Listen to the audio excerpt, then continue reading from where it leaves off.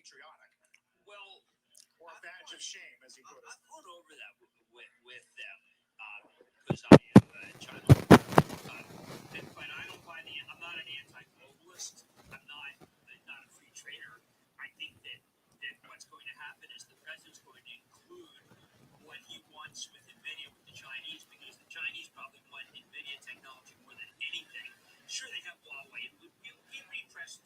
By the way, this is me, not Jensen. Jensen has tremendous respect for China. I come back and say they are a press release country. They put out releases that just show that everything they do is superior to us, and we, like fools, believe them.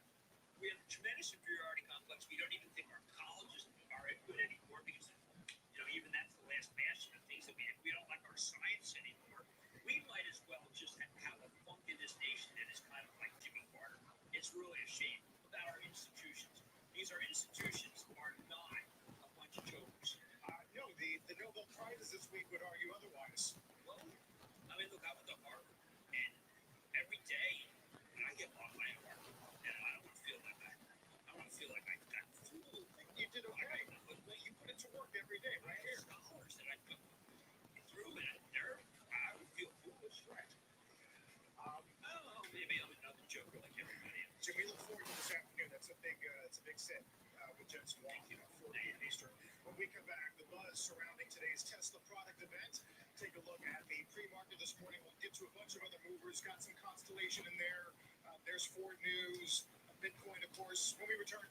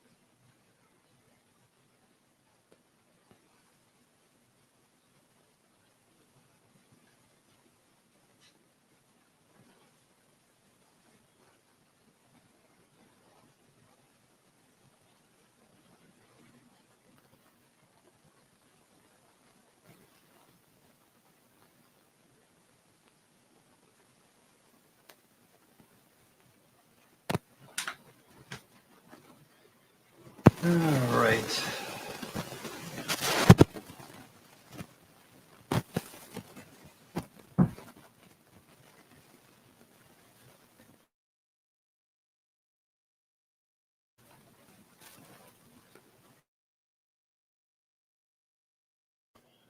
Good morning. All right, it's 9:19 on the East Coast. I'm your host, Cousin Vinny, coming to you from theclosingprint.com. It is Tuesday the 7th. Okay. Make sure you review the Gamma update this morning.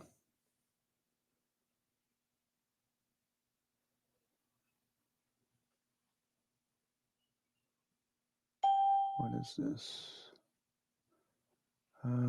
Tuesday. Okay.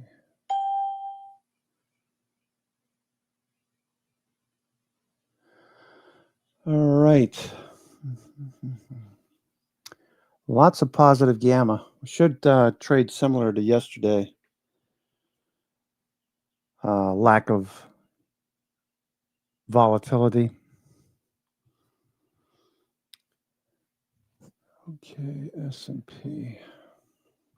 Supermicro is up, obviously. Supermicro up.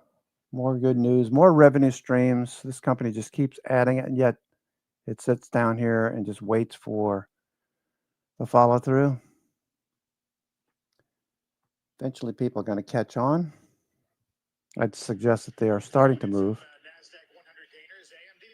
ULY on the move. Okay. Another 5% as a bunch of analysts either raise their target or upgrade in the the case of Jefferies, for example. PayPal's in there, Trade Desk, Micron. We'll get Kramer's Mad Dash and countdown to the opening bell after the break. Recovery, you want base metals, you want copper, all those guys, maybe even some lithium. So I would move into the industrial space of commodities. ULY, nice move. Metal space. Oh, that's Maybe keep a interesting. bit of silver because it's Yeah. got an industrial usage and Right. it's a play on But solar. you mentioned copper and lithium. Those would be ULY, you looking at there, Frano? Okay. Base metals, aluminium, Right. all these sort of guys. Aluminium. You know, Big gap I up. understand what you're saying. I mean, the Fed's moves, do they count a lot to you? I mean, a lot of folks are waiting for 2 more cuts this year and maybe another in January. Is that what you're counting on? Yeah, I think you've got plenty more cuts. So Tesla has a big reveal today. Currently off a little bit. Okay, so the top 10 on the NASDAQ 100, top 10, AMD. Okay, above its the middle, almost the middle of its range today. Let's see, I bought some AMDL. I plan to add to that AMDL. The dollar's in a secular bear market. It's been a great 14 years for the dollar, but you know, we're in a different kind of macro environment. This guy's talking BS. Okay.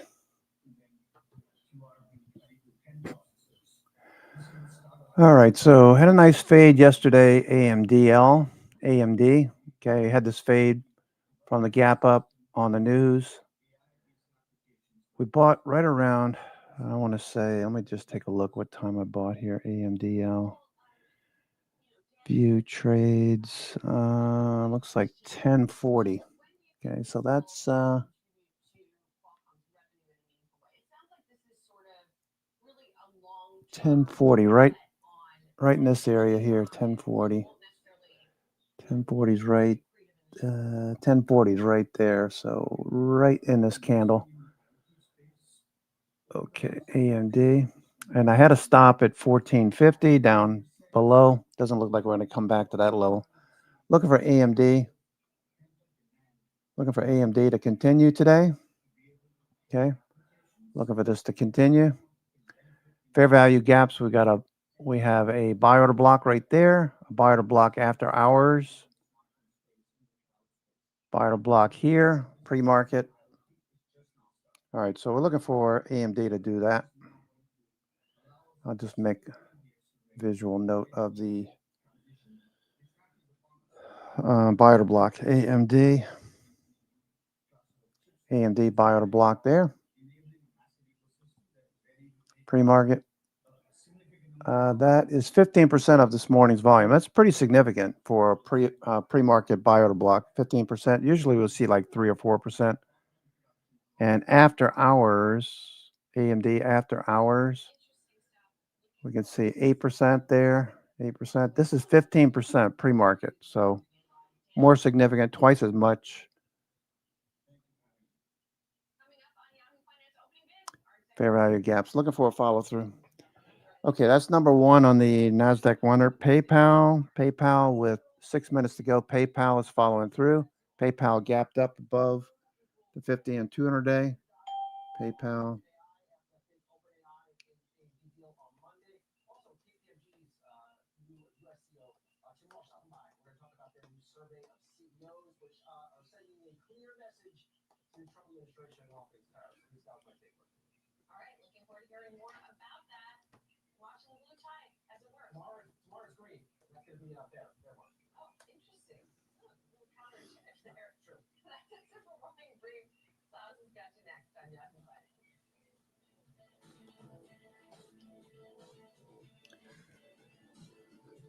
Okay, let's see. Trade desk follow through.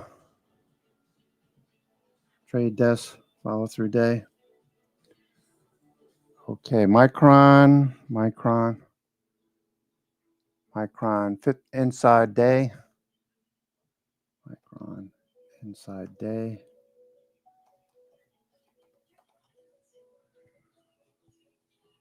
Okay, inside day on Micron. Let's see, App Lovin', that one dropped off. I have no idea why it dropped off. You guys asked me about it. I had no idea what the deal was. Maybe it's some news here. Report of SEC probe. SEC probe.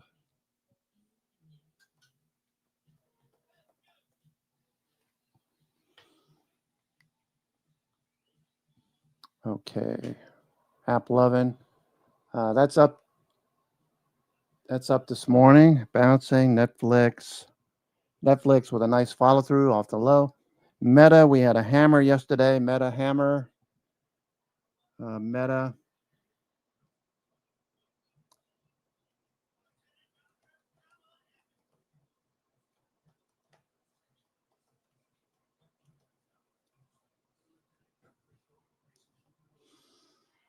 Okay, so 3-candle reversal, 3-candle reversal on Meta.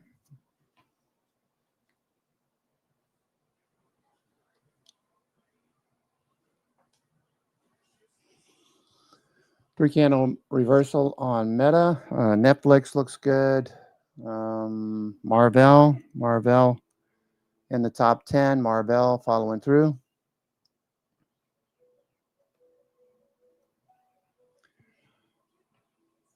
Follow through day. Marvell. Broadcom.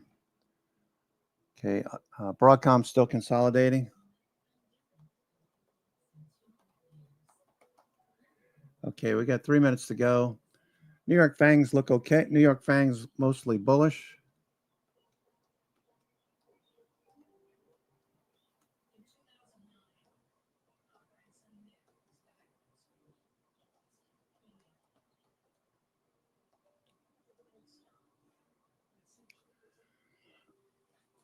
Okay.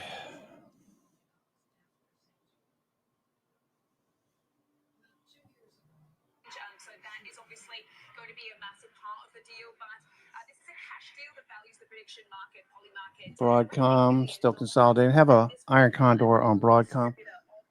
Let's see what's Oracle doing. Oracle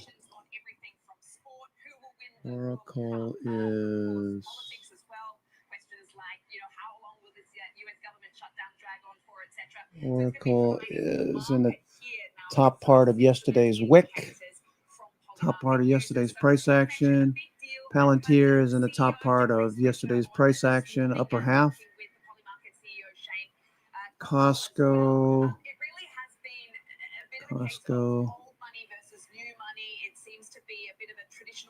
Pre-market's still chopping around. Let's see. Coinbase. Let me put Coinbase there. Bitcoin. Kind of a doji right now. Bitcoin. BTC. Bitcoin. Daily on the right. For the most part, the daily is always on the right side chart. I might change the left side to a 5 or a 1 minute, depending on what I'm doing. We got Bitcoin with buyer blocks here. Bitcoin.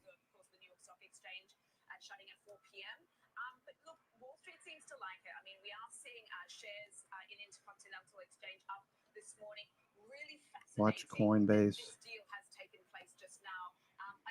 Okay, Coinbase. Okay, did I keep my Coinbase? I think I did, right? Yes, I did. Okay. We're open first 15 minutes. All I'm doing is taking profits off the table, reassessing the markets. Okay, looking good. Supermicro. Apple on the move. Apple popping. Apple's popping. Apple popping. Okay, Apple. Don't want to chase. Apple's looking good.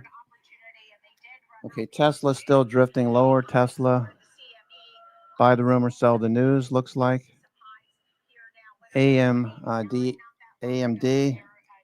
Looking for that to continue. AMD. Buyer to blocks, AMD.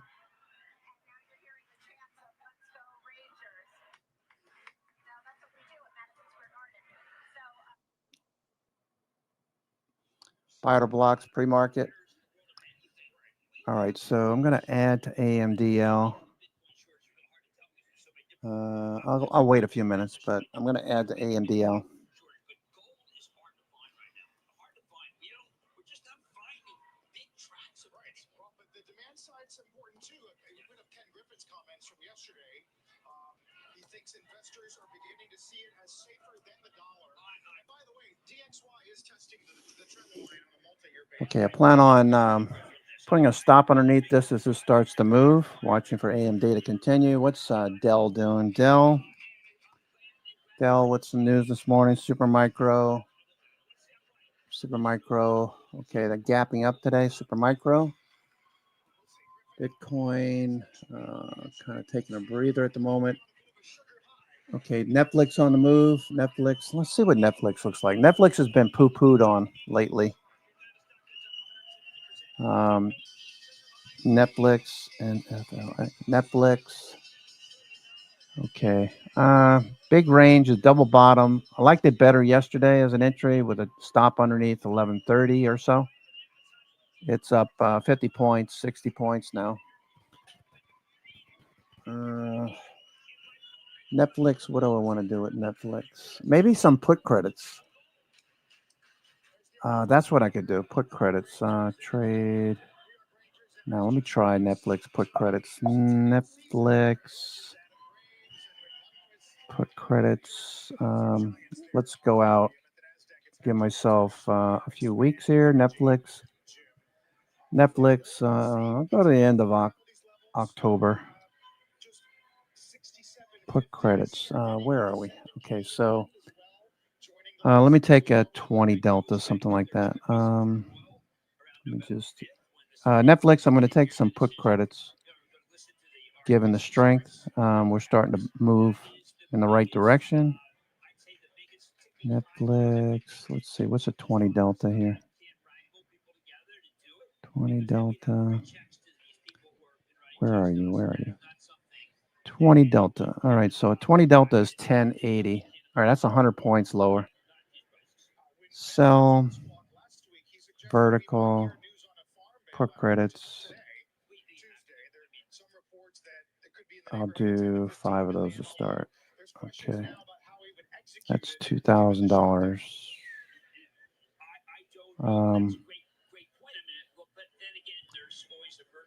Why does it always do that? It fills in calls instead. Puts. Okay, those are. Okay. Netflix. I'd like to see a little fade first to take a trade here. Netflix. Carlisle has some proprietary data which shows that we probably added 17K in September. That would have been No, I don't want to buy. I want to sell. Sell. 1080. Buy. 1080, 1070. I was going to try to get you on the ITB. This is close to a 2-month low on some of the builders. Okay, we're pulling back in. All right, so I'm waiting for Netflix to pull back in right now. I'm going to take this trade here. I want to get this up a bit more.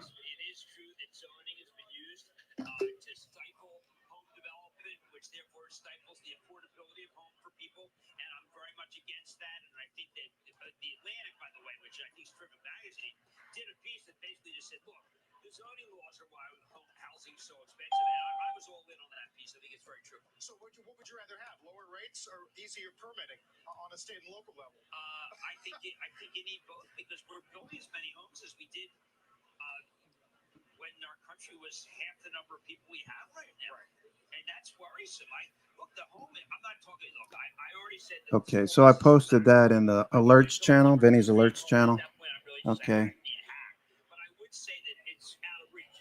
Homes are out of reach. We got to find a way to make it so they're not out of reach. Yeah, Goldman did so break even will be 1077. Okay, we're just kind of hanging out right here. So I'm going to go ahead and do that. Start with 5.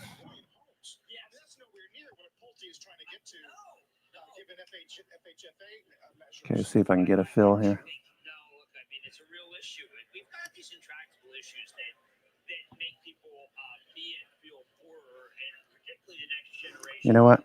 I'm going to cancel that for now. Let's see. Make my limit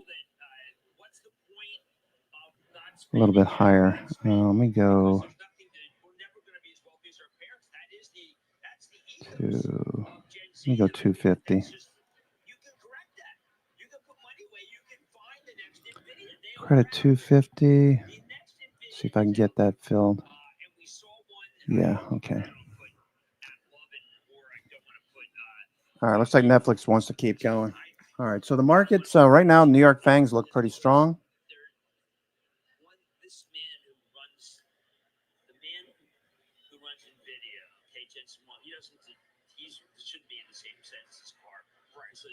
He's a genteel, terrific person who wants everyone to win, and I think that Alex Clark is very zero-sum. Are you impressed with AMD's ability not to give back yesterday's close? I thought it should have been higher yesterday. At one point, I was saying, listen, maybe it's going to be up 75 points. And the reason I said that is because what Lisa Sue was saying was, look, RMI 450 stacks up. Now, she, by the way, even as recently as last year, she didn't feel she had what stacked up. And she would never Netflix trying to sell a credit spread. All right, the rest of the Fangs look pretty good for now. Tesla's starting to bounce.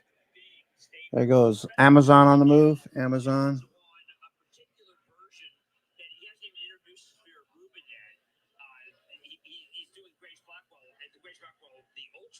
So I don't want to.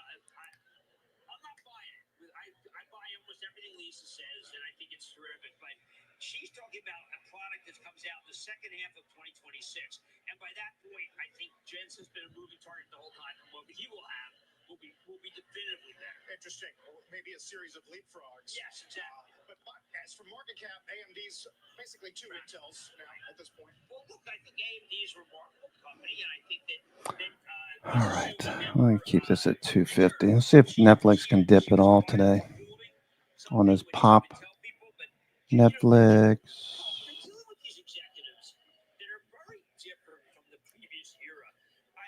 She never says anything without saying great things about Jensen. Jensen never says anything negative about the people he competes against. He wants everyone to win. He also wants this. He thinks if it's the fourth industrial revolution, everybody has to win because he cannot be the gating factor, and the power companies can't be the gating factor. We have to find better, quicker power, and we can't find. I mean, I was doing a business on energy yesterday. They're all in trying to get more power, but I saw coal making a comeback, and that's tough if coal makes a comeback because we're not ready for that in this country. And in the meantime, electricity utility prices are doubling CPI. No, this is not right. We have to find a way to make it so that the traditional way, which is that as there's more volume, and the Okay, Netflix.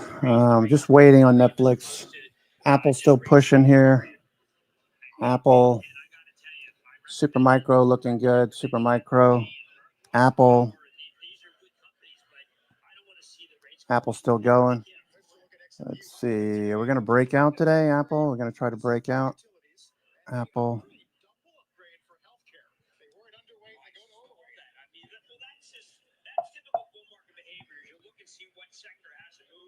Broadcom pulling back in. Apple.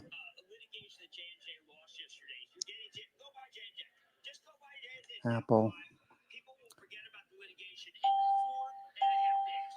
First 15 minutes, all I'm doing is taking profits off the table. That's why it's so quiet right now. I'm just taking a few things off, adjusting some positions. Apple looking for the follow through.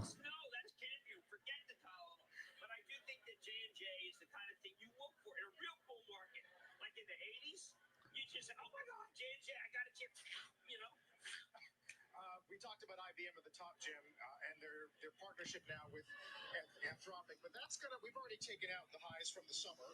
Okay, we got some fair value gaps. Just taking a few things off. Got some fair value gaps on Apple. Got a buyer to block pre-market.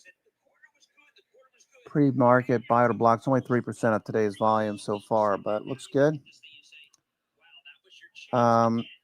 Apple basically an ascending flag.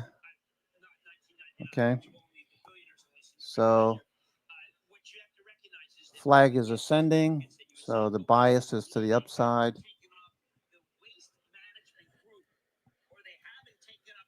What's S&P doing? Let's go take a look at the S&P. Now we got all the stickiness here. Thick positive gamma 6,700 to 6,760. 6,700, 6,760. You can see we've got our first move in dealer hedge flows is up. Okay, we're running up against some resistance. What's 6,800? They're selling 6,800 again.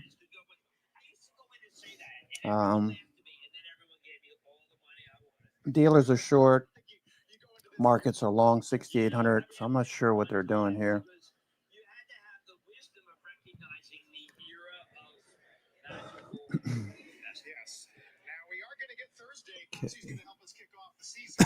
Coinbase pulling back a little bit. Bitcoin stalling after about 8 days, 10 days straight up. Apple's still going. I already have some position on Apple. It's looking good, Apple. Okay, let's see. It's still early. So it's hard to read Hero first thing in the morning.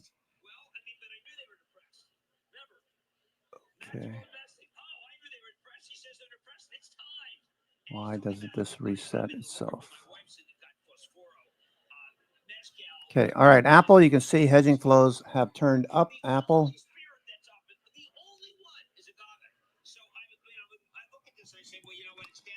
Apple hedging flows are moving higher.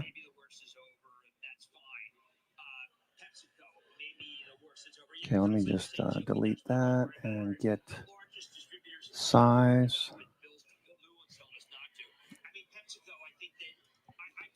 Okay, hedging flows for now. We just got a nice little pop up to the highs on Apple.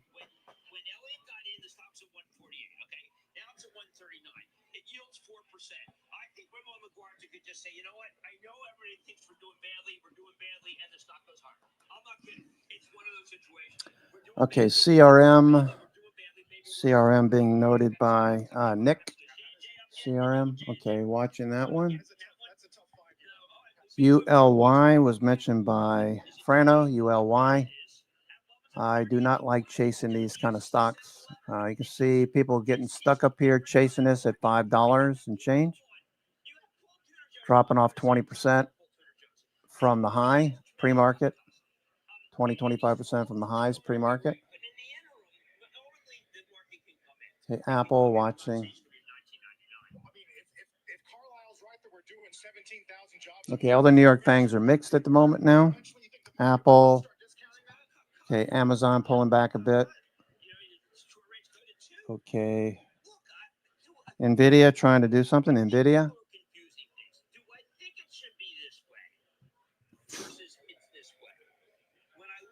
NVIDIA looks like we're going to push a bit higher. Tesla's starting to bounce.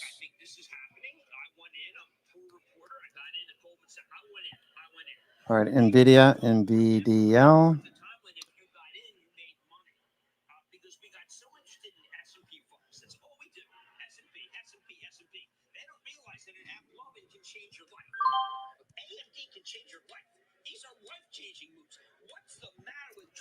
Oh man, this guy really gets on my nerves sometimes. NVIDIA looking for a follow through. Because we didn't really go back to zero growth, but you've got a strong economy, you've got phenomenal momentum in the markets, and you're at the performance chase right now. So folks at home want to know why. Okay, let's go through the list of stocks that are actually moving the markets right now. Okay, so AppLovin with a bounce, AMD following through. We're inside day for now. PayPal higher. Some of you mentioned PayPal the last couple of days. Supermicro following through. We'll be at 60 probably this week at this rate. Dell following through. David, are you still in this, Mr. Percy? David pointed this out a couple of weeks ago when it was moving above the 50-day. We're pushing higher. Dell, NVIDIA, Palantir Palantir. Yesterday we told you Palantir. Remember the Doji inside day? Since mid to late April that small caps are in that position to get a bid again. They have. People are buying small caps. Their earnings, everyone talks about how the Russell 2000 always loses money, always. It's not always, it's just maybe usually. But Russell 2000 earnings are getting better and better and better. And my argument was that the small caps don't have to go up at the expense of the large cap tech stocks. They can both go up together, albeit not at the same. Okay, you remember that yesterday we talked about this Palantir. We talked about we had a Doji. Okay, let's go to like. Let's go to 3 months. Okay, inside day. Inside day. Look for the direction. Inside day. Let's see. Let me just give myself some room. Inside day. Palantir, we have positions, but they weren't as big, and we bought some beaten down, boring, not sexy stocks. On a sector perspective, I think you stick with what's working. So Palantir looks like it could continue. We own REITs. It's been frustrating, but our biotech plays have been spectacular. Large cap farm has been fun for the last couple of weeks, but I've been sitting on that for a while, waiting for that to go up. So there's software. We bought communication services this week. We sold it a couple of weeks ago. I'm like, listen, it pulled back a little bit. It's not going back as far as I thought it would. I have no trouble buying it back. There's plenty out there to own. I just wouldn't hop on this stuff that looks like it's gone like a rocket ship. For me, I'm not comfortable with that. All right, Paul Schatz, great to see you. Heritage Capital. Really appreciate it. Thank you very much. You can take a look at those ETFs. Those small caps, DWAS and IWO, of course. Thank you, Paul. Now, Rick Ducat is with us. He's taking a look at some of the key levels here on Wall Street after we're hitting. Okay, inside day Palantir showing the trend is your friend. 20-day is rising. It's been such a key area of focus for this market lately, and we can see here SMH up over 39% during the last year. Versus okay, Nvidia. Heavy Nasdaq 100. 26%, SPX up 18.5% or so. In some ways, this is great. Buying shares here, but it also highlights filled here. Here. We're looking at the strongest Nvidia, I just got filled. Nvidia, NVDL. Small basket of stocks here, so potentially worrisome for some folks here, but at the same time, it's like you don't want to miss out on this AI boom that we're seeing here. So SMH, the top holdings are these stocks here. Broadcom doing the best of all, up 91%. AMD is the laggard during the past year. NVDL, Apple. AMD would be number one here. So the gains are kind of dispersed throughout the rest of these stocks here, but certainly an exciting sector to be watching right now. If we were to look more closely at SMH, this is a 20-day, 1-hour chart. So just kind of assessing this very short-term move here. We're seeing the pockets of volume start to accumulate around 333 here, around 338 or so here, and then 3. Okay, Apple. I bought some calls on Apple the short-term price activity for Friday. Bull flag, bull pennant type of pattern that many traders look for. Gap up, followed by a brief period of sideways to downward consolidation. Nvidia. Okay, NVDL. Bought some NVDL. Okay, I'll add to this shortly. There it goes again. Continue on in this upward trend here. So kind of showing in the very short term this stair-step nature of the activity we see in price action, where we have these jumps and then these periods of consolidation here, but always kind of gradually moving to the upside here. For now, within this What did they do? A reverse split in NVDL? Showing very short-term divergence. NVDL. It's trading $90. I did not realize it's trading $90. Holy camoli. All right, so I didn't realize that. Let me reduce my size here. I bought 500 shares thinking it was still trading at the other previous here. Okay, so I can take some of that off right here. Big move, NVDL.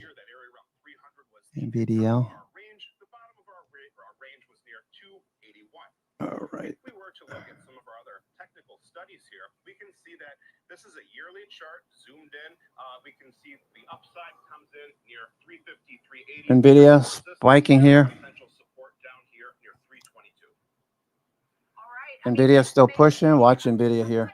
Okay, NVIDIA. I traded. I bought shares this morning, 500 shares, thinking this was the same. And I looked at my account and was like, "What? What the f?" All right, so all right, I'm gonna take. I'll take 400 shares off.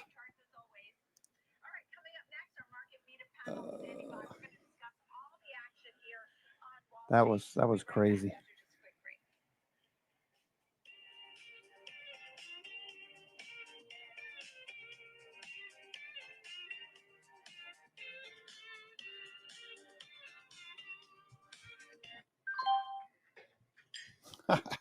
That's so funny. Sometimes,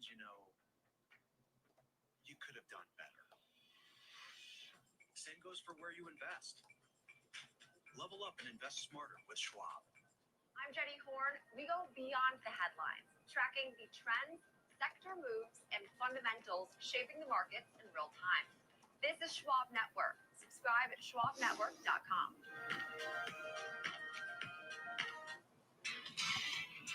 Live from Chicago, this is Trading 360. I'm Marley Caden. We track macro forces, market trends, and company news that shape investor decisions, all with expert analysis and actionable context. From inflation data to sector rotations, earnings to policy, it's a comprehensive view of the market every trading day. Trading 360, in-depth market coverage straight from Chicago. All right, so we're coming into the 10 o'clock hour. This is when I start looking to take some more new positions. Super micro looking good. Super micro following through. Super micro. Apple bought some. Oops.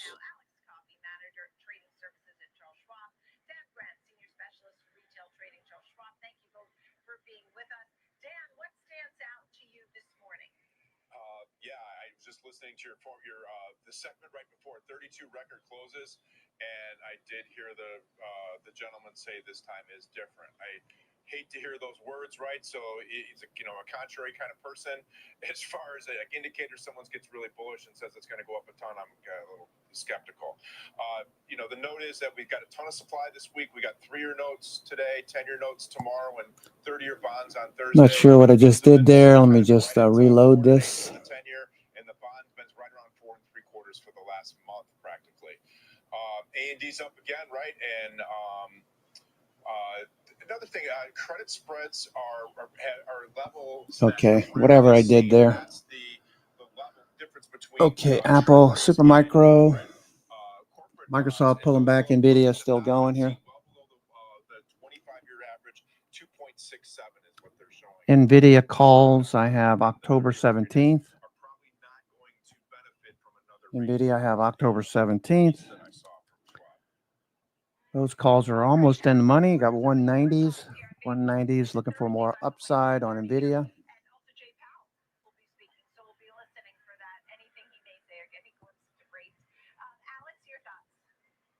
We're in a time where we're not getting a lot of data from many of these government organizations, so we're not getting the timely updates that many are used to.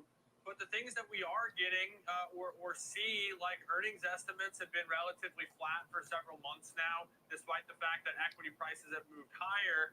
Largely, Treasury yields have moved lower, which is usually growth negative in terms of what that implication is. You look at something like crude oil. Crude oil has been stuck in the low 60s, despite sort of the back and forth on the geopolitical front. That hasn't been enough to really spur any sort of real meaningful rally in the very growth-sensitive commodity.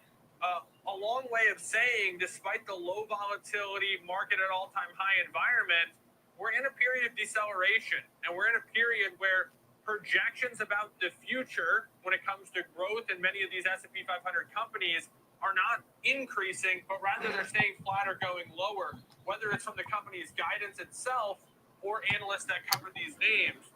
Typically, that means, especially at all-time highs, that we have extended valuations, and perhaps we could be due for some sort of a pullback.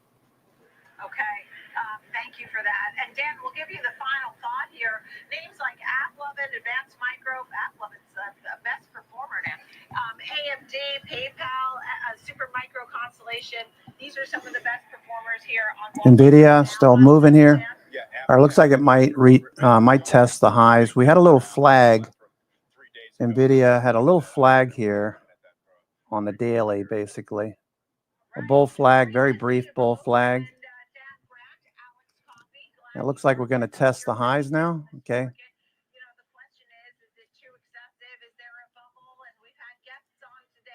So last time we had this little flag back to the 50-day, we bounced and took out the previous high.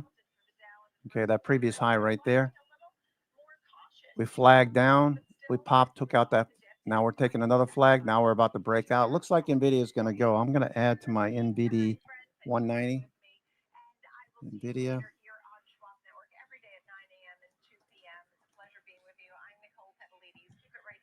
Okay. 10, 17. 1017, 190. 200.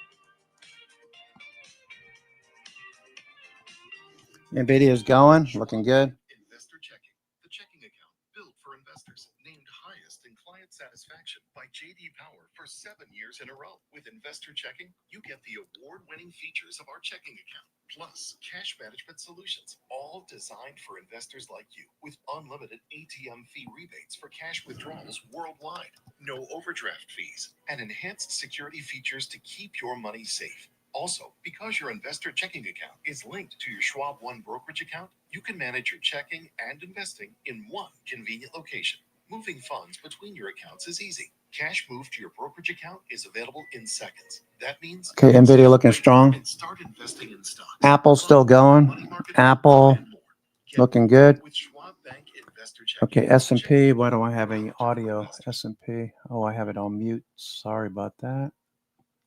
Got to have volume on my tick strike. Got to have volume. Okay, NVIDIA is going. Get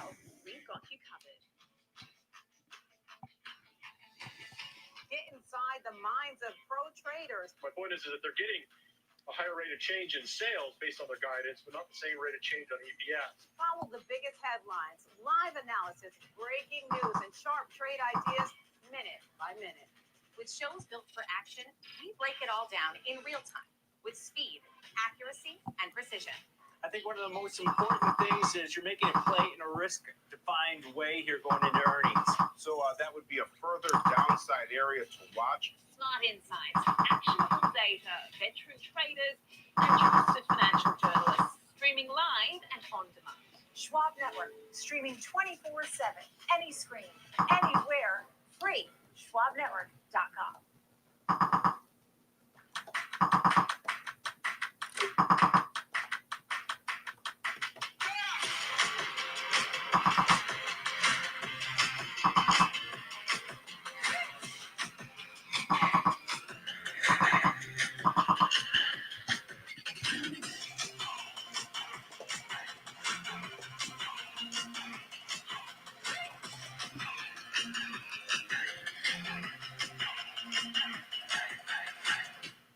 I'm Alex Coffey. And I'm Jenny Horn. This is Next Gen Investing, where we track the trends shaping tomorrow's market. From tech to energy, crypto to focus on what's driving investor sentiment right now. Clear analysis and forward-looking market coverage every trading day. This is a make or break level for this stock. That could certainly be a short to near-term catalyst. Next Gen Investing, 1 p.m. Eastern. Only on Schwab Network.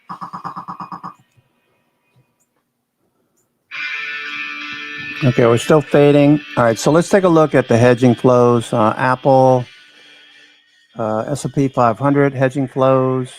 Those are back and forth, back and forth. Let me go, let's see. Hello,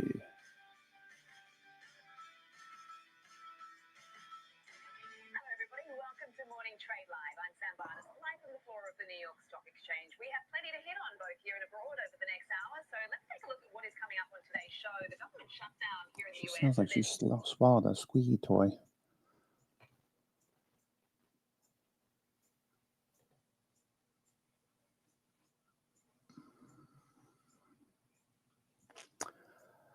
All right, so trace, we can see the whatever direction it decides to take after about 10:30. I've been experimenting, doing back testing on trace and hedging flows. once we get past 10:30, 10:15, 10:30, I'm going to look for direction. So yesterday, yesterday we had this move and trace that looked like this. So after 10 o'clock, you can see 10 o'clock, it finally started to make higher highs and higher lows. So taking a long trade from that point, so waiting till at least 10 o'clock is the more effective use of my time and money. If I'm going to take a long or short on the S&P, I want to see this happen. Looking at open it, you see the net open interest here that he's noted. Okay, so we might get another one, another shot like that. Let's go to net open interest. Okay, and go to 0 day. Okay, you can see up high and down low, 5,700, 5685 or so. That's 99 percentile. Okay, so if we can see this fade a little bit more and then this hook back up, oh, maybe take a long, well, maybe take a long on the next bounce. Okay, what I didn't do is I gotta do this. I gotta make them every morning. I gotta take the highs and lows. All right, we're fading right now. Fading right now. Just give me a second here. Let's see. London session low.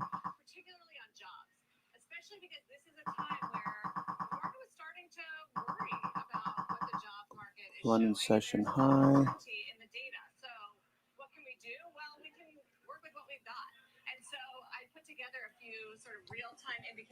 8 o'clock, London session low, London session high. Swing low, swing high. So Carlisle put out a real-time indicator today. They looked across all their businesses. Remember, they own a lot of businesses in private equity. They have, I think, more than 700,000 people working for them. Swing low is right there at 67.85, 67.85. Let me just adjust this real quick. Edit property 67.85. Wow. Can you believe we're 67, almost 6,800? That's crazy. Okay, swing session. I got to go to the 15 minute. 15 minute. Okay, it's a little bit after 10 o'clock watching these swing low, swing high. We saw the downturn a couple months ago. We're starting to see the weak data. They actually, Pantheon notes the uptick recently in small business hiring intentions and is higher than consensus on September jobs. Actually says we could see 70,000. So just a few sort of things out there. 67.91. 67.91. People looking at ADP, which did come out, showed weakness, job losses for the month, and trying to figure out 67.91. Okay, 67.91. No. Maybe out of sight, out of mind. No, the market is accentuating something entirely different than the consumer or macro or employment. It's all about Okay. the industrial revolution. Even Daily today didn't seem that in her comments to Axios. Doesn't think it's much of a financial bubble because the companies are so strong.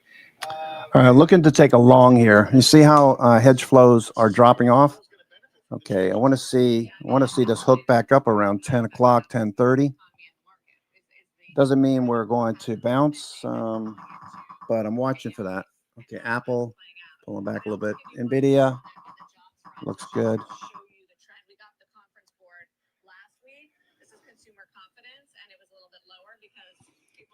Okay, let me go to scanners and see what these look like right now. NVIDIA is still pretty cheap. Okay, if you're going to do, it's got a 14% risk reversal rank. IV's 18.6%, 14%, relatively cheap. Okay, NVIDIA. So on the next flag or so, we might want to think about. I'm going to add to my position, but watching this flag right here, I have the 19200 call vertical for 17 October. Okay, Apple's still looking good. Sarah's right. We're relying more on the private data because of the shutdown, officially reaching 1 week today, and some mixed signals for the president over the last 24 hours. about a possible pathway to resolution. Our Emily Wilkins has the latest in D.C. Morning, Emily. Good morning, Carl. Well, yeah, there might be a crack in the shutdown stalemate. We're going to have to see. But Trump saying last night he is open to working with Democrats on some sort of solution on health care. Of course, then he went on Truth Social shortly after and said that he would only be open to that after the Democrats vote with Republicans to reopen the government. And, you know, I was on Capitol Hill last night talking with some Republican senators. They really mirrored that they do want to have these conversations. They want to work with Democrats, but they can't do anything until the government is reopened. You've heard Senator Mark Wayne Mullen talk to me a little bit about some triggers in the process to make sure discussions go forward. And you had Susan Collins, who was apparently walking around with a folder that actually contained a agreement that she was talking about with Republicans and Democrats with, something that would basically say to Democrats, hey, if you give us the votes to reopen the government, we promise to work with you on a solution here to those Affordable Care Act tax credits, which of course are expiring. Okay, NVIDIA. Okay, so it looks like we're going to get a bounce here. I might take some S&P. Let me take some S&P. If it doesn't work, we're at the lows of the morning. Okay. SPX. So what was the high there? S&P. Let me just look at S&P before I jump into this. Okay, what I'm looking for is for this to hook upward. Okay, we're still pushing lower, so I'm not going to do anything yet. Hedging flows have yet to turn.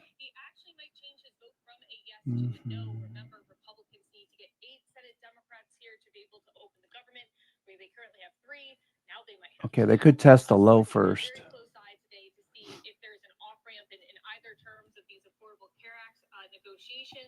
Or if pressure is going to continue to build on the Democrats as the shutdown goes on. Guys?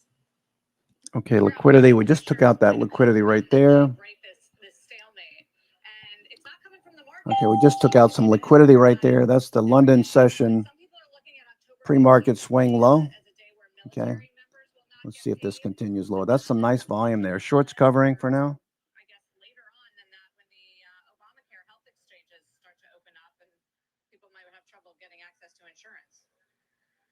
Yes, sir. There might not be much that's bipartisan on Capitol Hill nowadays, but supporting the military most certainly is. And yes, that October 15th, the military members not getting their pay is certainly going to be a tension point.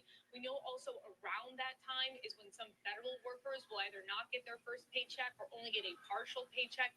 That's going to be another pain point. And yes, on November 1st, when okay, let me just fill in these trade windows.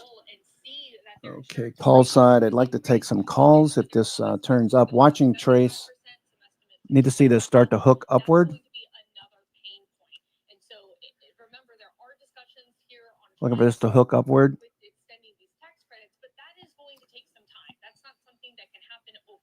0-day GEX. You can see. What do we got here? 23 million. 23 million. That's a 97 percentile. That's 96. What is this? This is 98.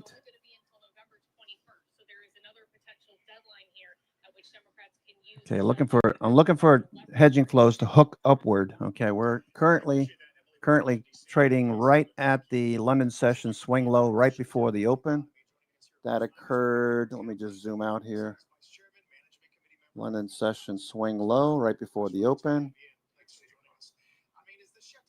Actually, that was a London session swing high.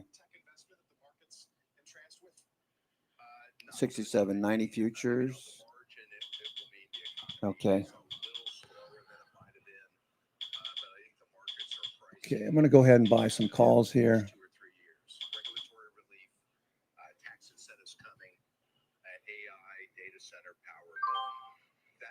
Okay.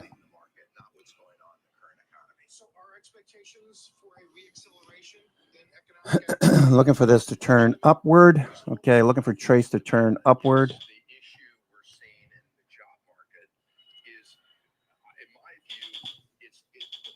All right, bought 67.60s, S&P. I'm just going to look at long 67.60s.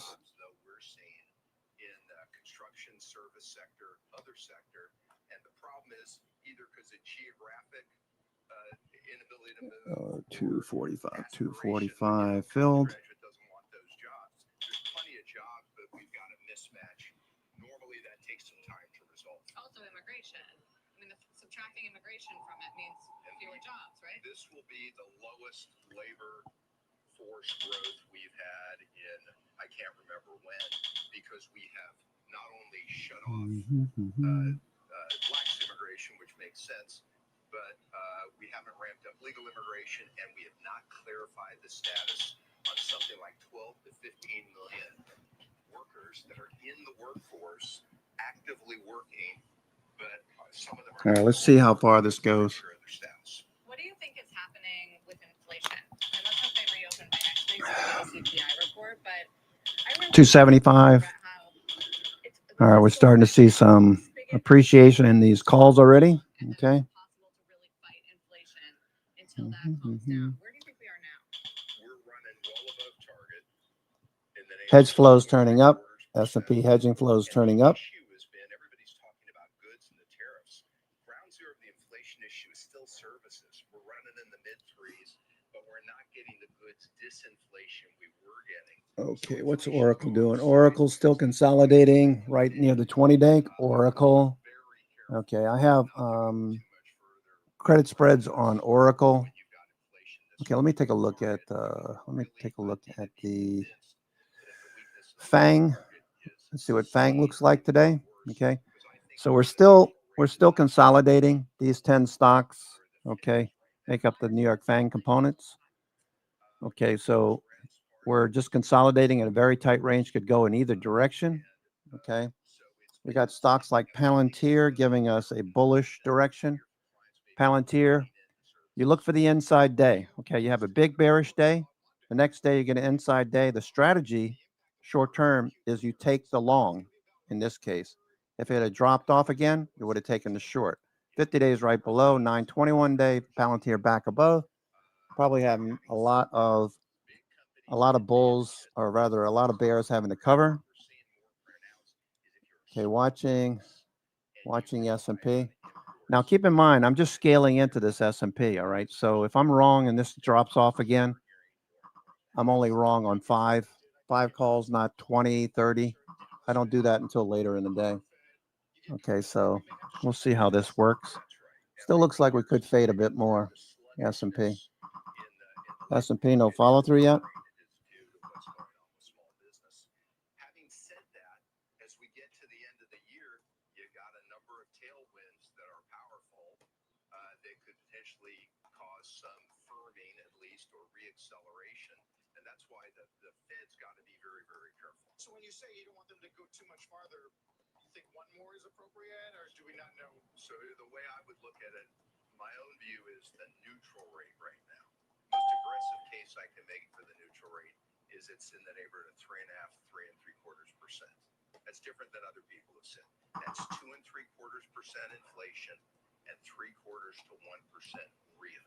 Okay, we're at 4.25% right now. So there's room. Okay, so that trade right now is it's pretty small. It's only 5 calls. All right, so I just want to make a note of that because some people might jump in and just go 25 calls, 50 calls, and this drops off 50 cents, and you're shaking your head. Price action is kind of random at the moment. Looking for hedging flows to give us a direction. Watching hedging flows here. Okay, let's go look at what's working. App11, big bounce on App11. Okay, that's starting to move higher. Palantir, big bounce on Palantir. Okay, Doji inside day. You always look for direction. Palantir. I would be, because of the shutdown, it would probably push me to be more positive about Palantir. October, but the bar for me would go way up after October. I really need to see more evidence, and I think the market may be overpricing the probability of a December cut. What about into next year? I mean, the president is going to get his pick for a new Fed chair next year, and the expectation is someone very dovish, and we'll see a lot of rate cuts. Is that going to collide with your higher inflation expectations? So all I can do is put myself in the shoes if I were in my former job. We're giving advice to people who are in the seat now. And I would say with inflation this much above target, you really got to be convinced that the labor market is weakening. Otherwise, It's I would not say that much above target. I mean, it's not in the threes. It's certainly not where we were in the last few so. years. Here's the issue: is it's at least 3/4 above target, and it's not heading toward target. So in the fall of last year, it looked to me was starting to inch toward 2%. It's not now. It's going sideways, maybe inching up a little bit. That's the problem. Finally, when Ken Griffin argues that he's worried people are seeing gold as safer than the dollar as we get futures above 4K, do you think that's a reasonable point of view? It's a reasonable point of view, and that the 10-year Treasury is not behaving like a safe haven right now. Gold is acting like the safe haven. Normally, when there's stress in the government, there's geopolitical issues, you would see a bigger rally in the 10-year. We haven't seen that. Now, there's a duration stickiness issue around the world, not just here, but I would say there's concern with all the uncertainty and the fact that still we're on track before tariffs to run a very large deficit. And we have to continue to show that we're making progress on deleveraging. We're not really, jury's out on that still. But maybe it's not Palantir. safe haven right now. Stocks Okay, we started off going through the list of stocks on the NASDAQ 100. Let's keep doing that. Top 10, PayPal. PayPal gapping up. Many of you in the trading room mentioned PayPal late last week, early this week, yesterday. Volume looks good. PayPal on the move. Let's take a look at American Express. Nothing yet. MasterCard. Yeah, that looks a little better. MasterCard, Visa, MasterCard, Visa, PayPal. What about Synchrony Financial? Synchrony, nothing. Synchrony does TJ Maxx, Home Goods, and stuff. Okay, so MasterCard, Visa, PayPal. MasterCard, Visa, PayPal. Looks good.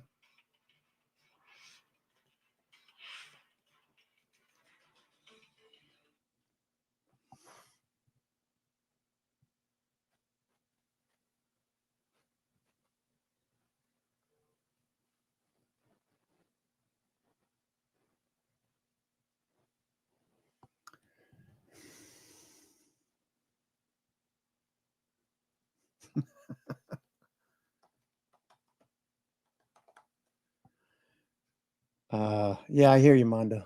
I hear you.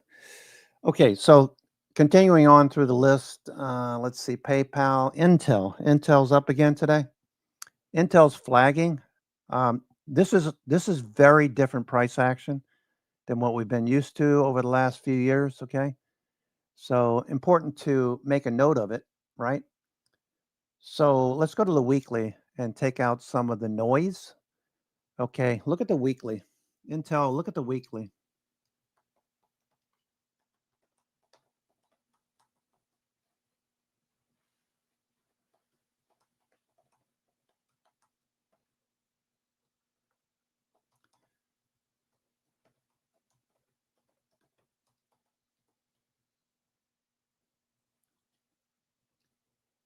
Okay, I cannot type worth a crap. I like to tell the story that when I was in high school, all the football players learned how to type. Now you see a whole bunch of football players in a typing class, and you're like, "What the hell's going on here?" I took art instead as an elective. Football players aren't totally stupid, right? They were smart, man. They were all the pretty girls were in the typing class. So I'm like, I wanted to take an elective, and I took art, and I passed by the typing class. I'm looking at all these big football players on the high school football team in the typing class. I'm like, man, these guys have big hands, blah blah blah. Anyway, look at Intel. Look at Intel. It is a bit extended from the 10 EMA. The volume suggests institutions have longer time horizons. I would suggest that Intel has changed character. If anything, it looks more like 2023, where it did manage a move up to 50 and change. Okay, so we're at 37 now, so another $10. So if you take Intel, okay, if you bought Intel today and it dips tomorrow, don't come in and say, oh my God, it's down again today. It's changed character. it has changed character. So I'm watching on these flags. Note the volume is lower. Note the volume is lower. Okay, so we got this flag, right? That's fine. Look at the volume. The volume is tapering off. That's exactly what you want to see. Okay, on breakouts, you want to see the volume pop up. That's telling you very active, high relative volume. Again, right in here, you got the pop there. So what do we do for? We're due for one of these pops in volume to show that institutions keep buying. I like Intel. Let me buy some Intel. I'm going to buy some Intel out next year. Let me look at like January, at least January. Let me look at January. Do keep in mind that we're probably going to see a pullback in the markets pretty soon. Let's see, June, Intel June. Okay, that's pretty relatively inexpensive. All right, so we're about to make a new low here. Let's look at Trace real quick. Trace. Okay, so we're looking for that hook upward that continues. So far, the direction's not working for us. Okay, those are off about 40 cents right now. Those calls are about 40 cents off. 50 cents.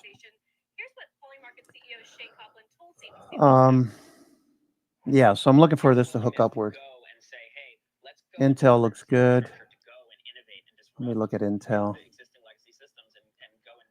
No, Intel. Intel keeps going. All right, let me buy some. I'm going to buy some. I'm going to go out to June. 40 is a 60 delta. The 40 strike is a 60 delta. I'm going to buy a 40-50 call vertical on Intel. 40-50. So those are $2.65. 265. So I'm going to take the 40-50. Okay, Intel. Yeah, it was interesting to hear Sprecher on Squawk this morning talk about just the degree to which legacy and the whole reason ICE exists, he argues, is because back in coming out of the .com bust, a lot of Energy would make sense, but to your point, given that traditional finance is getting disrupted, finding these opportunities for exchanges seems like 265. To just understand over time, Carl, what the return on investment truly is. Right.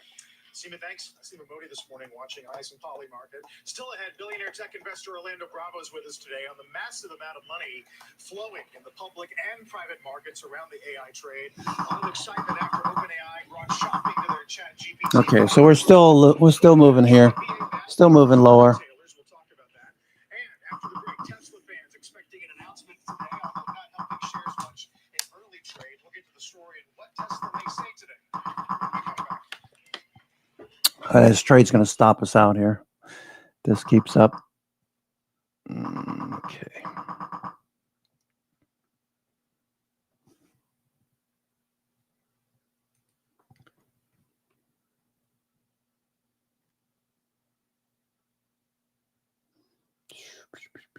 Let's see what's going on here.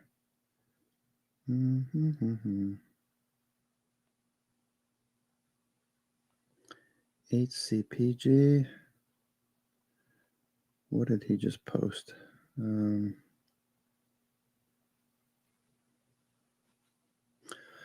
Oh, it's NVDX. NVDX, that's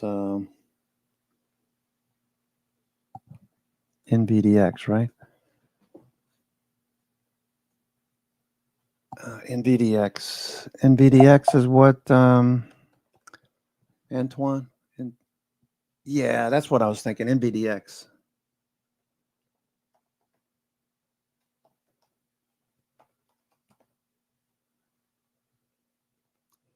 NVDX.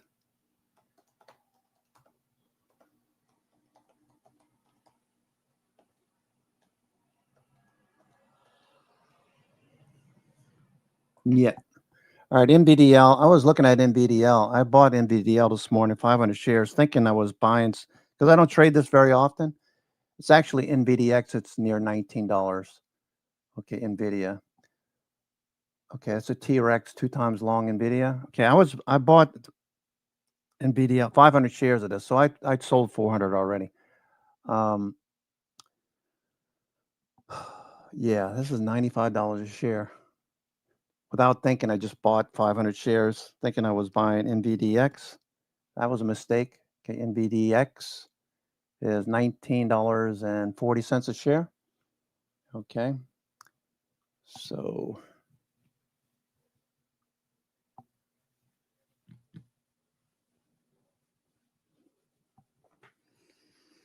okay, S&P is still dropping here. All right, so it's not working. Okay, we continue to move lower. Okay, that trade's not working. NVDX. Okay, looking for Trace to turn back up. Not yet. Okay, we got these strikes down here at 6,700. Is that where they're heading?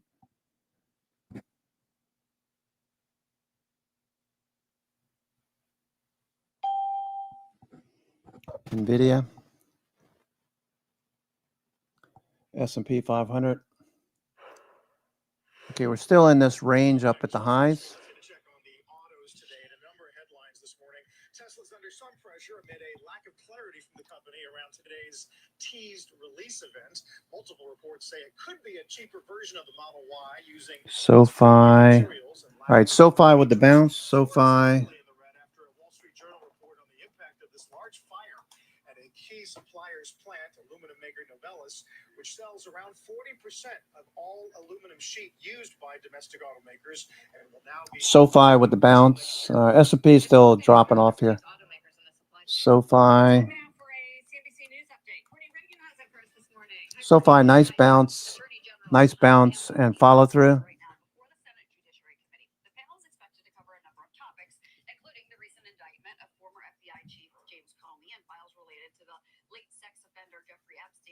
She's also expected to be grilled about the Trump administration's crime crackdown in U.S. cities. A U.S. delegation will join the indirect peace talks between Israel and Hamas tomorrow, according to Egypt's top diplomat. The foreign minister says the negotiations so far have covered the phases of Israeli withdrawal from Gaza, as well as the details of releasing hostages and a number of Palestinian prisoners. Today marks 2 years since Hamas's surprise attack on Israel, which triggered the war. And Italy plans to submit a proposal. SoFi looking good. I have January 30 calls. SoFi. Next year's Milano-Cortina Winter Olympics. The concept of a global truce dates back to the ancient games in Greece, when warring factions agreed to put down their arms for the duration of the event, but calls for ceasefires have not been successful in modern games. Maybe they can be this time. Sarah, back over to you. Okay, thank you, Courtney. Constellation shares jumping following strong numbers from the alcohol seller. What it means for other beaten down beverage names straight ahead. But first, Toma Bravo's Orlando Bravo joins us here at Post 9, talking recent deals and whether or not the AI trade is in a bubble. Don't go anywhere. Okay, SoFi looking to add. SoFi looking to add.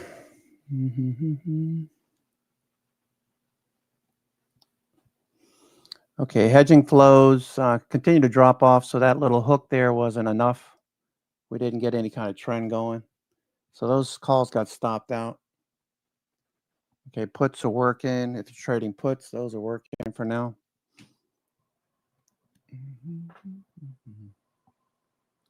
SoFi. Do I want to add now? Let's see, SoFi, trade SoFi. SoFi looks like it's going to get some upside over the next week or two, go back up to the highs. SoFi, student loans being paid back. Makes a lot of sense that would continue. I have the January 30 call. Those are going for $3.65 now. Okay.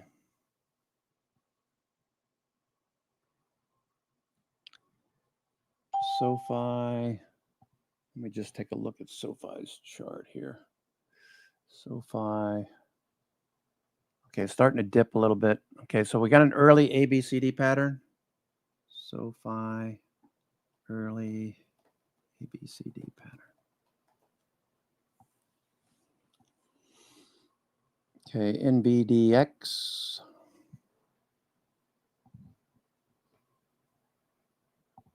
NVIDIA. What happened to Tick Strike? Looks like we're going to continue to fade. Okay, so we're still inside. For context, this is the daily. Okay, the daily, we're still in a little upward sloping flag, basically. Okay, inside of yesterday's price action, we got a lot of positive gamma overhead. A lot of, Bill was mentioning calls overhead. There's a lot of positive gamma, so I wouldn't be surprised to see a little bounce soon. Okay, 0 day. A lot of that positive gamma got rolled off there, looks like. Okay, all of this is gone. You see that? The dealer's long, the market's short. And we're coming back down into an area where the dealers are short, markets are long.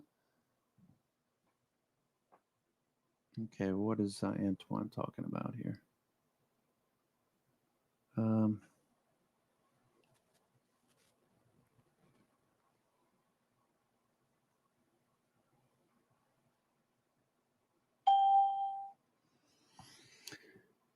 Okay, so what are we doing?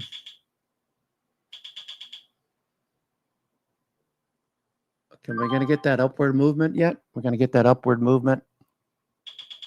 Okay, we're looking for that hook up to start trending, all right? So we need to see a trend up.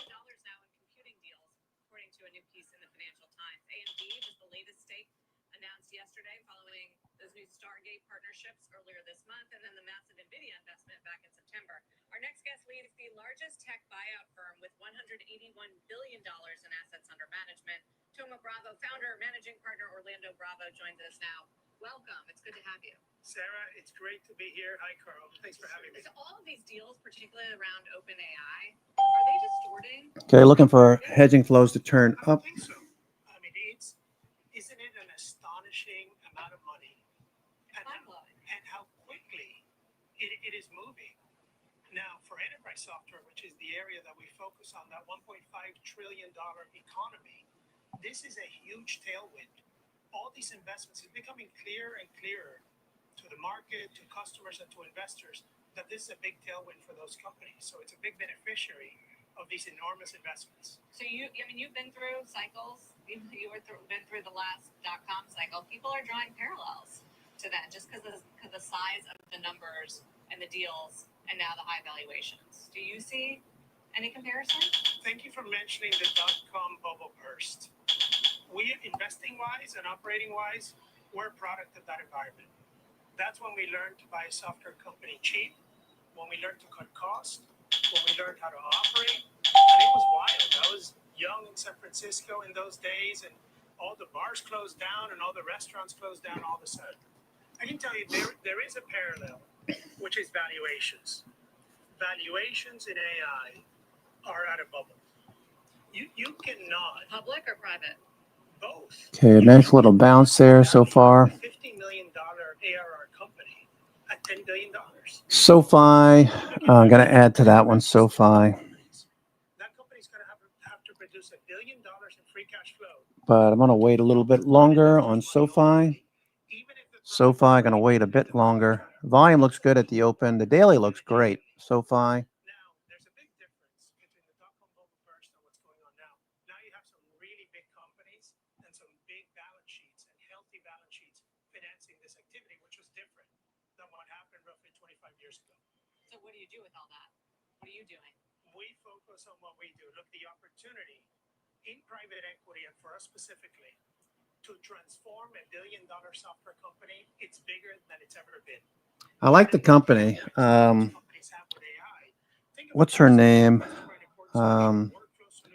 She's the head of trading or whatever over there. And now with AI, you have so much more to sell. Agentic solutions, an easier way for the customer to engage with your product.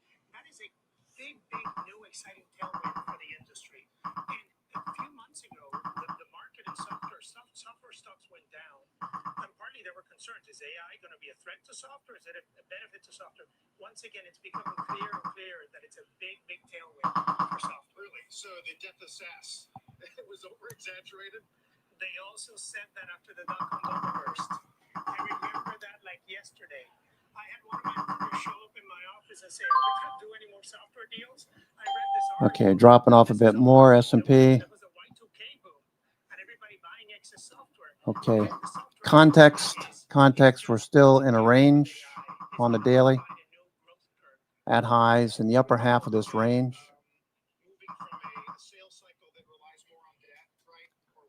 In the upper half of this range right now. Look,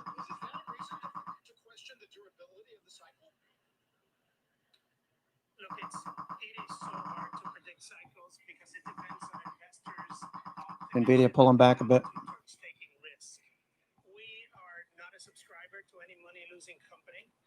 At the end of the day, profitability and growth have to go together. It means that the company is making the right investment choices and that they have an organization that's well set up so that they don't depend on the outside for constant growth and promoting their company that way.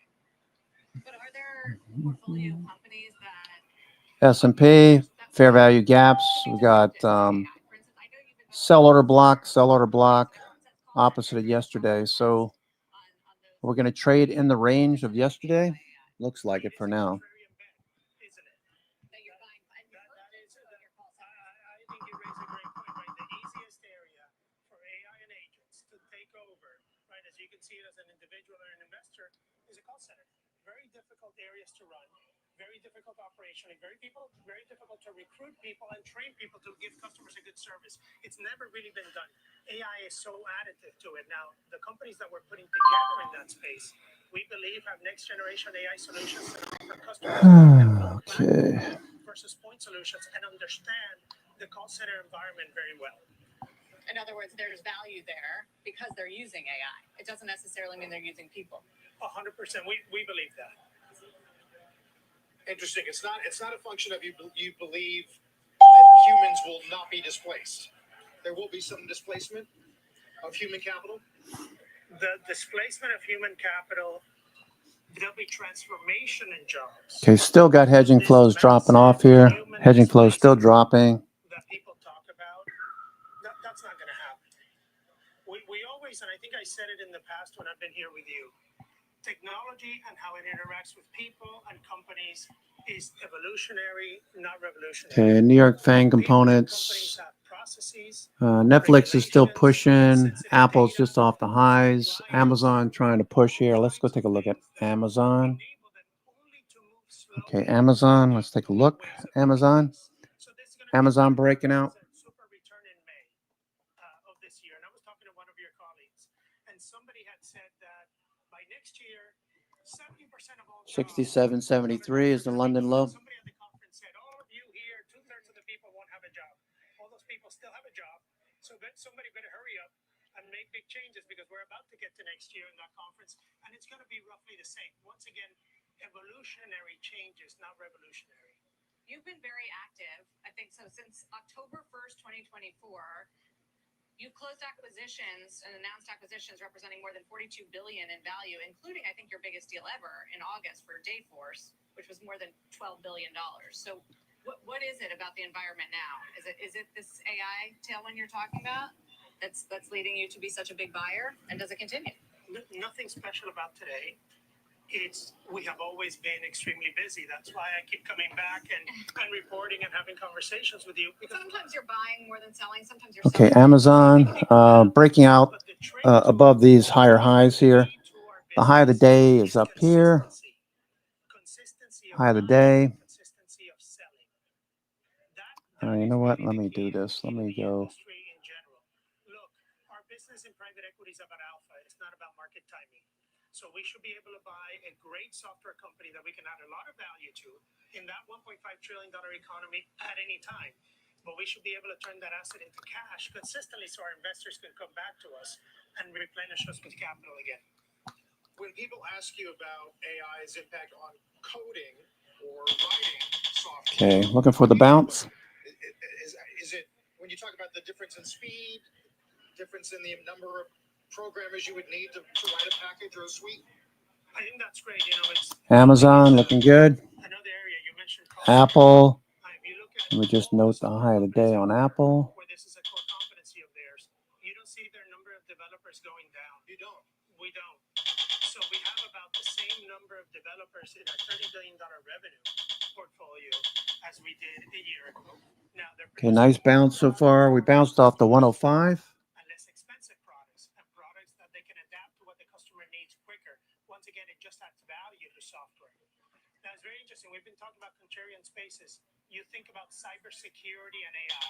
Futures bouncing off the 105. Or the challenge that it poses for cybersecurity.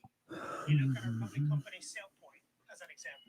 SailPoint secures an identity. Okay, looks good. So Looks when you're good. able to see to the data. For example, in my company, I can see some certain data and maybe some certain data that I don't Still see looking for a others trace to turn to be up able to see at the company. and start trending. Okay, it's not enough to make a V shape. It's got to start trending, as you've seen a couple of false flags, if you will. Hook up, drop, hook up, drop, hook up. Basically, bear flag, bear flag, bear flag. Looking for this area in here to support price now. 67.30 on S&P cash. Apple pulling back some. Apple. Look, exits are healthy. The thing is, valuations are lower. So as a manager, as a private equity manager, you have to face the reality that these software companies are not selling in the private market for 25 times SoFi. EBITDA. They're selling closer to 15 times EBITDA. So you better add enough value, that alpha that our industry should create, so that you can still generate the Netflix still liquidity pushing here. Netflix. while selling your company. Netflix on the move. The IPO market is great. Netflix breaking higher. And it's wide open. It's just open for the very nice companies, and valuations are a lot more reasonable. We're not going back to 2021 in terms of those revenue multiples. Feels like you have to have a good AI story too. I mean, there still is this perception that not all software is going to be a winner in the world of AI. I agree with that. Not all Netflix still software is gonna pushing. be a winner in AI. That's why it's important to be a specialist in the space, whether you're in the private market or in the public market. So when you think about risk factors now, and we kind of covered valuations, but is there anything else that you are worried about going wrong, or you are looking to hedge or be cautious about? AI. You really have to have a deep understanding of, does your company and the company you're buying have a core competency and is open-minded enough and has the managerial capability to invest in agentic and AI solutions while running a very profitable business? Is that somebody that you can partner with and deploy your model effectively? It's changing. Nvidia is still dropping. Excuse me, S&P is still dropping. Hardest I've ever worked in 30 years of being in private equity. It's extremely exciting, but it's changing very rapidly. Why? Because of the new technology? 100%. That's why you're working harder? Yes, You have more interesting deals before you? we do. Our pipeline is full on both buying and selling. Now, you mentioned why I'm working Netflix so at the hard. highs. Look, Let's look at the I rest of feel that our these. team Netflix for the looking past good. year since we Apple started pulling back. working Microsoft turning. All right, we got very have been random trading price action on the New York Fangs right now, over 600 as usual. software Amazon companies looking like it could for keep this going. opportunity that we have now. High of the Which is day to be a there. market leader, transform the market leader, and push it Nvidia is still dipping here. And it's Nvidia. way too exciting to slow down or think about doing anything else. Okay, sell order Because blocks on private top of equity sell order markets are going through blocks. a big shakeup right now. It's the have and have-nots. Institutions have not had enough liquidity to be able to redeploy it in the industry. So you're seeing the boards of these big state pension plans, Apple's still the dipping. sovereign wealth funds, looking at their private equity teams and saying, the performance over 5 years doesn't look that great versus the S&P. Okay, the 105 Just focus on futures. managers only. We So dropped you have through that area. and therefore we have that opportunity as well. It's great to talk to you. Great to get a taste of what you're seeing out there. Orlando, thank you for coming in. Thanks for having me. Great to see you. I know you're very busy. Busiest you've ever been Just in your whole busy, career. nonstop. Okay, well, thanks for making time for CNBC. Orlando Bravo. Thank you. When we come back, much more on the AI trade and the impact outside of tech. We'll talk about how some retailers could end up getting hurt by this artificial intelligence boom. Speaking of retail, Amazon kicks off a round of sales today as early opening to the holiday shopping season, but will tariffs weigh on holiday demand? We'll talk about that after the break.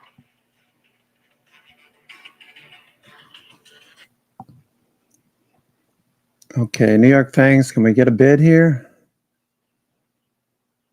Still waiting.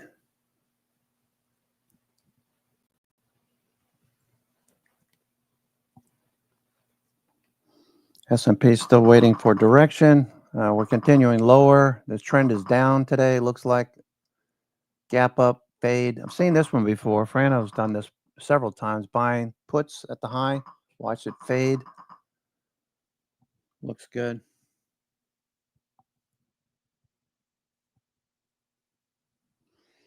Okay, let's see. Super micro. Okay, super micro.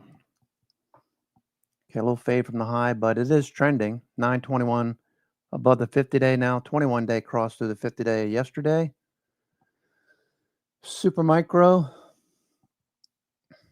Okay. Selling puts. We were talking about selling puts on Netflix.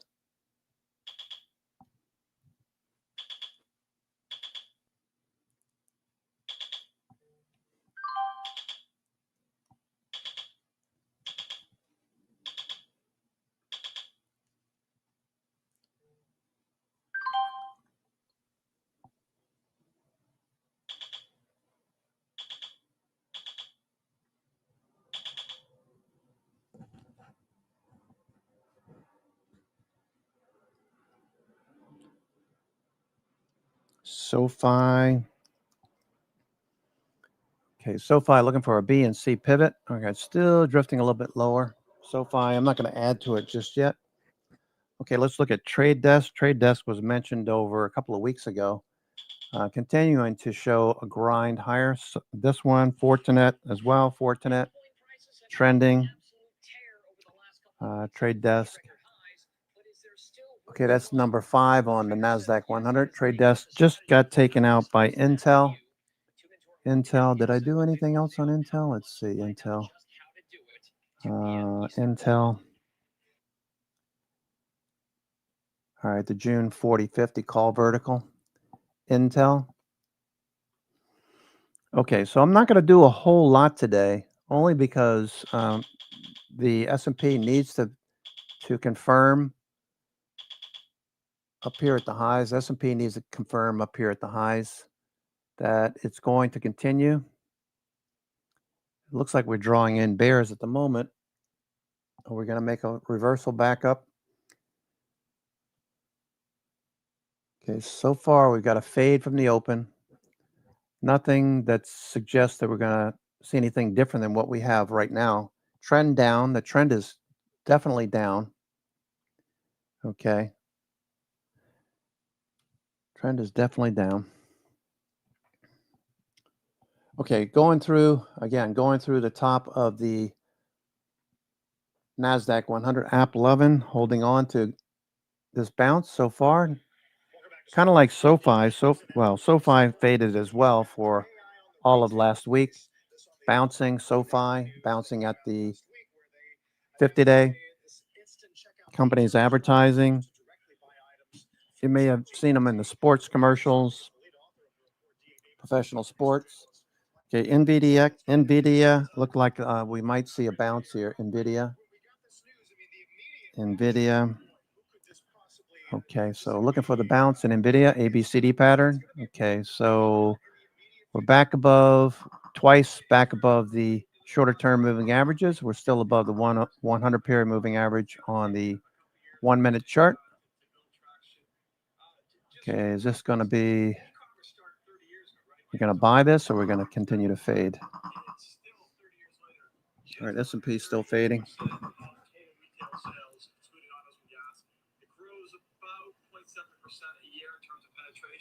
So it's sort of in the slow progression.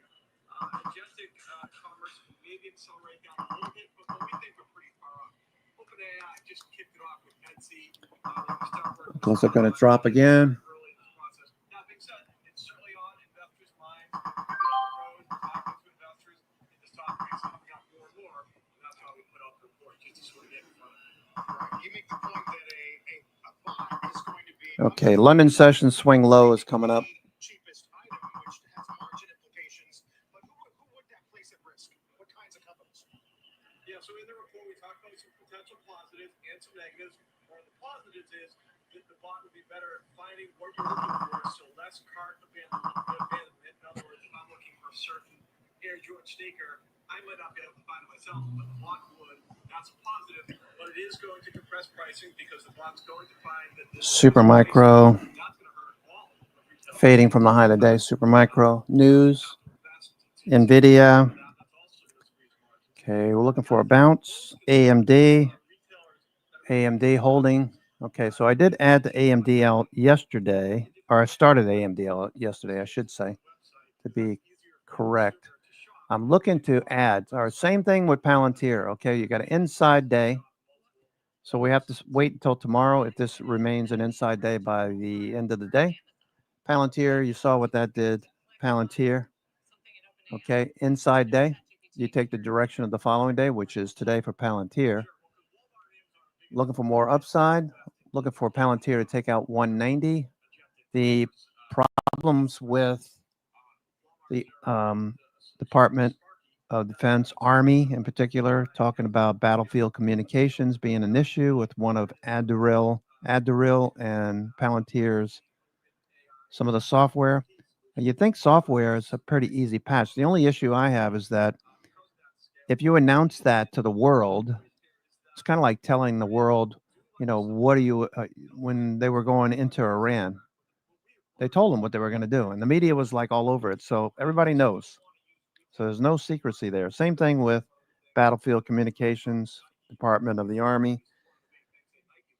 Everybody knows it. So the one issue I have is that they're going to be people that's going to try to exploit it. It sounds like you think it might drive. I mean, the bot might end up finding items at a membership warehouse. The shopper then says, "Oh, I need to be a member. I guess I should probably pay for the membership." That might be net positive for a Costco or even a Walmart.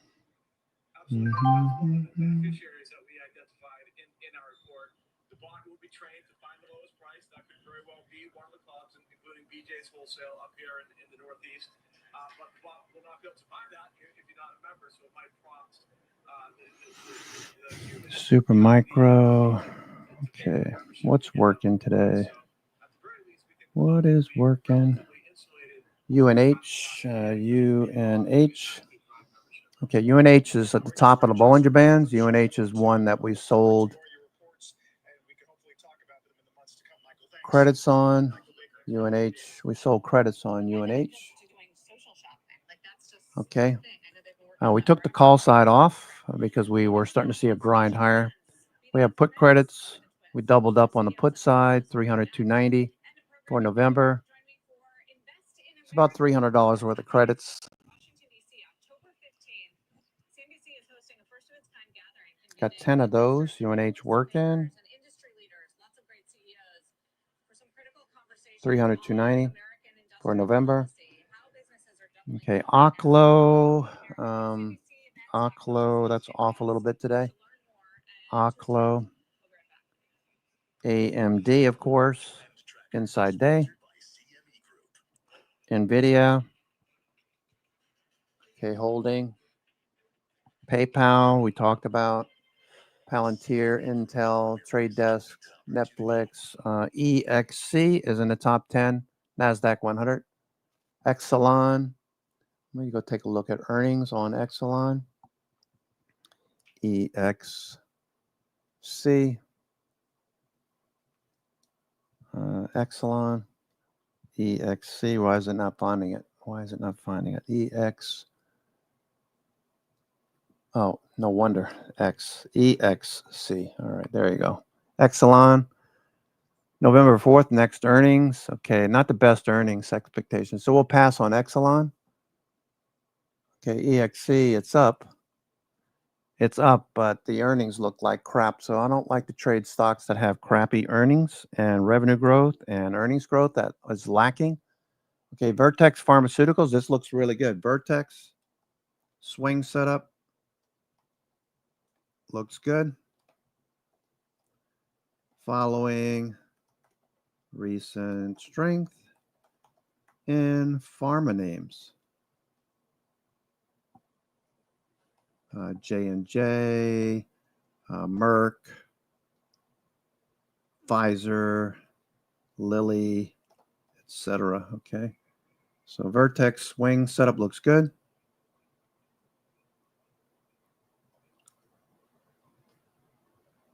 Okay, so let's look at some of these. All right, so Vertex, you could sell put credits. Okay, you could go long. Let's see what J&J looks like. J&J. Okay, that pulled back. Merck, pull back a little bit.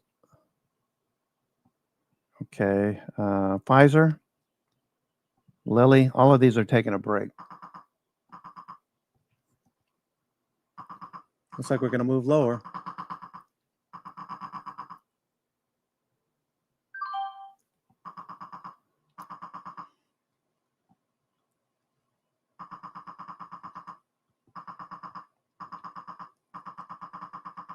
S&P dropping off.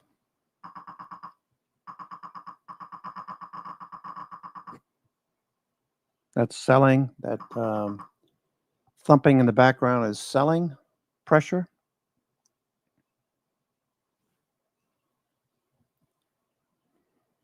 SoFi. Okay, that looks good. CMG, Chipotle. CMG, Chipotle, trying to turn. Continue on with the top 10. Let's see, who took the top of the list there? AEP, top 10, NASDAQ 100. AEP, American Electric Power, AEP. American Electric Power, what time is it? 11 o'clock? Okay. AEP, American Electric Power. Okay. You know that fixed income investors are going to chase or buy utility stocks that have solid dividends as the Fed continues to lower rates. These stocks and XLU in particular should continue to trend higher. I don't want to buy XLU up here. I buy individual names. ED, Consolidated Edison. You could trade SPHD, high dividends. JEPB, income. JEPQ, growth. There's minimal evidence on GLP-1 impact, but interestingly, did say cannabis could be a threat to share of consumers' wallets. Bottom line here, Constellation is cautiously optimistic it's hit a bottom, and leadership is in a wait-and-see phase to how socioeconomic conditions play out. Shares, though, down 35% so far this year, Sarah. And what about tariffs? Did we learn anything about whether they're getting worse and whether that's having an impact? So they've been able to project, and again, part of that lower guidance does take into effect that tariff. And whether that's having an impact? So they've been able to project, and again, part of that lower guidance does take into effect that tariff impact there. The largest part there being the steel and aluminum tariffs on those beer cans, not on the product itself that's coming over the border from Mexico. Brandon, a rare bit of good news for Constellation. Obviously, it's been a tough year so far. It's our Brandon Gomez. When we come back, breaking inflation data out of the New York Fed after the break. London session lows down here. Futures, equivalent to futures down there.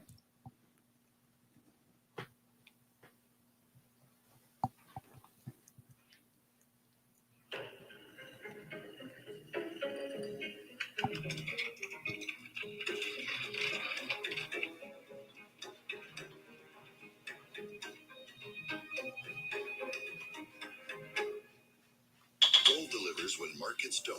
G Mining Ventures operates Brazil's newest producing gold mine with proven reserves and cash flow. Now they've expanded to Guyana to repeat their success. G Mining Ventures, creating value through responsible mining.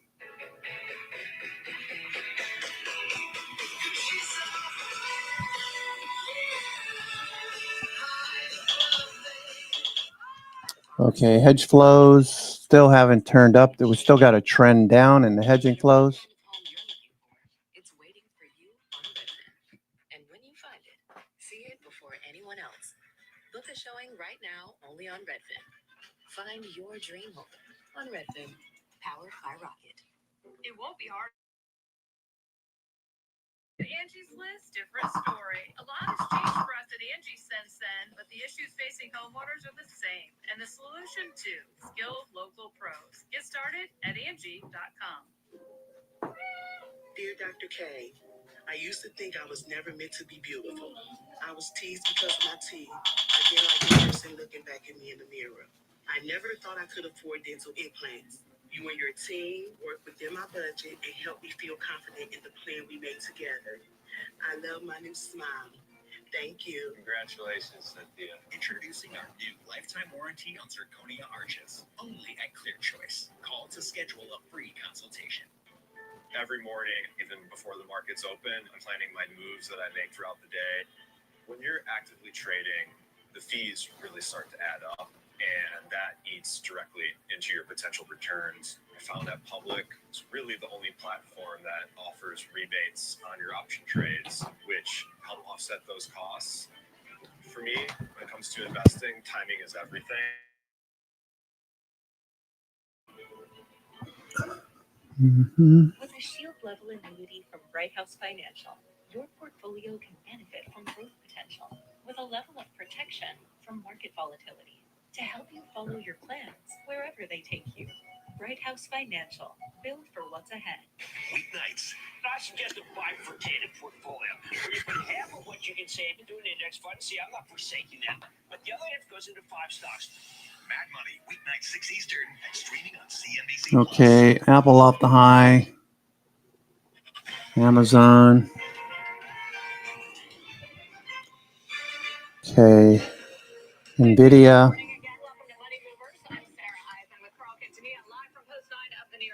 Nvidia still fading from the high. Oracle turning over back down towards the 50-day. Oracle. Those puts doing well. The 340, 350 call credit, that's doing well. Oracle. Oracle pulling back. Thank you, Angel, for that update. Netflix gone vertical. Netflix. Oh, man. Can't chase it up here. Netflix, I was looking to sell some put credits. Netflix is gone now. Monitor, trade, Netflix. What's it trading at right now? 11.98. Wow. Netflix. Okay, that's gone vertical. Netflix daily reversal. Volume needs to pick up.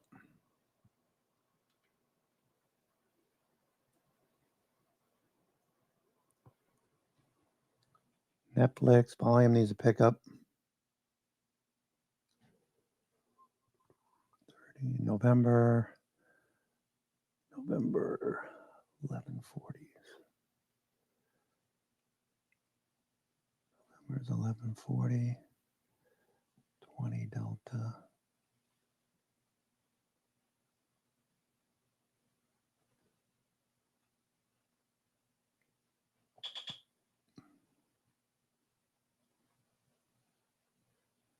$10.50.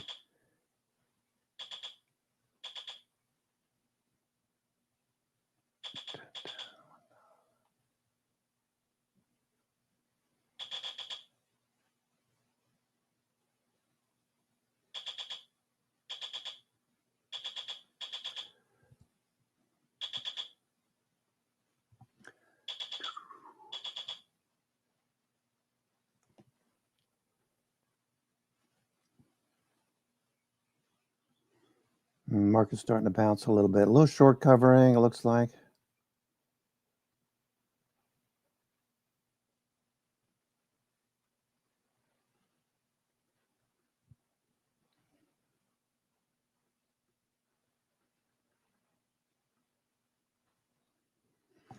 Netflix looks good.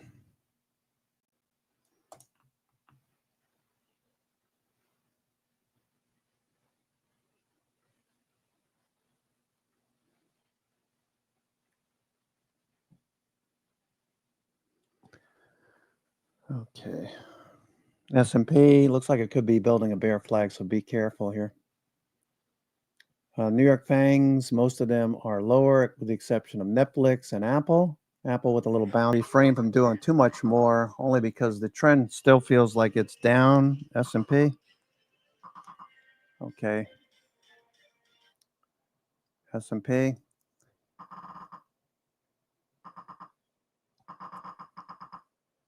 That selling pressure that you're hearing in the background.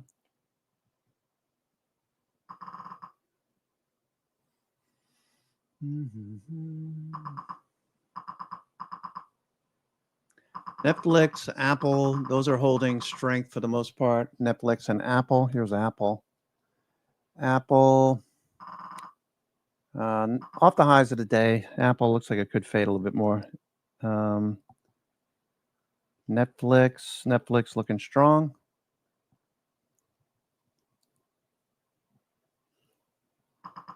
Broadcom pulling back. Broadcom.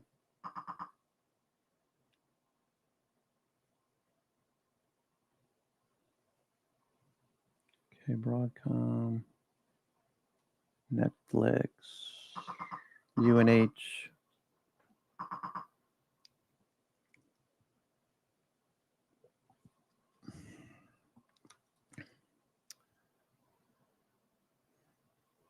I'm going to hold off on doing anything else until we get a higher low, higher high situation. And see Trace create a cup here, or a little trough. It's not showing anything yet. This is pretty sticky area down here. 99 percentile is 6705. 6705. Okay. 6700.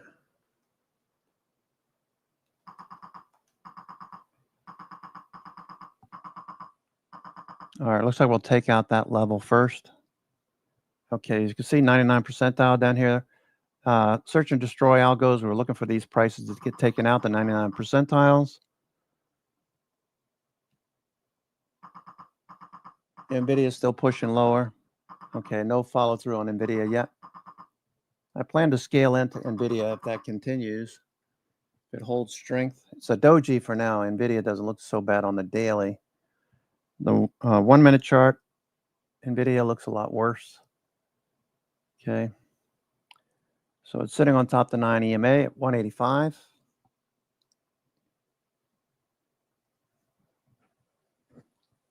Are they going to drag the bears into this, or are they going to drag the bulls into it?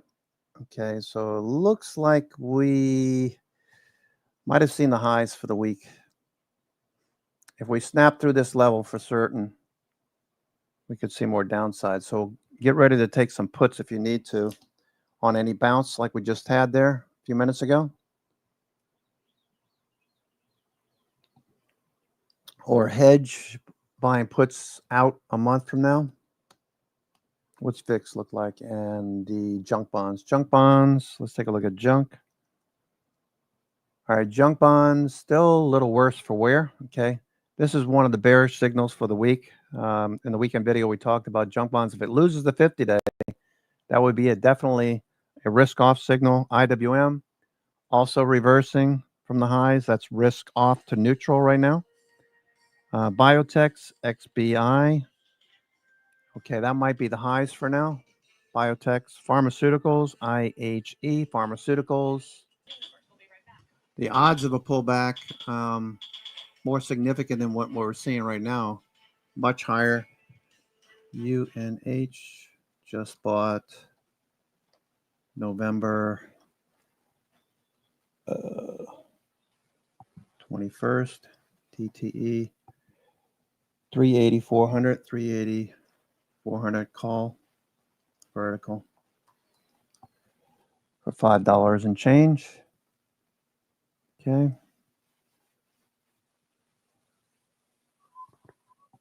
565. 565.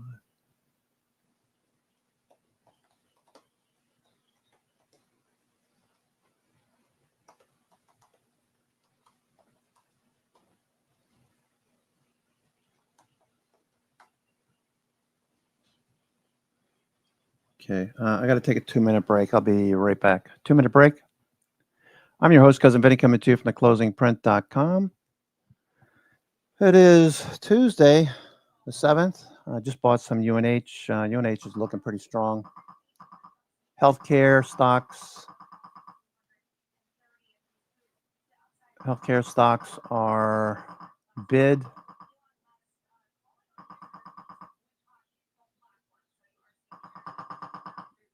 Okay, S&P is still pushing lower.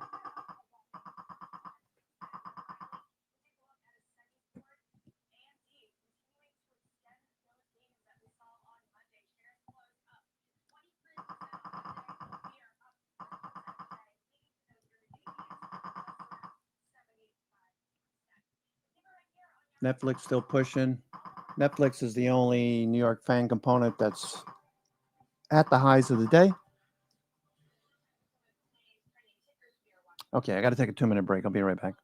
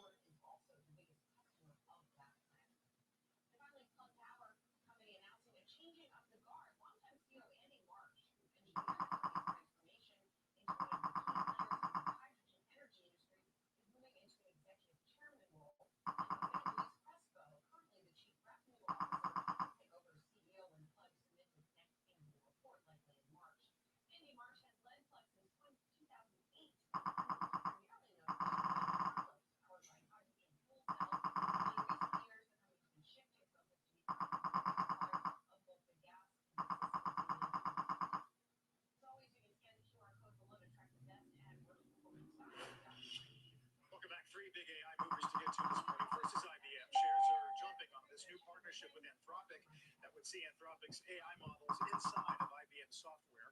Shares of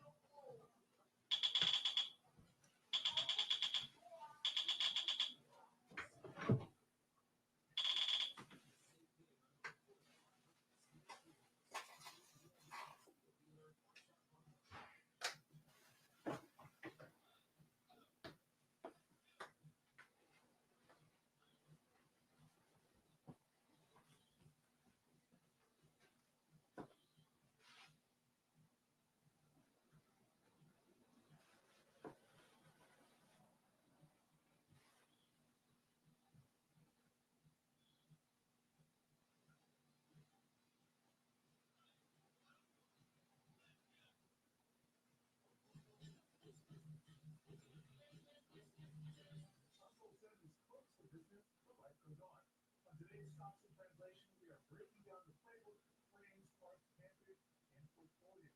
So here are the pain points and down the road where the dominoes might tip first. So planes right now, and put up this chart here. The planes right now, most airports are open and most flights are available. But with TSA and federal staff unpaid, those peak-hour lines can stretch. The national parks are still mostly open, but services are thin.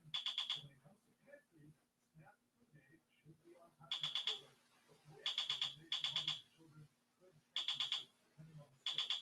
And for your portfolio, yes, the Dow, S&P, and Nasdaq are at or near record highs, but the industry watchdog, SEC, is not revealing deals, so the IPO pipeline is starting to stall. Now let's take a look at some of the top of these affected industries, starting with planes. I have this here, and this is going to cover the month of October. Okay, S&P coming off the low. So right now we have airports open and pilots and flight attendants are paid. And you can see it's a mixed bag for the airline stock returns.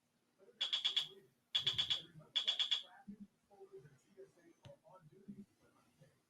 This week should mostly hum, but the real risk arrives after that first paycheck is missed. That's when fatigue and COVID sick days make a spike and cause delays. And when unemployment hit, put a meltdown that causes reputational harm to an airline. Now from runways to airlines, here we have the market. They're mostly open right now. Call lottos seem to be working at the moment. We had a nice bounce here to this little move here. Could be similar. Okay, could be similar to what we're seeing right now. Okay, so be careful. Okay, this could roll over very easily.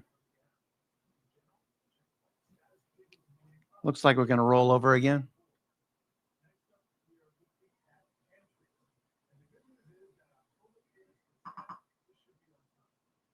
Okay, we're starting to threaten the middle of last week's price action.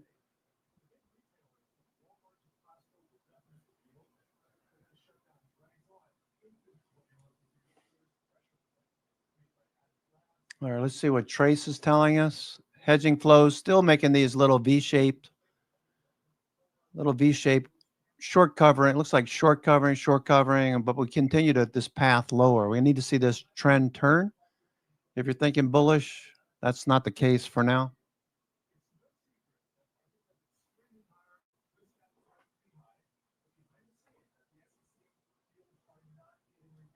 All right, we're seeing stagflation being mentioned.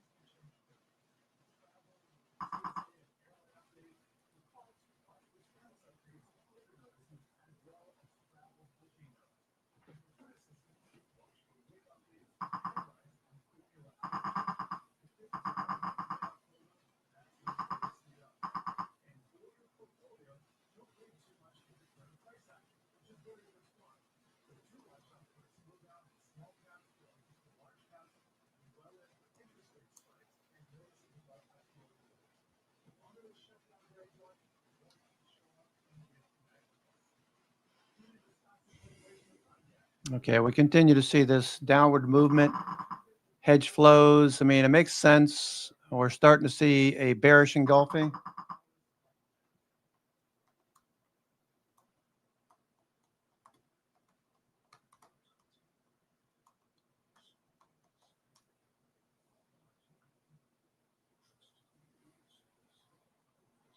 Okay, we're starting to see that bearish engulfing candle on the daily. Okay.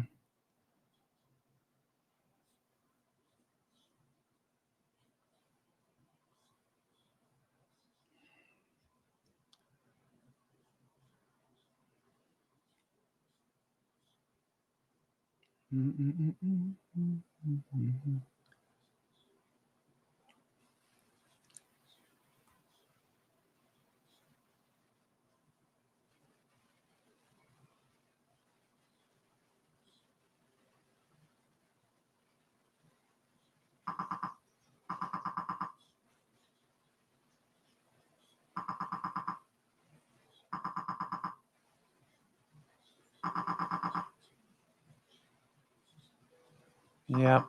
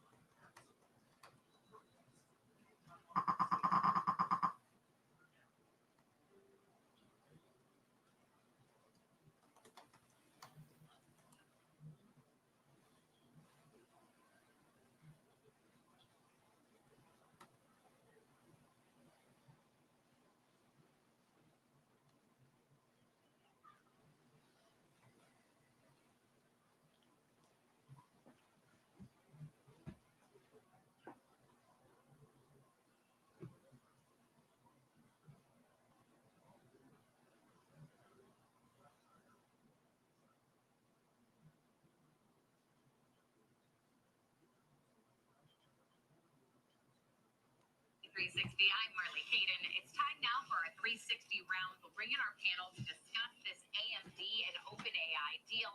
Joining us today, Logan Gilland, an analyst at Jewel Financial, and Brian Colello, the director of technology equity research at Morningstar. Logan, we'll start with you. What are some of your takeaways from this deal? Initial impressions.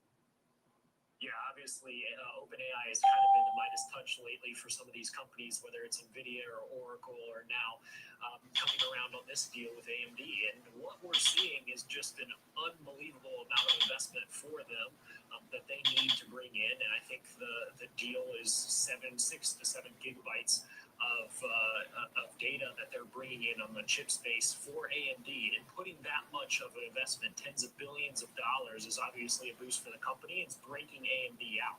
Although the last 6 months have looked really good for AMD, if you look back at a year horizon around this time last year, stock was in about the same place. So it's had kind of a full run, and now obviously breaking out to new highs. So it's really interesting, these deals that are in place, and some of the kind of circular nature of some of them, like the fact that OpenAI will now have a chance to potentially buy about 10% of AMD through warrants over the coming years if they hit milestones and price targets with the stock. But I find it really fascinating. It shows that AI is still obviously a massive space, and OpenAI is doing a lot more deals than just NVIDIA. They're touching a lot of different areas, and they're bringing in a lot of resources. So obviously that company believes there's going to be huge upside for some of the investment that they're making.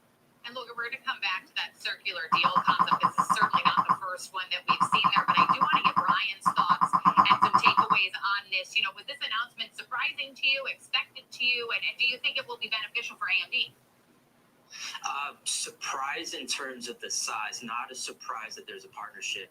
OpenAI has been working with Oracle. Oracle's actually has one of the bigger clusters with AMD already, and we sort of heard from the company that no company's going to go from 0 GPUs to 100,000 without testing in between. So we're not surprised that OpenAI and Oracle are in the mix for AMD, but for AMD investors, this is the type of deal, size of deal, validation of the technology that investors have been looking for. And so I think the breakout is justified. We're at a 210 fair value estimate. We were at 155 before this. So you think the revenue upside from this should be significant. Timing will be uncertain. There's all sorts of risk with AI build-outs, whether it's energy and power, or can the supply chain keep up, things like that. So we'll be watching that over the next few years. But if OpenAI is going to hit its aspirations, and they're lofty, but if the supply chain and everybody supports that, this is going to be great upside for AMD. And staying with you, Brian, you mentioned the potential upside there. Lisa Su saying this will add double-digit billions of annual revenue. Then went so far as to say the possibility of well over $100 billion in revenue over the next few years. I guess my first question is, do you think that that's possible? And then my second question to that is, how close does that get them to competing with NVIDIA if it does come to fruition? The answer is yes. I do think it's possible. I think this is what investors were always hoping for. But let's keep in mind that AMD is going to put up about $7 billion of AI GPU revenue this year. So again, even if you get to a business 15, 20, 25 billion per year for AMD, that's still a terrific upside versus where it's at. It does put them a little bit closer with NVIDIA, but I do think this AMD deal is additive to what NVIDIA is spending. Most of these models are built and trained on NVIDIA today. Nobody's going to slow down their development to try to cost optimize and move it over to different GPUs and different racks. So I think NVIDIA is still going to take the lion's share of this market, but AMD is going to supplement OpenAI, and that's perfectly fine. That's still upside for investors. That's still a great business. There's nothing wrong with being in second place in this industry. And coming back to you, Logan, about this circular deal mixing, we've seen a lot of this, mix of investment and commercial relationship come up in this AI race. This the latest, but interestingly to look at this one where AMD giving up part of its equity stake potentially if OpenAI meets its requirements. Whereas on the NVIDIA deal, NVIDIA taking a piece of OpenAI, what is your thought on the circular deal mixing that we're seeing, and maybe even the differences between some of the deals that we've seen? Yeah, I think there's some good things and there's some bad things with it. Obviously, you're adding to a partnership, a true partnership moving forward when you look at NVIDIA and their investment into OpenAI to build out the data warehousing. And then this one in which OpenAI is now going to be able to partner with AMD and own a stake of the company long term. I think it's a positive in the way that, okay, these companies are very reliant on each other. They're going to move in the same direction, and all boats are going to rise with the rising tide. So that's a positive, but the same thing can be scary to see if we have any kind of slowdown. If OpenAI is not able to transition what they're doing from an investment standpoint to true revenue, which I think is what we're really looking for, is the down the stream, what are companies, what are investors, what are businesses doing with OpenAI or with ChatGPT or with Anthropic is another one that's coming up in the news. What are they utilizing these technologies for to produce efficiencies and ultimately lead to revenues and earnings increases over time? We have to see that. So having these circular deals is obviously compounding the effect that if we had a turnaround and AI slowed down for some reason, or we just had an overall economic slowdown, these companies are going to compound their maybe troubles that could happen. So the hard chip space that we're looking at here with AMD or NVIDIA, it's one that concerns me a little bit as far as loading into it. I think you take some of the profits that you've had in these type of companies, because again, they are circular, they are kind of layering on top of each other. And if we see a decline in the space, it's going to hit all parties involved. And obviously, AI has been leading the market for the last few days when we're kind of ignoring a government shutdown. We're ignoring some of the issues in the jobs market because AI has been so good. And Brian, we're running really tight on time here, so I need this to be a quick answer, but I do want your thought here. Outside of a slowdown, what concerns or risks do you think we face in this AI infrastructure build-out? I think energy. All right, we continue to mess around with the lows here. S&P, bearish engulfing candle, engulfing basically all of yesterday and some of Friday. Actually, we got both Friday as well. So They look good on paper. Can they actually come to fruition, or is it going to be slower than we all expect because of the energy grid? Well, I appreciate you both being with us to break down some of these major headlines we're seeing in the AI space, particularly this AMD OpenAI deal. That's Logan Gillen from Jewel Financial and Brian Colello from Morningstar. Thank you both again. Palantir, what did you do? Palantir.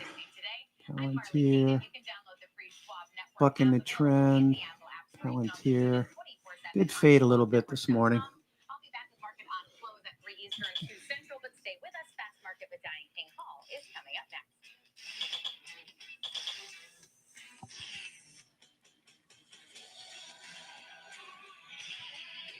Are they going to drop this again? Trace. Trying to make a turn here, Trace. Client satisfaction by JD Power for 7 years in a row. With Investor Checking, you get the award-winning features of our checking account. plus cash management solutions, all designed for investors like you, with unlimited ATM fee rebates for cash withdrawals worldwide, no overdraft fees, and enhanced security. Are they going to draw the bears in and then slaughter them? Or are we going to continue this path lower? So far, the bears have won this one. We're up 10 weeks straight. We're looking for the pause. That means you can stop waiting and start investing in stocks, bonds, money market funds, and more. Get more with Schwab Bank Investor Checking, the checking account built for investors.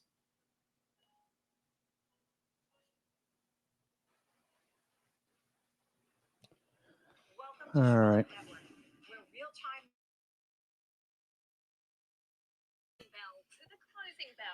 S&P. Can we manage a run here? Can we manage a run here? What would confuse the most people, I guess, would be a hangman candle here. Threat to the downside, but pull it back up into this week's range. That would screw up everybody, bulls and bears. Decisively, if we hold down here, that would be a better look. At least we'd know what to anticipate. You would anticipate more selling. People will look at that bearish candle and think, okay, more selling is most likely the case.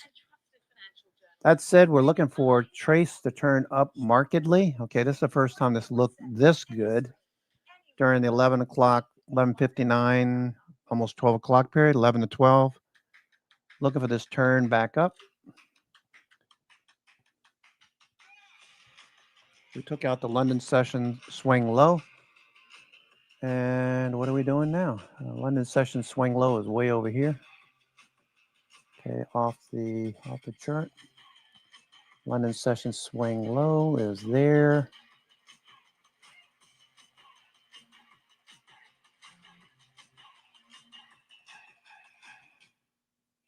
Nothing but sell order blocks.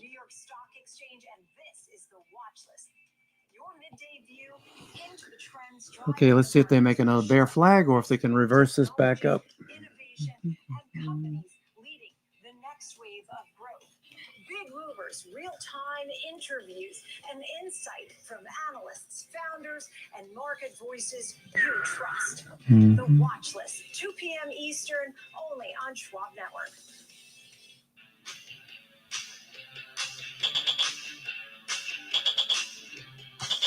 Are we going to bounce?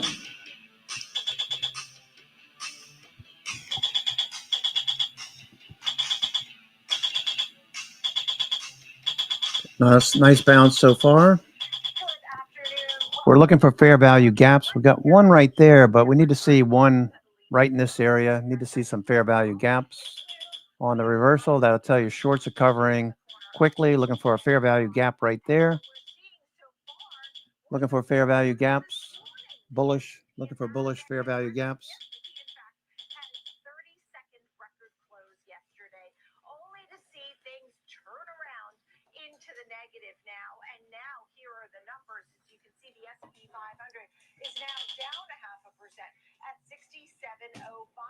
General Electric. You guys checking out General Electric? The General of Electric. That looks good. Nice squeeze. GE. Nice.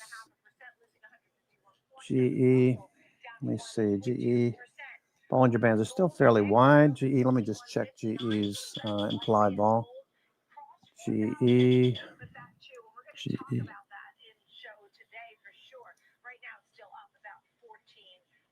The General of Electric.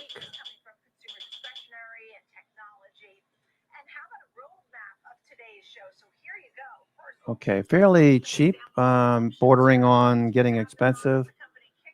General Electric, it's got a risk reversal of 49%. It's 50-50, so maybe I'll sell some iron condors for now. GE. GE, go out to November. Sell an iron condor.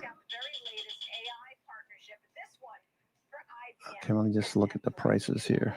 GE, 20 delta is a 270 on the downside, and 20 delta is a 340. 340.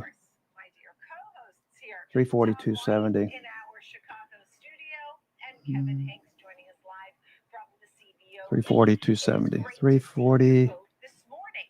So here, as we take a look at this big picture, 340. the S&P hit a record, Nasdaq 340. 340.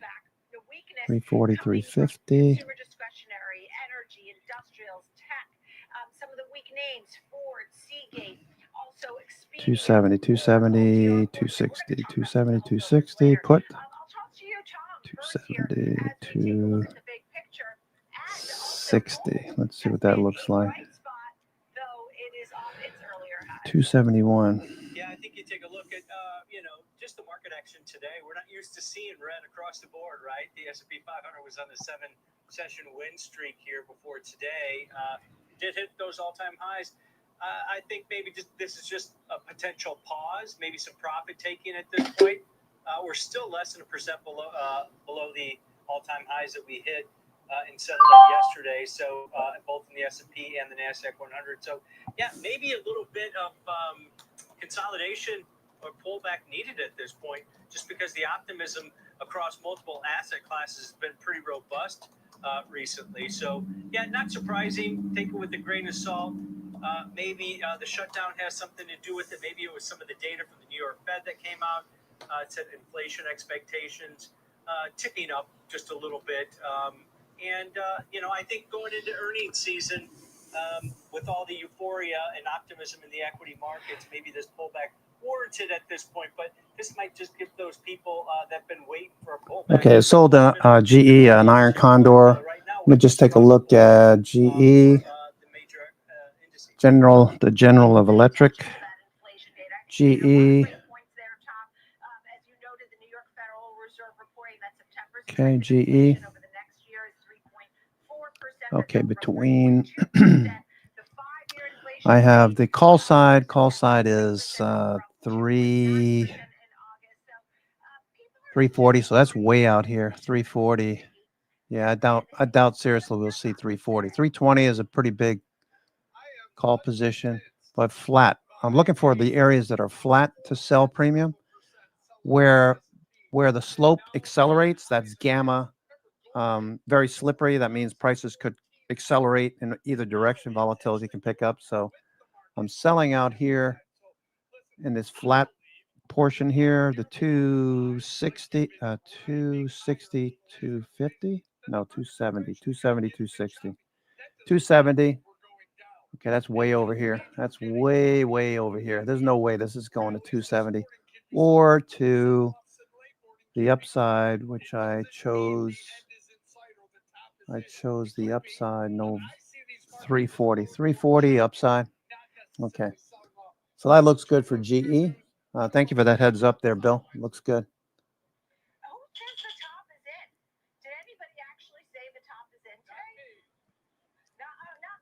Okay, looking for that fair value gap. Okay, we came down and filled the fair value gap right there. Okay. London session low, swing low is right there. London session swing low is right overhead. S&P. Lottos are cheap. SPX call lottos.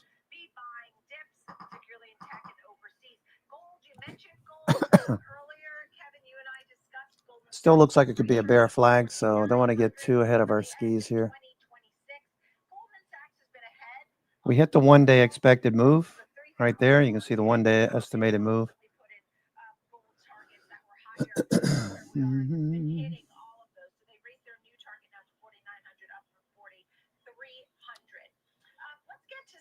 Okay, is that an inverted head and shoulders, maybe? Inverted head and shoulders, okay. Yeah, they're still showing weakness here.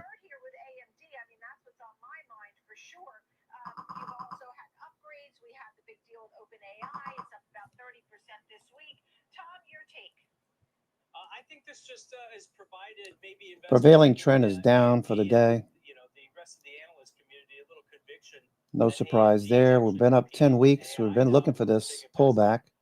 From OpenAI, and that's probably why you're seeing a lot of the positive momentum momentum, and the stock is up another 4.5% today after jumping over 23% yesterday. If you take a look at the path over the next few years, the amount of compute that you're going to need, the data center build-outs, the amount Another of bear chips flag. that you're going to need. Another bear NVIDIA's flag. in the lead. They're the innovator. They're the winner so far in the space. But there is room maybe for a competitor just due to the demand, the overall demand for The daily is what's looming. Has more weight. The daily. Daily has more weight and decisions here. More people are looking at that daily, probably saying, we're going to probably see a downside move. Continue this move next couple of days, maybe. We're overdue. Definitely overdue. So this might just give you that conviction as an investor in AMD that, hey, you know what? They are making inroads against NVIDIA, and the pie is big enough for all these chip makers. Yeah, understood. I mean, we talked about both AMD and Dell today. AMD over 6 months up over 150%. What an incredible run. We were looking at the SMH today and the incredible move there and the new highs that we were seeing there. For Dell, the targets were raised. They're reaffirming guidance. We saw their targets for earnings per share views were up to 15% from 8%. So good news there for Dell today, which has over 6 months up about almost 95%. What are some of your thoughts, Kevin, on these AI tech names? You know, it's amazing how the headlines are driving these names. Think about it. We rallied yesterday without NVIDIA, without a Broadcom, without Apple. It was pretty incredible. Yet the market was higher. The NASDAQ and S&P were higher. Now, going to today, after you have a game-changing day like AMD yesterday, what happens? You get the analysts chasing it higher, right?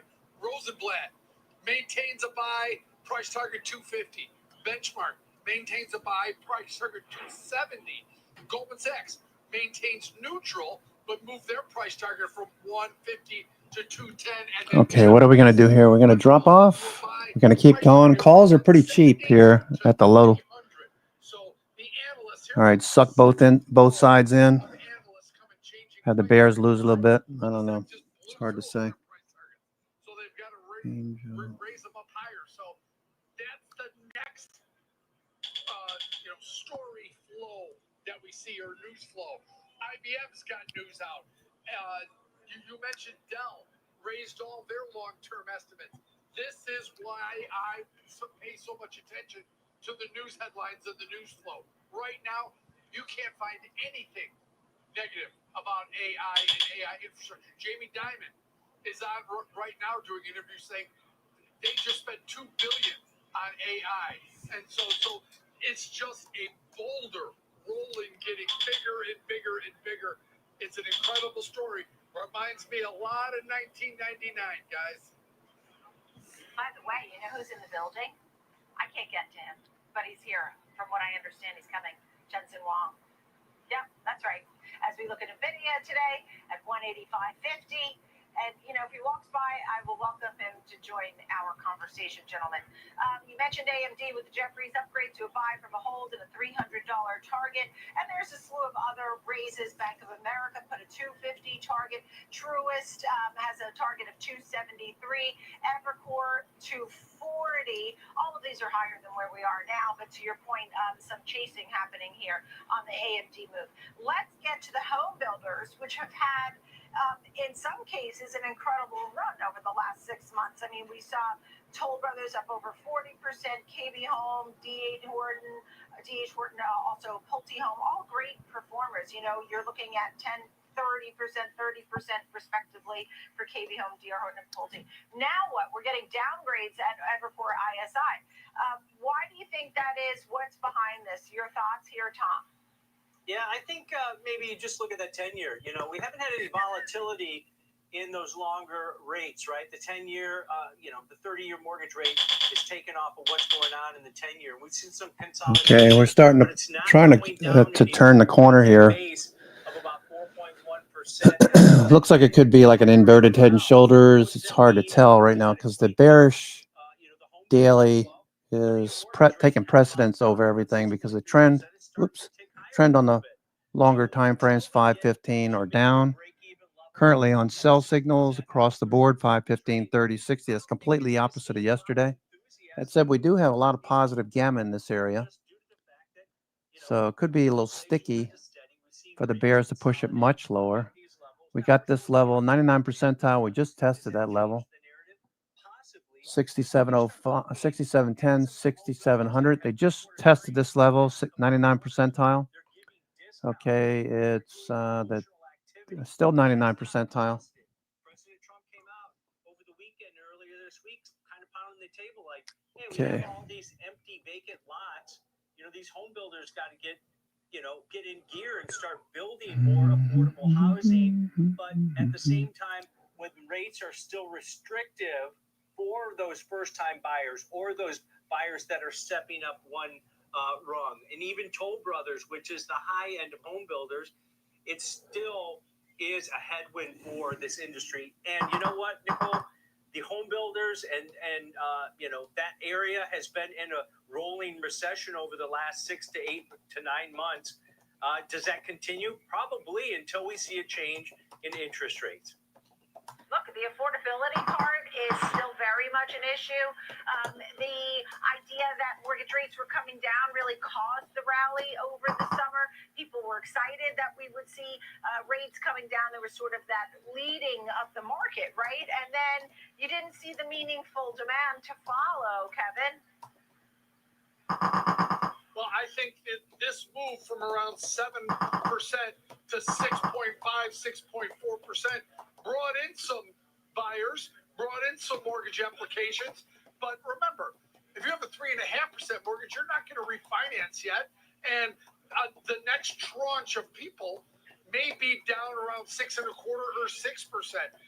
Interest rates need to keep moving down to generate the business. And Evercore ISI, they downgraded these to in line.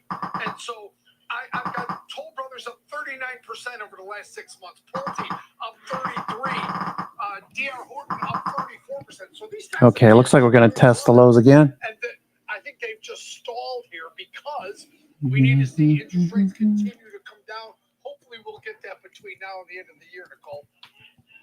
Looking at the XHB, by the way, S&P. to date is up to 2.5% or so. S&P very heavy, very heavy price action. The daily taking more precedent. Daily's taking more precedent. We did see the apps jump, particularly for the refis too. There's one person who can shift this rolling recession or lack of demand issue, and that is Jay Powell. Speaking on Thursday, his narrative could really drive housing to the moon. He says he's going to be cutting big time. Okay, it's 12:15. I'm tired of listening to Nicole. Nicole understands, so. They have done business with. It's why. Yeah, Angel, check your DMs. Angel, okay. On this network regarding OpenAI, there's the chart we're talking about. Regarding OpenAI and Sam Altman, quote, has the ability, I think, to either crash the global economy for a decade or take us to the promised land. We're not sure of which. I thought that was interestingly put by Rascon, who follows the chip space, as you know, NVIDIA, AMD, and all of the Broadcom and all the names that we focus on so often. What do you think? I love the way he put that, and it really forces you to think, is it that extreme? And where I'm coming out is, I don't think it's going to be either that extreme, but when he says, can it break the global economy, we have to acknowledge, and you between your CNBC story and the FT story, you just see that there's capital misallocation, right? And it's not everywhere, but there are pockets of massive capital misallocation. And to Josh's point, you're making a declarative statement that we don't know that there is. Oh, we know that there is. You know why? Because every past technology every past technology boom in something new, there's capital misallocation. We don't know where it is. I'm not saying it's broadly misallocated, but there will be we will reflect back and say investors put money in the wrong stocks at the wrong time in huge amounts, and we'll say that companies built out projects that shouldn't have been built out, and then that they underbuilt things. So money's just, there's some degree out there of money that's going to the wrong places. I think we can't underestimate the extraordinary impact that AI is going to have on our lives collectively. And that's enormous. And when it's this big, and to me, this feels far bigger than the internet. I lived through that .com boom and the development of the internet. This feels bigger in terms of what it's going to do to change my lives, my kids' lives, all of that. So when we think about that too, it's exciting, but it's also disruptive. Palantir looks like it wants to keep going. Palantir, excuse me. Palantir coming off the low. Okay, we had an inside day yesterday. Okay, doji inside day on Palantir. Whenever you get that, you look for the next day for direction. Currently, looks like a bullish directional bias for the short-term trade there. Okay, still waiting for trace. If this is going to make higher lows and higher highs, a little later in the day.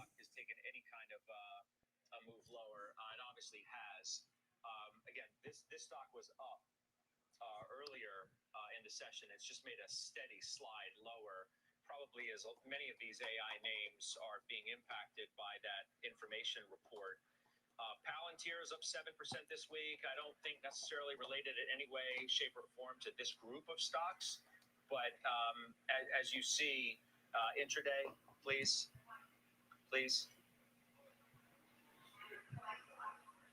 That stock's come off its low as well. So it's the disruptors versus the disrupted. It is, and I think why we feel uncomfortable about OpenAI is because it's a private company. There's a degree of opaqueness to that, of what the ultimate effect would be. So you're talking about a company that I've said all along, I believe will be a $1 trillion valuation. It really, really needs, for the benefit of the capital markets, to be a publicly traded company because it has so much of an effect on it. I think what you're seeing today when you talk about some of these stocks, we're still sitting here at the low. We could drop off very easily. In an environment where you believe, as I said yesterday, that the market can continue to march higher through the end of the year. You want to see a little bit of the relief. We're going to drop here again. Seeing it taken off in the right places. Two names you can look at.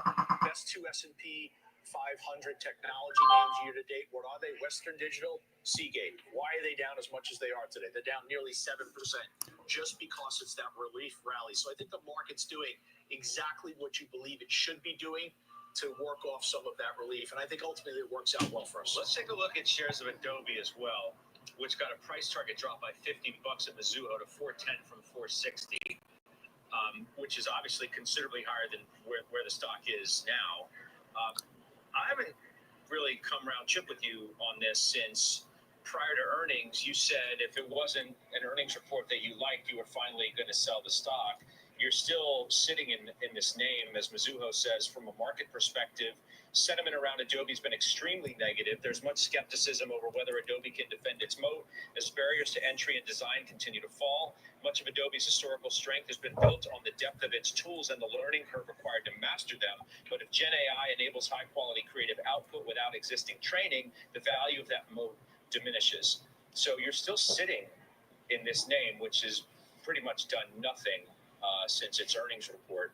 So why are you still here? Yeah, I don't like any of the words that are about to come out of my mouth, but I'm in it because it hasn't gone down. Okay, Scott? And I know how that sounds, but let's put the perspective to it, all right? The last 9 quarters, the stock has outperformed in terms of its earnings expectations. And out of those 9 quarters, 8 quarters, it has been absolutely slaughtered. Palantir trying to push a bit higher. Palantir. I'm surprised by that, by the way. I thought either it would get slaughtered again, and I'd say, no mas, I'm out, or it would finally be redeemed. But the skepticism is still there. That's why the stock doesn't go up even after the earnings results. As I said, it's actually longer than 9 quarters that have been better than expectations. You're now seeing earnings estimates go up, which is a change. So it's the combination of no bloodbath and earnings estimates going up. Palantir.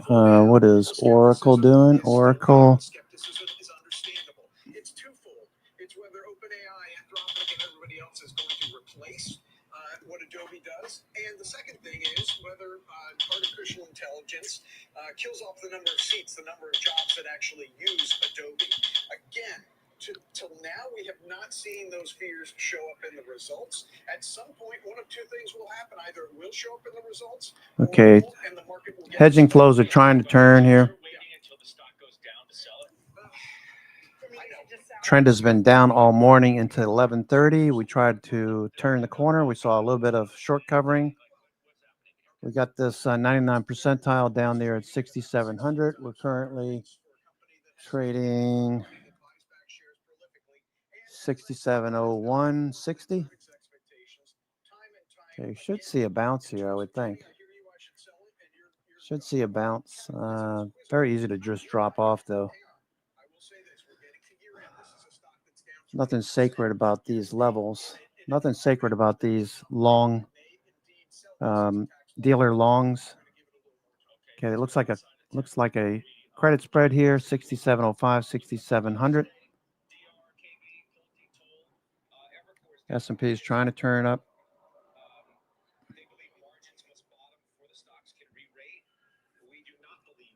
Okay, GE.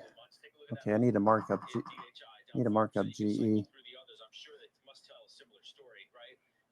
Okay, GE. Guys, I bring this up in part because Jenny has made a move in Milrose Properties. You bought it, MRP. 340. So it's really interesting. It was spun off of Lennar in February, and it's a complex structure and a complex company, but the best, most basic way to think about it is a land bank. And so what Lennar did was basically say, hey, we've got a really high risk, high reward part of our business with high growth. And then we've got this other part that's, asset heavy, slow growth, cash flow oriented. Those are two distinctly separate kinds of businesses. So let's spin off the land into this land bank called Milrose. So where you stand is they've got thousands of acres of land covered in 10 different states, very well diversified. It's got a 9%. All right, can we get the cover here? See if we can get the cover. 340, 350, call. DTE, 21 November. Structure where there's an external management by Kennedy Lewis, but we spent a lot of time on the phone with the management team getting comfortable with that. I think that external structure will keep a little bit of a valuation cap on this.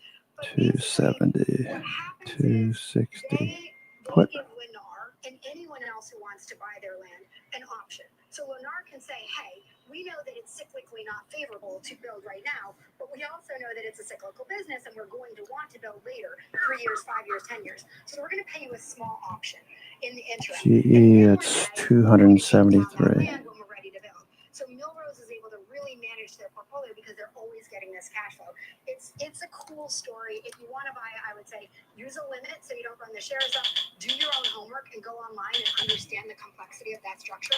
There's no way I can do justice to it, but a really high quality company. Okay, a week ago or so, you teased the fact that you were buying a staple name, but you didn't want to reveal it then because you were still buying it, I think, right? Well, now you've obviously you've sized the position to where you want it. Yep. It's Kimberly-Clark. It's KMB, 52-week low today with a 4.2% dividend. Okay, getting a little rally here. It's not like, oh, Jenny has some huge edge or wild insight that no one else does.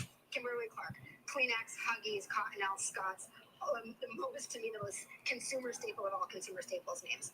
It's trading at 16.5 times earnings, a 4.2% yield. They really got rid of their international family care and professional business, and I think analysts haven't fully accounted for that. So JP Morgan put out a report, I don't know, a month and change ago, where they say, okay, starting to make a turn here, maybe. What the new numbers will look like once that business is kind of off the books. There's some decent earnings growth ahead, and decent earnings growth for Kimberly means like 3 to 6%, not 15 or 20%. But they've got a price target of $144 on it. Stock's at what, 122 right now. And I think in this environment, if there is wind that comes out of the overall market sales, if there is wind that comes out of the AI froth-driven area. Okay, looks like NVIDIA is trying to turn back up. NVIDIA.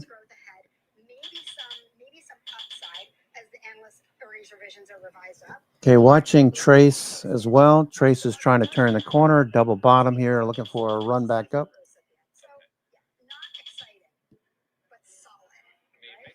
Okay, let's go look at a few names like what's AMD doing. AMD, inside day still. AMD holding up very well. AMD holding up well. another one from Jenny. We got a new one from Joe. But let's take a break. When we come back, we have some investing lessons from a legend. Okay, IWM you're looking at? IWM. Okay, S&P is turning. Netflix looks good.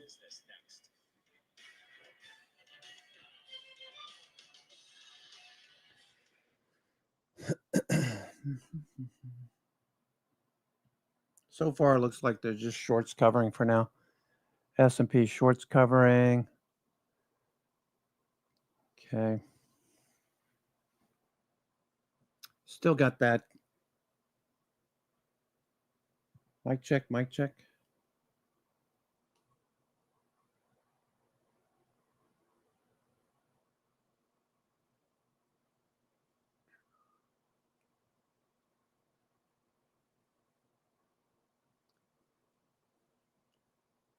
Mic check.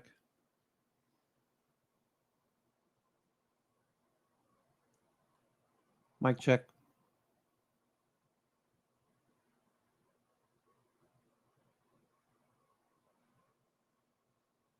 Now about 6:35, and Tom, this is one of those. If you're right, and remember, you need a move. The break even on this is the long strike, the 220, minus whatever debit you pay, plus whatever debit you paid. So I need a move for this to be profitable. But if I'm right, it's a triple, Tom. Let's break this one down. November 7th. So Kevin's given himself a little bit more duration. You're actually going to capture that earnings event. You got 31 days in this position. Buying one of the 220 strike calls, slightly in the money. Sell two of the 240 strike No calls. follow through yet. Want it to go, and then buy one of the 245 strike calls. So in essence, you're buying a $20 wide bullish call vertical, offsetting some of the costs on it by selling the $5. Okay, some of these positions are closing a little bit here. Short strike at the 240 strike, but you can see here, you need a move, as Kevin mentioned. Your break even on this one, 226.40 to the upside. That's about $5 above the current share price. So on a percentage basis, it's not a big move at all. Apex of profitability at or near 240. That's where you want it to go. But Palantir back up to the highs. Palantir moving back up to the morning highs. Let's take a look at SoFi. Let's take a look at SoFi. Okay, SoFi still fading a bit. Now making higher lows. SoFi making higher lows. Hoping for some upside at least a little bit. Yeah, understood. Bull and more bullish. And as I said, the bear left the building, maybe to go make the turkey with Amazon shoppers. And in the meantime here, I enjoyed the debate there and looking at how to do this, a closer trade, a farther out trade into November as the earnings are at the end of the month, which will be obviously a key moment for this Mag 7 name, which has had obviously a nice run from the 161 up to the 220. Okay, making a higher low, S&P. SoFi looking good. For those example trades, Kevin Hanks, Tom White, always great to see. Okay, you're good. You're good, Angel. In the meantime, folks, have you been looking at the websites for airlines? Well, some airlines are getting more hits than others. Delta, others, like Folio's got some of the consumer data. They want to know what you're doing. They have the details, in fact. And this is all ahead of earnings season and flying season. Schwab Network's Facts Market will be right back.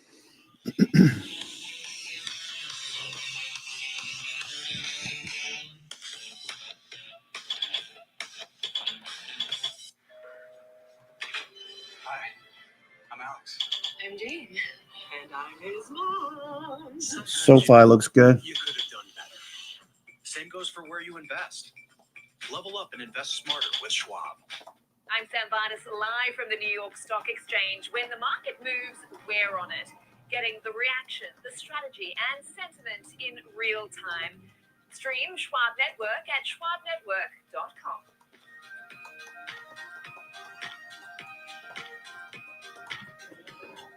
Intraday 2660. Giving you even more specialized trading support. Connect with the Schwab Trade Desk, our team of passionate traders ready to tackle your trading questions. Okay, SoFi looking better. All right, so I wanted to add the SoFi. Did I add the SoFi? I'm like losing track. I'm not taking very good records. I apologize for that. I usually check everything by the end of the day. SoFi. No, I did not add to it. Okay, so I want to add to my January calls. SoFi. January calls. January. Okay, those are now a 50 delta. They're 335. Come on.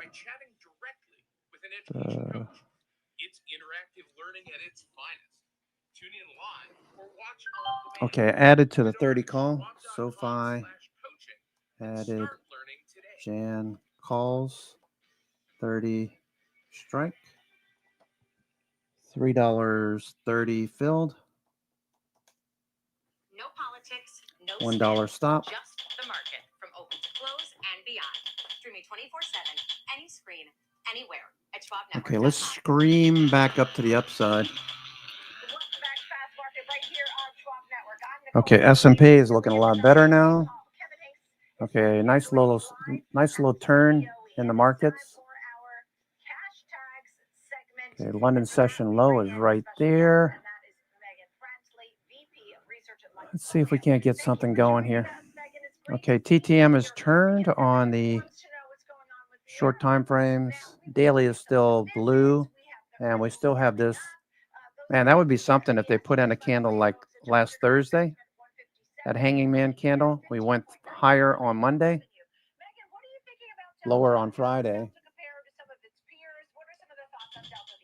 Yeah, so we love to talk about airlines because consumers love to talk about their experiences with airlines. They love to talk about when the staff is really nice and the perks, and they also love to talk about when things don't go right, the delays, the cancellations, things like this. And so it gives us at Lightfolio a really nice insight into consumer sentiment, which we feel is a really long-term predictor of revenue growth, or that's what we found. And when we look at Delta versus all other peers, really in our universe, Delta is the best of breed. Consumers Okay, nice reversal so far. Shorts covering, most likely a lot of people taking their puts off. The upper class and just premium vibes that Delta gives off versus peers. And I think that this has really started to be reflected even in forward-looking demand. When we look at what this is. Okay, hedge flows are reversing. Okay. We have a little bit of a pullback in other names when it comes to still early. United, American, and then Southwest at the very bottom. Okay, enough of that. S&P hedge flows are reversing. Appreciation that pays the premium for growth over value. Yeah. All right, let's get the headlines with Seema Modi. Hi, Seema. Hey, Scott. Johnson & Johnson must pay $966 million to the family of a woman who died of mesothelioma. A jury found the company was liable in the lawsuit that alleges its baby powder products cause cancer. Now, J&J has said its products are They're still talking about that baby products, huh? baby powder in the U.S. in 2020. Switch to Tech News. OpenAI said SoFi turning up. ChatGPT accounts with suspected links to the Chinese government. The company says the users asked for proposals for a tool to conduct large-scale social media surveillance and to promote another that scans social media for extremist speech. The bans were revealed in OpenAI's latest public threat report. And after Okay, let's see if we can get some more short covering. The decision of all decisions, LeBron James unveiled this morning that he'll be selling Bitcoin, first bearish day on Bitcoin in a couple of weeks. About James's retirement, according to StubHub, by the way, average ticket prices for the Lakers' last game of the season jumped from $250 to $500 within an hour of Monday's post. Scott? Okay, Coinbase. Let me see what COIN looks like. All right, turning the corner. Coinbase. Bitcoin is off right now. Coinbase, buyers stepping up. Okay, so we were looking for this. We were looking for this kind of pullback to the 9 EMA. Buyers step up. Still early. Could be another couple of days before we have a solid look to Coinbase. I'd like to buy some. Riot. What's Riot doing? Riot. Okay, briefly pushed to 20 and closed up there 22 yesterday. Just below 22 yesterday. Currently we at 2070. Looking for Riot to continue. I do have a position in Riot. Riot. Yeah, Riot. Looking good. I have the 21 call. Okay, so more upside potential in the S&P, still pushing.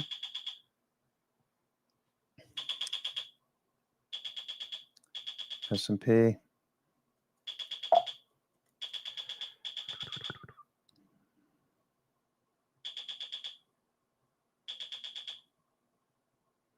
Come on, S&P.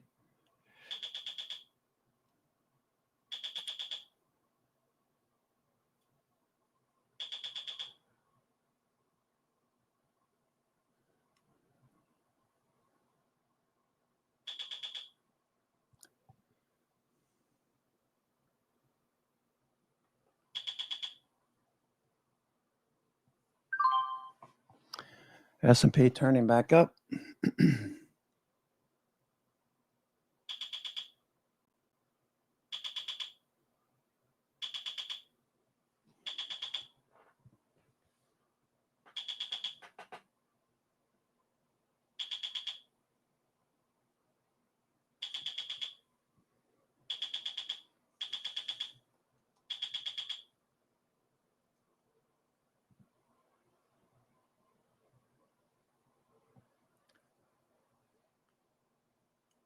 Let's see who this is.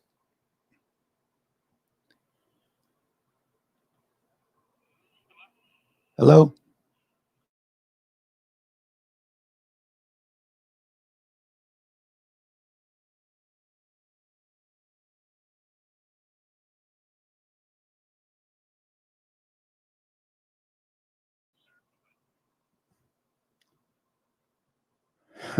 Calling me for a timeshare.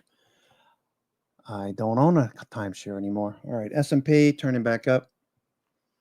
S&P, look if we can get this to run back up. S&P 500.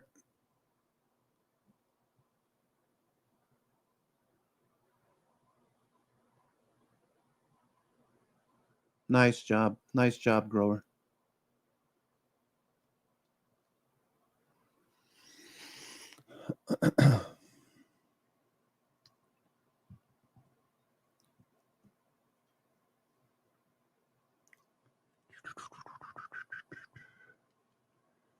Okay, GE. What is okay, Oracle, some news on Oracle, right? Oracle, what's going on with Oracle? Oracle, there was some news earlier. Oops, Oracle. I have the 260 strike put. That's right near the 50-day. We got close to it. Starting to turn. Maybe I want to take these off right now. Take these off with a profit for now. We're back taking a look at gold today, above 4,000 for the very first time ever. Bridgewater's Ray Dalio today saying investors. Okay, Oracle, I'm out of those puts for now. Looking for Oracle to hold into this range. Jeffrey Gunlock told me, what, a month ago? Oracle, 25%. SoFi. That's interesting from Dalio, right? Today is like SoFi. the early 70s. He said investors Nice should trade turn. more gold than usual. Okay, I added to my January 30 strike calls. It's clearly the strongest commodity right now, gold and silver from price performance. It's validating that point. I do think from the standpoint of central bank policy, when you see central banks as aggressive as they are right now in adding stimulus, that is a time historically where you do want to own gold. So you have the fundamental and technical tailwind behind it. I don't know it in a particular investor portfolio of 15% is the right number.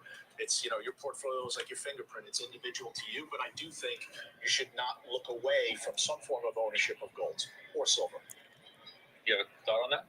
Yeah, so in a way, it's almost like how I like owning the MLB. Making this look too easy. Are they going to turn this back up, or are they going to trap some more bulls on this little bounce? We've got these levels here. Got these levels here. I think there's more utility for an investor and for a portfolio from an actual company that produces earnings versus just the commodity where you really are at the risk of other people's behavior and other people's emotions. There's no actual intrinsic value in gold. All you have is other people getting excited about it and bidding it up or running it down. I like companies that make money. I mean, Ken Griffin talked about this at a Citadel Securities conference in New York yesterday too, where he said, quote, "We're seeing substantial asset inflation away from the dollar as people are looking for ways to effectively de-dollarize or de-risk their portfolios vis-a-vis U.S. sovereign risk. Gold has, quote, a life of its own. As you see sovereigns around the world, see central banks around the world, see individual investors around the world go, you know what? Hedging flows are trying to turn. We hit a little bit of selling here. That's what's really concerning to me. Josh, do you have a thought on that? Because that he's making a broader statement clearly by making those comments. Is Ken Griffin as part of the reason why people keep flocking to gold, and most don't see this run ending anytime soon. Yeah, it's really bad financial advice. Consult with a financial advisor or financial planner before you put 25% of your net worth into a commodity. People need to forget. There's a lot of recency. People need to remember there's a lot of recency bias here, and people should not forget. Yeah, I would agree. I agree. Always with a level head for the most part. Josh Brown. Respect. Okay. Broadcom. GE. MicroStrategy. Okay, MicroStrategy. MicroStrategy with a little dip there. MicroStrategy seeing some buyers step up. I would not tell people not to own gold. I would say don't put a quarter of your liquid assets into a commodity, because if and when it does have its next lost decade, you're really going to be sorry. Because to Jenny's point, there is no cash flow here. There's no dividend. There's no valuation support. It's only a function of whether or not it's in a bull market or a bear market. Sure, and I hope it goes to 5,000. It's not so much. The bigger argument, the one that Griffin is making, is that whereas the dollar used to be viewed a certain way, people are shunning their view of it like they have, like ways they just haven't in history. And they're now they're looking at gold as a safer harbor asset than the United States dollar. So Riot turning back up. Yeah, but it also depends on what the actual dollars behind that are. You know, and I don't know these numbers. I don't know how many dollars are going into gold. Intel. Going into U.S. dollar equivalents, if that's meaningful. He's Okay, bringing up Intel looking good. Something big and existential here that we haven't seen before. So I agree with him on those risks. I will say one thing. Intel. I'm not advising a single one of my clients. Intel, nice dip, getting bought. I like what I see on the weekly time frame, Corey. Intel weekly.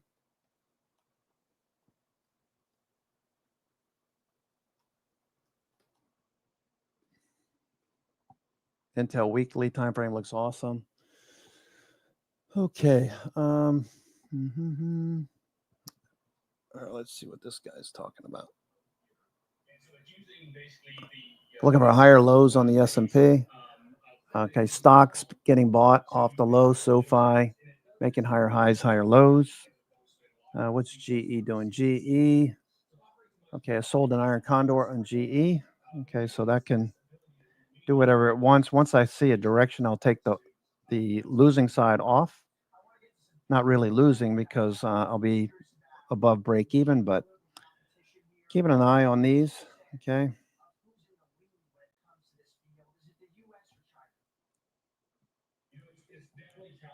Challenging to see, and we spent a lot of time in this area. We think that the U.S. has a very commanding lead today, but there's also things that concern us are the ones that we built, the ones that aren't GE, in the market or open about their Intel, nice turn on Intel, turning back up. Tesla turning back up. Doji for now on Tesla.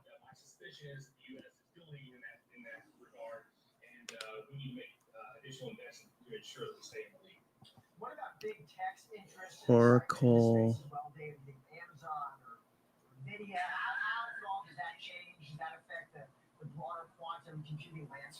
Okay, Oracle trying to turn. It's really interesting because I think that there is an opportunity for, we talked about AI earlier, Oracle turning up. I took the puts off for now. We get to the highs and get rejected again. I'll put the puts back on.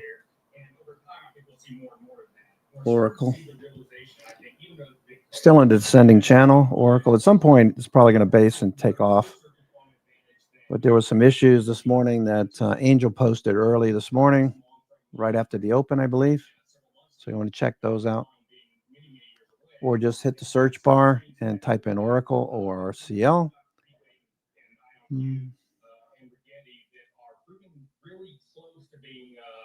AMD. AMD looking for the dip to get bought. AMD. So far, so good. Inside day for now. Palantir, nice dip buy. Palantir, inside day yesterday. Looking for the trend. Looking for that trend. Okay, looking for a breakout to new highs. Felt like that news was an opportunity. We held above the 50-day. That's showing that institutions are there picking up shares. I'm sure they got news from Palantir that it's just a software patch that needs to be taken care of. The issue I have is that, okay, we're turning over. The issue I have is that we are letting people know that there's a problem with Palantir's software. Scott, President Trump just wrapped up a rather congenial session with Canadian Prime Minister Mark Carney in the Oval Office. Took some questions from reporters. They are engaged in bilateral trade talks today. And the rhetoric, anyway, around all this was relatively positive. S&P, no follow through yet. Seemingly aware of the tensions between the two countries due to tariffs and trade. S&P. Hedging flows. We need to see a decisive move to the upside. Still don't have it.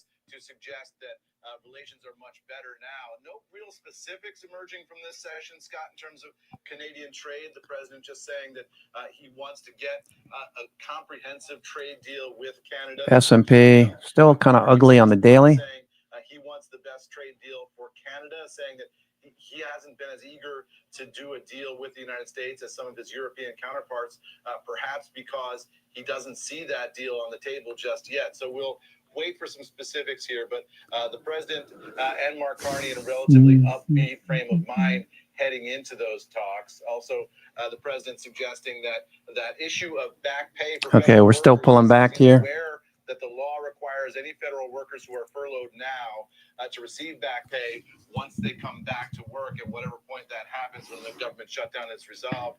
He said he's aware of the law is the law, and it's correct. So that would seem to put to bed Netflix, Netflix looking good. Might have to go without their back pay forever.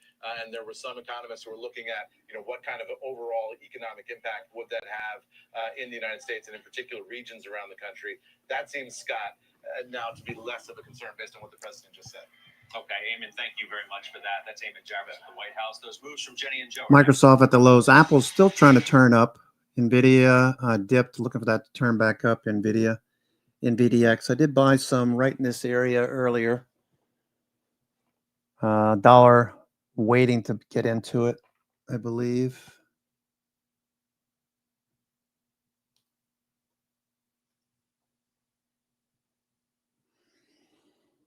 Okay. It's quantum computing, or essentially infrastructure services to, of course, help enterprises build out their technology platform. So this makes sense from an IBM standpoint, and it also allows Anthropic to expand on their technologies in the enterprise stack. And if you think about coding and all the complex problem solving, SoFi, still looking for this to continue. SoFi, it's right below VWAP right now, right below VWAP. Palantir still looking good. Palantir looks like it's been acting very positive. We had that one day of news on Friday and then a doji yesterday. Volume looks good. Okay, looking for Palantir to perform. And IBM, for those who don't know, is actually one of the leaders in quantum computing alongside some other legacy. IBM. And I think that's also been Okay, let me see what I want to do with my IBM position. still generating, by the way, quite a large revenue base from consulting services, but this is essentially a growth area for IBM to enhance their infrastructure services platforms to enterprise customers. And I think this may cause the reevaluation of the name. IBM. The earnings estimates for the business, which are still IBM's pretty expensive, 85 percentile. Okay, maybe I'll sell some cover. Maybe I'll sell some call credits up there on IBM. Getting a little rich. Okay, so we're at the highs. Let me see IBM. IBM. Maybe I'll sell some call credits on IBM. IBM. Okay, let me take a look at that. IBM. IBM. That you're going to be sharing with us. Tom, let's take a look here at IBM. Your thoughts? Yeah, it's kind of an interesting story because for years Kevin and I used to talk about IBM. It used to be the biggest company in the world, Big Blue, back in legacy tech, and then it kind of stagnated for about 10 years. We've seen a resurgence in the shares, hitting a fresh all-time high today, 325. and kind of leveraging maybe that old tech. 20 deltas are that they have. So 335. the strategy in here. I mean, they report earnings on the 22nd, so I kind of wanted to avoid that. 22nd. So I did some really short-term positioning where, hey, maybe you missed the move, but maybe you still have a bullish sentiment on this one. So kind of going off the back of what I did in the Amazon trade earlier, we're going to avoid earnings and do a passive type of bullish strategy here. We're going to go out to the October 17th monthly option. So just 10 days to expiration on this one. We're going to sell the 292.5 strike put just out of the money to the downside, and then buy the 282.5 strike put. So a short $10 wide, neutral to bullish put vertical here. You're going to collect roughly. We've got a 210 credit on here. That's where it was trading. Okay, that's nice. That's a nice trade there. The stock has pulled back pretty significantly. That's a pretty good trade. 301 earlier. It's now trading 295. So the price of this short put vertical has expanded to $3, so you could collect a little bit more, but that's because the stock has moved down closer to those strikes. Okay, let me take a look at that. October 1st. It takes your break even down below where the current share price is in here. Kevin, when you look at a short put vertical like this, it might be about timing. Low tickle at minus 800. Where, hey, it's got good Okay, we're news pulling on it. back October 1st. Oh. But this does give you those cushions. October 17th. October 17th. Selling the 292.5 puts now about a 55, 56% chance of 292, 282. Still better than 50-50. 292. So it's That's a 43 delta. Geez, these guys are like playing with fire. Your strikes based on whatever you look at this trade, or you can, average the prices that you sell. But you're risk defined. You're collecting theta. I would call it medium probabilities. Now, not necessarily high probabilities, but still, if you're bullish in IBM, this is a call side, IBM, 3. Yeah, and you make a good point here, Kevin, because this was trading 210 earlier. Now it's trading about $3.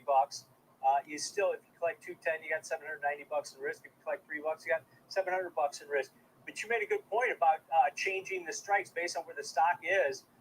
It's got the 292.5 strikes only got about a 55% probability put side. Out of the money. The 290 put, if you sold the 290, 280 put vertical, you're going to collect 250 on that one, and that's got about a 62% probability of finishing out of the money on that. But so it's about this strategy where you're trying to give yourself a cushion to the downside, collecting enough option premium for that passive neutral to bullish put vertical here. And you can see yeah, I'll stay away from IBM. I did some good trades on IBM as it broke above the 50-day, so I'm not going to play with this right now. Break-even goes down to 289.50 on that one. So keep that in mind. Prices change. Everything's dynamic. Nicole, so another passive 320. 320 is what? 320 is an 8 delta. Yeah, thank you for those. Kevin, you were making 14 November. 14 November. Okay, so 320. 320 is a 27 delta. 320. 325. All right, so I'll do it 325. 325. 330.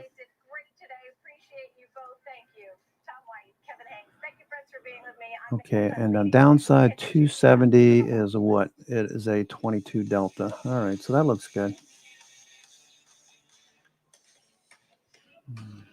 Schwab Bank Investor Checking, the checking account built for Iron investors. Condor, if I can get a Highest fill there. satisfaction by JD Power for 7 years in a row. With Investor Checking, you get the award-winning features of our checking account, plus cash management solutions, all designed for investors like you, with unlimited ATM fee rebates for cash withdrawals worldwide, no overdraft fees, and enhanced security features to keep your money safe.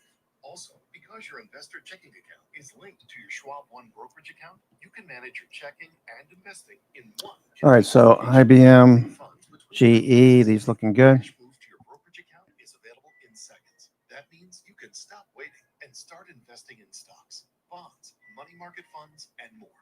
Get more with Schwab Bank Investor Checking, the checking account built for investors.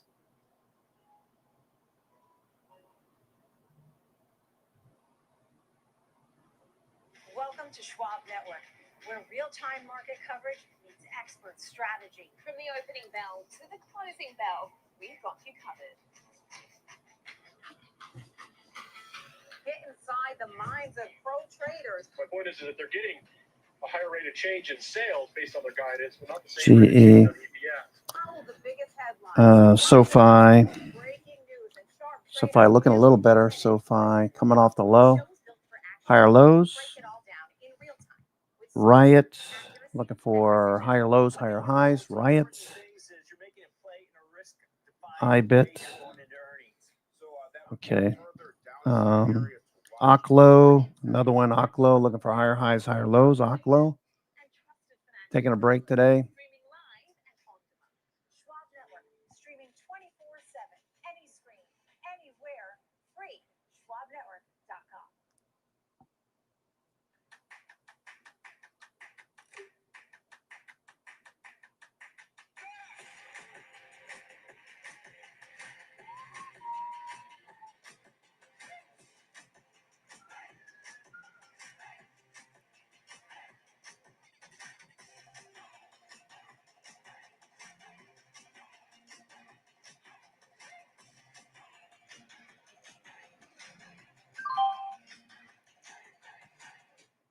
From the most iconic trading floor in the world, this is Okay, S&P is still fading a bit. live on the floor of the New York Stock Exchange. The countdown, the setups, the stories that make markets move. Slow day. Looking for that turn. It's maybe it comes a little bit later in the day. We're approaching 1 o'clock. The markets react in real time. Opening bell. Live at the NYSE, right when it counts. Okay, let's see what they have to say over at CNBC. Final trades.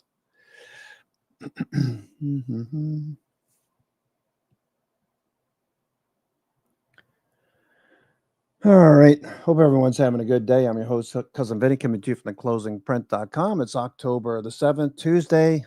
We have something of an ugly looking daily candle that we need to rectify. If you're bullish, you want to see this getting back up into the range today. If this continues, it closes down here, I'd be looking for more hedges on the downside. Short-term trades next week or two, maybe a month out. Buying some puts, maybe a month out. Brent also mentioned that this morning. So Apple faded a bit. Netflix is hanging in there at 1186. Netflix sold some put credits on Netflix. That's doing fine. GE sold an Iron Condor. That was posted in the room. GE. Charter. How's Charter doing? Charter Communications. Charter. Let's go take a look at Charter Communications. CHTR. Charter. Okay, so Charter, I have a put credit spread on this one. As long as this continues to grind up, does nothing. Okay, it's a $2,000 credit for put credits, 250 each. It's a 23 delta. I think that's probably less now. Let's see. Let me go take a look at Charter.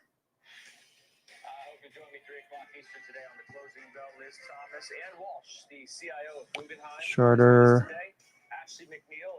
21st November expiration. Those puts are now 20, 25 delta. Viva Systems last week was my best stocks in the market, looking for a breakout. It broke out, now above 300. Don't say I never gave you nothing. We talked about Viva a lot this week, right? You have that. Viva Systems, all right. So it's at the highs, upper Bollinger Band for the last week and a half. So this is due for a little consolidation. S&P turning up, S&P turning up. Okay, so sucking some bears in, higher low. Be nice to see us get back above the London session swing low and start to rally. You just love those staples, do you? I do. It's a nice place to hide. It's like taking a warm bath. You don't worry about anything. All right. Just know the money's coming to you. Okay. Dividends just chinking in. Joe. Natural gas prices moving higher recently. EQT is the way that you play it. I think we're hitting the restart button on the bull rally. All right, good stuff. Thanks, everybody.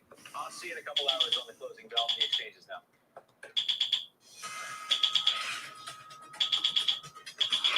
Thanks very much, Scott. Welcome to the exchange. I'm Dominic Chewin for Kelly Evans today. Stocks are lower across the board as the AI trade takes a bit of a breather, and the government shutdown goes on, now in its 7th day. That is sending in investors more. Okay, it's killing a lot of premium outside, out of the money premium.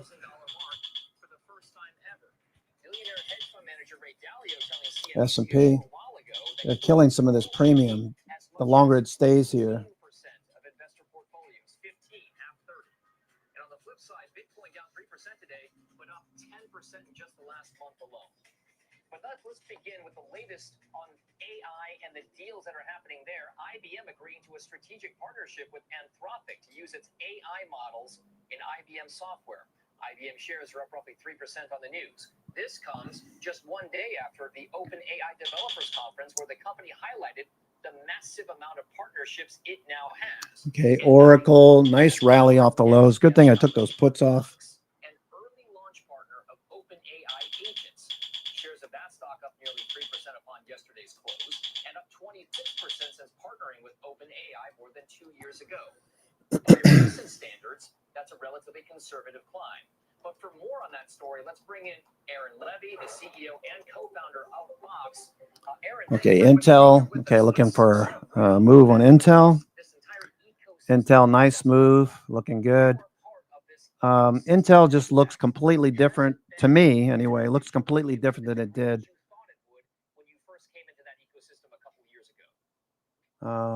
last couple of years. Intel. Okay, if you look at the daily, obviously that's pretty obvious. You look at the weekly. Look at the difference in the weekly. Look at the volume. We really kind of forcefully went all in on this a couple of years ago with this idea that inside of Fox you have some of the most important enterprise data that enterprises entrust with us within our platform. So this could be financial documents, contracts, marketing assets, research data, and the power of AI is that you can begin to interact with that data in a completely different way. And looking to hold that when Intel looking to hold that at least until the fourth quarter. Use agents to automate workflows with that content, pull out the critical information, be able to produce new content. So we're all in on SoFi. and we were super excited yesterday to partner with OpenAI on their new agent builder platform to let customers take the full power of the documents and content inbox. Oracle. And build agents around that content within the OpenAI ecosystem. So we're very excited about that partnership. We're seeing a lot of great momentum with OpenAI right now, as well as the rest of our ecosystem partners. Aaron, I mean, the big talk of the developers conference yesterday was around kind of this idea that they have a platform in place now for developers to start kind of building some of the tools and applications around ChatGPT, around the AI infrastructure that they have. Monetization has come up as a big question or concern for many of the investors that are looking at some of these companies. Can you take us through what you learned from yesterday's developer conference and what exactly you are going to do at Fox or other of your peers and competitors to work around the monetization game of what's generative AI now, but to your point, will be agentic AI in the future? Yeah, maybe if I could take that in reverse order, I'll just start with the monetization. So for companies like Box, and I would include maybe companies Okay, like Trace, looking for some action here. Nothing happening just yet. You got these 99 percentiles down here at 6705. S&P. Okay, still hanging out 6711. Okay, maybe we can get a bid here. That'd be nice. See if we get a bid. Looks like a little rounding bottom here for now. Okay, looks like a little rounding bottom. Oops. Consumption-based billing or volume-based billing for the use of AI agents on a lot of these existing or new SaaS platforms or software platforms. We are, still early this year. This was the first year. Okay, rounding bottom there. But it's actually going quite well. It's produced, some outpaced growth in the first half of this year within our platform. So we're really happy about the results we're seeing there. And I think you're going to see that across the board when you look at companies like Cursor or Claude Code. Okay, London session low is overhead. Where agents are coding lots of software. We got to erase this candle. If you're bullish, we need to erase this candle and get back up here, similar to what we saw back on Thursday, where we dipped to the low, closed in the upper half of the daily range. Otherwise, this looks pretty bearish for a 10th week up. S&P up for 10 weeks. S&P up for 10 weeks. This is the first week where we're showing signs that we might consolidate. We still have a higher low and a higher high for the week. So technically, this is still fine since this big red candle right here 11 weeks ago. Okay, so this is the 10th week. Are we going to continue this performance? Looks good. Intel, I love the way Intel looks too, Corey. The weekly especially, the volume looks just so good. Intel weekly. It seems like it's custom Completely made for different look. type role going forward. One of the biggest concerns I've heard from numerous industries is the security aspect of agentic AI when AI agents are interacting with each other. That cybersecurity element is something that you are keenly aware of as well. So how exactly does securing data and data management factor into that cybersecurity agentic AI conversation? Yeah, it's a super important part. So as you just kind of explained, there's, first of all, there's these amazing benefits of AI. AI is going to let us drive more output, drive more efficiency, get more productivity gains. But there's a little bit of a catch, which is you have to make sure that your data and your infrastructure is organized in a way to let you safely take advantage of AI agents. So you can kind of very easily imagine a problem where if you have lots of data in an enterprise, but there's many different permutations of who should have access to what information, well, an AI agent is only going to, they're only going to respect the permissions that they have access to, assuming you put them in place in an appropriate way. So you don't want an AI agent pulling the payroll data from somebody and giving it to the wrong person, or HR information or financial documents about a deal that maybe somebody shouldn't know about. So you have to make sure that you have the infrastructure and platform components in, set up in a way that is robust, that is secure, and that importantly manages those permissions and access controls for the humans. So that way, when you add agents into the mix, they're not revealing information to the wrong people. So for Box in particular, we've been spending decades making sure that we get that part of the technology right. We serve over 120,000 customers, and our job is to manage their information securely and ensure that only the right people have access to the right data. And so agents now have to respect those boundaries inside their organization. And so we're imagining a future where you might have 100 times more agents than you have people, which means you really have to get the security right in that agentic future. All right, Aaron, before we let you go, I want to kind of go out a little bit bigger picture on this. We've spoken a lot over the last couple of days about the ecosystem effect when it comes to the AMD and OpenAI deal, one that now includes an equity component. As a co-founder, as a CEO that has to worry about things like funding and CapEx, do you believe as though this AMD deal with OpenAI now becomes a template or blueprint? Or are we going to see more kind of equity exchanges or sweat equity type deals in the OpenAI or AI ecosystem in general? Yeah, that's a super tough one. Obviously, you're seeing a bunch of kind of bespoke, unique, one-off type situations in the upper echelon of this ecosystem. When you look at Anthropic or OpenAI or a couple other players, so it's hard for me to extrapolate simply because if you'd asked me 2 days ago, I certainly wouldn't have predicted that deal.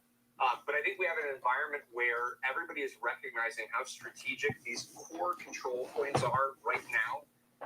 We are in the defining period that might last for decades and decades of economic value creation. And so you can see how important it is to be in one of those positions, whether that's the hyperscalers building out the infrastructure, the chip providers that are, clearly in the driver's seat, given the supply chain dynamics of chip production, or the AI model and foundation players. So I think those are 3 important slots, and there's only going to be a few players for each of them. So you can see that there's a lot of room for these very kind of one-off creative types of transactions and partnerships because of how important the role is going to be for the next, could be 100 years going forward. And so, hard for me to generalize or extrapolate other than I think we're going to continue to be surprised by how dynamic this space is. And, maybe who we thought was on top, a year ago might get toppled, and we're going to see a lot of movement in this space, but it's super exciting, and we're just happy to be building on top of that infrastructure. All right, dynamic and evolving relationships for sure. Aaron Levy over at Fox, thank you very much. Please come in and see us soon.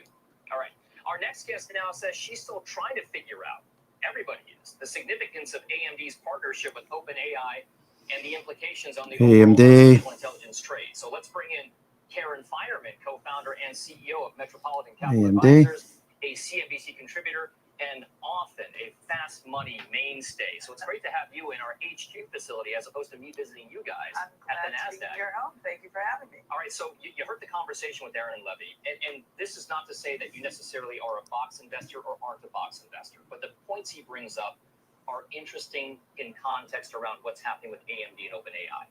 As a tech investor with a slight value tilt, do you feel as though this kind of a deal is indicative of what we'll see going forward? Well, I think we will see creative deals going forward. This was certainly a creative deal. I spent some more time thinking about it. What it seems to me to be is essentially a Intel. What do they buy? AMD for OpenAI if they meet certain milestones purchases. So Intel we trades Intel. Struck at a penny.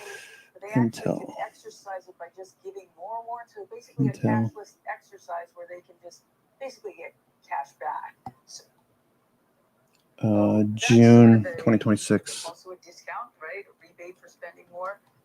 It is an enormous deal.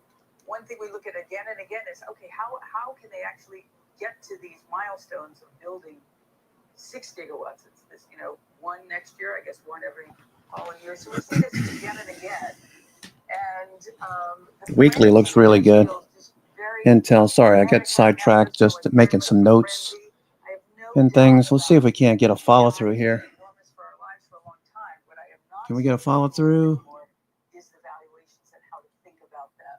And this land grab, if somebody's going to be left without some land. We know Okay, that clicking, that woodpecker in the background, that is bullish flow. It sounds more like a cluck, like a chicken. That's bearish flow. The kind of valuation construct that we have now. Okay, looking for more bullish flow. Compared to what we've seen over the course of the past 10, 20, 30, 40 years.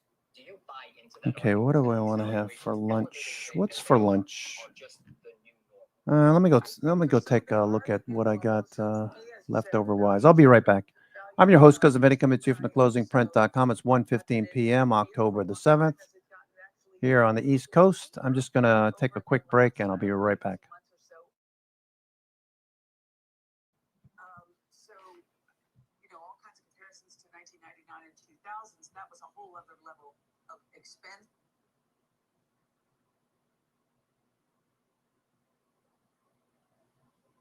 Sellers are offering price cuts. There are more sellers than buyers right now.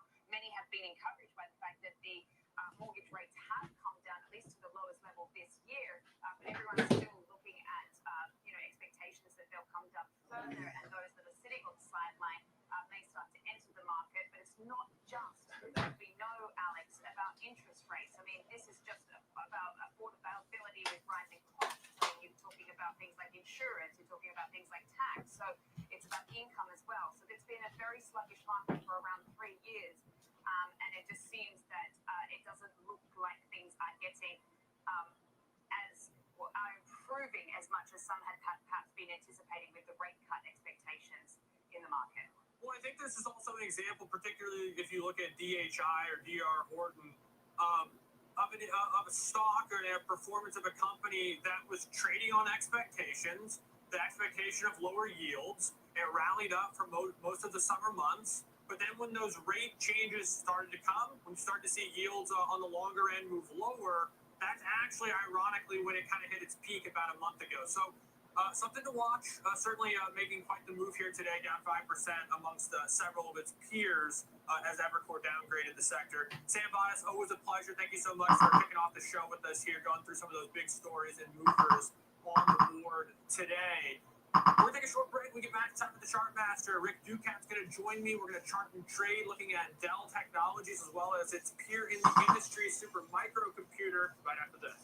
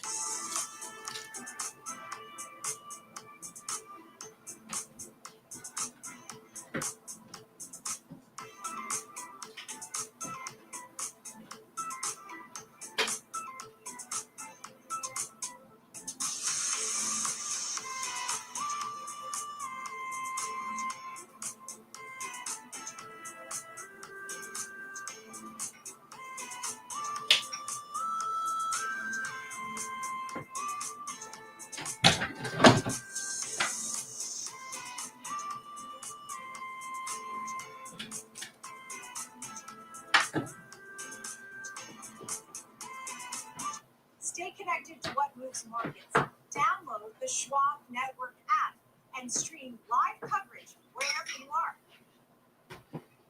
What's up, Carl Nation? It's your #1 broker with the best full-service wealth management skills in the biz. Way down to about $7 a bushel, and now the president's in office again, and he's with his tariff war, and the price of plummeted right now again, hovering around $9 and some change a bushel. And farmers can't produce soybeans for that kind of price. My input costs, fertilizer is up, lime is up, seed is up. There's labor crisis in this country where this administration cracked down on immigration for the very people who've been doing America's farmers' hard work here. They're leaving this country due to the president's immigration policies. All of these are a recipe for disaster in American agriculture. And I can't figure out why this issue in the story isn't a top tier story. You know, the president says something every day that tops what he says yesterday, you know, and he's on this saying his tariffs are great. America's farmers are going to get money from the tariffs. We're not getting any money from the tariffs. A lot of those issues are tied up in federal court. The president frequently says he loves America's farmers, but he's letting us lose our farms at the auction block. Something is terribly wrong with this picture. We haven't been at the table. We have 160,000 members. S&P still giving a bearish look on the daily after 10 weeks up. The bears have control today, so the bias for now is maybe do less. If you got profits, maybe you reduce your exposure. I'm just talking about short-term trades now. This week expiration, next week expiration. Take fewer trades. Reduce the trades that you have open. If we do have a pullback, most likely 2 or 3%. Not the end of the world. We've got the fourth quarter tends to be the strongest period of the year, so we still got that ahead of us. Just take a little bit less.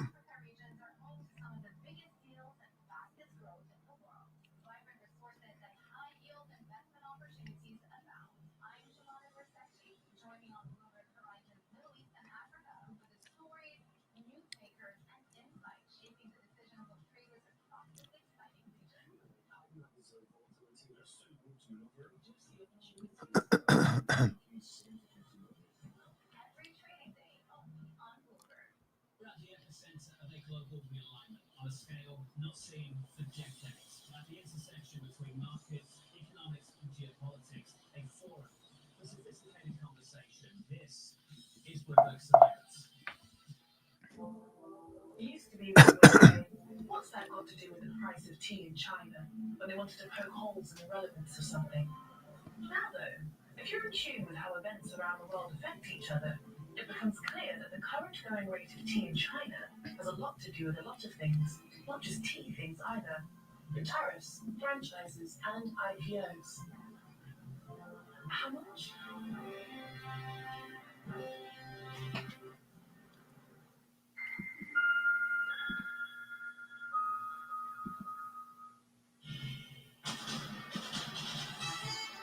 It's 121 on Wall Street. You check markets all day long here at Bloomberg after several days of records.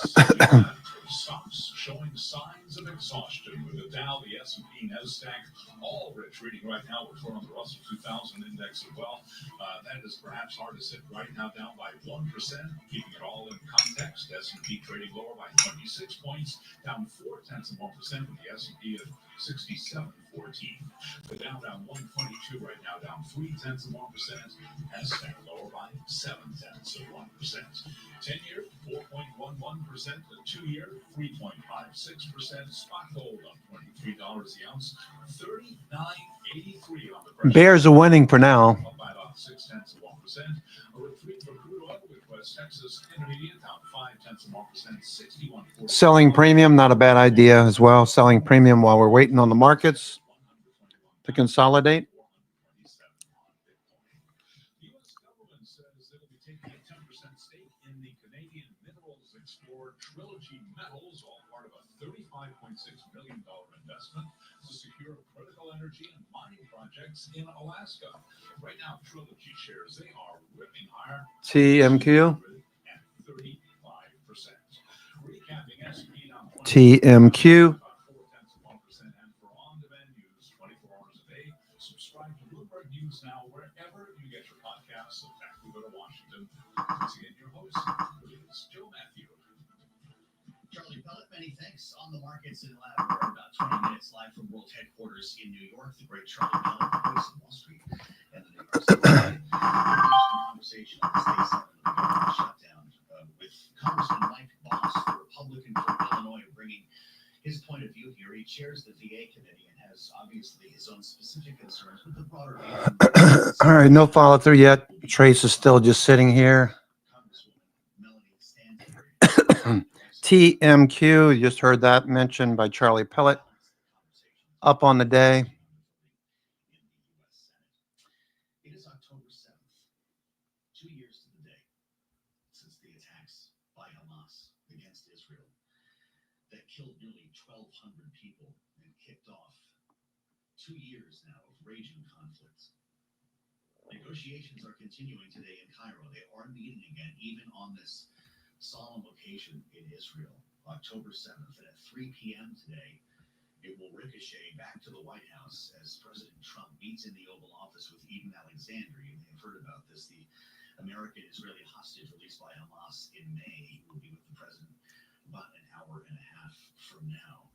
We mention all of this, of course, because the possibility of peace following so much destruction and death appears to be at hand, with talks underway here following the president's 20-point plan hammered out with Benjamin Netanyahu, according to some.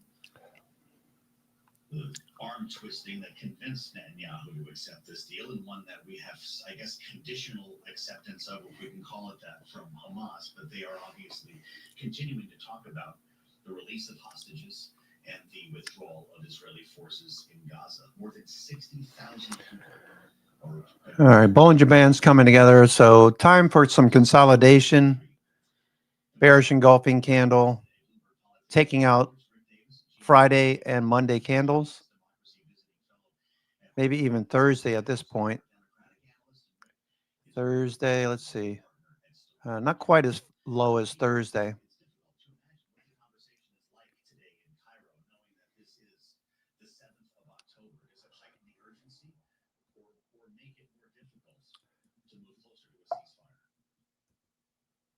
I think we all hope it heightens the urgency. And you mentioned Eden Alexander. He is, by some reports, the last living U.S.-Israeli hostage. And I think that's going to be quite a moving moment when Donald Trump meets with him at the White House today. Another, as you mentioned, in a long line of reminders of what has happened since that horrific assault 2 years ago. I hope that it does lend a sense of urgency. The problem is we have these two phases in this deal, and by all accounts, these are still indirect talks, which is problematic, but it's also problematic that we haven't had yet out of Hamas an acceptance of both of these phases of the deal. If you just look at phase one, for instance, the release of the hostages and then a movement back of Israel still within 4 miles in Gaza, that yellow line of the Trump administration. The problem is Hamas has never wanted to agree to that. They've wanted total withdrawal by Israel. So we have some ways to go, but I think there is some reason to hope because the entire world seems to be pushing Hamas to accept this deal. So what is your thought today, Rick? It's a reminder, of course, about how this started, but also it tells us how long this has been going on and how important it is for us to find resolution here. Will this group meeting in Cairo manage to get this done? Well, it's certainly the closest step we've seen since the attacks of October 7th 2 years ago. And it really has ushered in a profound change in the Middle East. You look at this right now in a vacuum as a negotiation between the Israelis and Hamas. But the reality is it incorporated a region-wide war that has been perpetrated with Israel taking out Hezbollah, fighting actively to weaken the Yemeni groups that have been supported. All right, SPY, I'm looking to get some exposure to a hedge just in case the markets do pull back about a month out.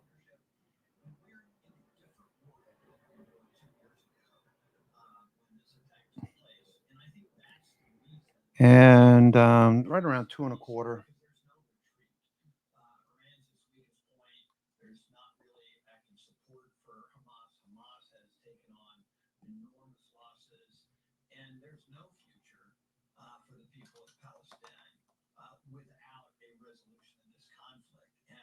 So pressure is on, and I have to give credit to Donald Trump for keeping Netanyahu and in the game, right, to forcing him to a negotiation that otherwise he probably would not be actively involved in. And the U.S. is Israel's last significant ally, and without us, there would be no peace.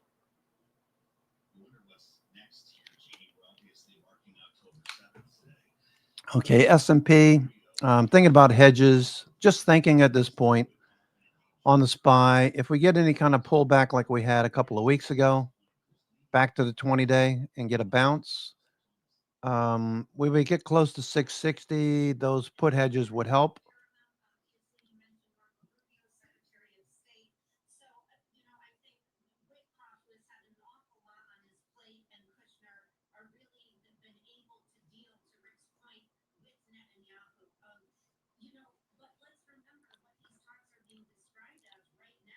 Okay, S&P, we're pulling back at the moment.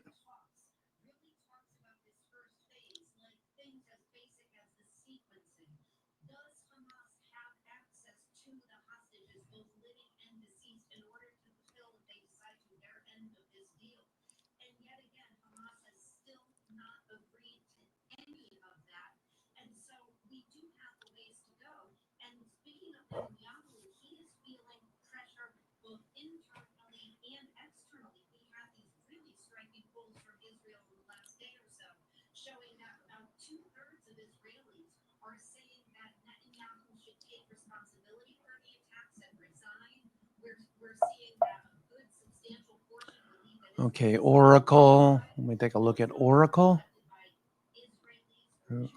Oracle. Okay, 50 days right there.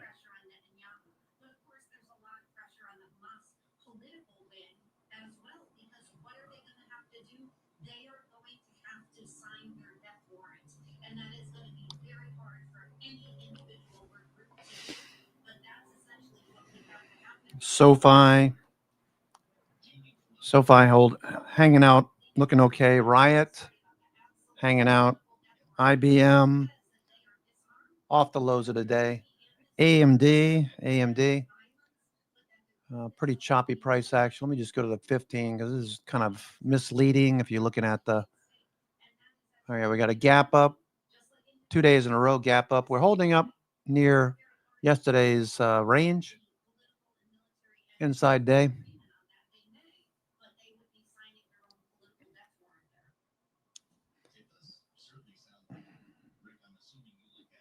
NVIDIA.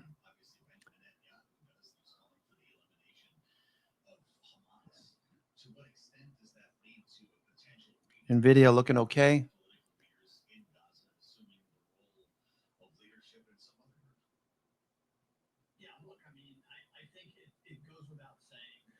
New York Fangs, with the exception of Tesla, which is turning up right now, and Netflix. The rest of them not doing much. Apple.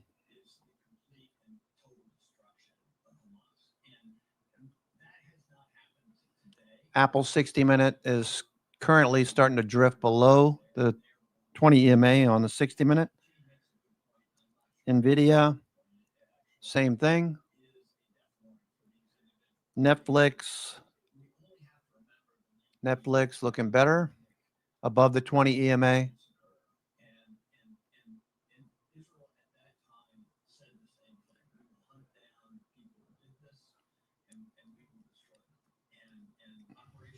Tesla looking good. Tesla looking for a move above 250, 350.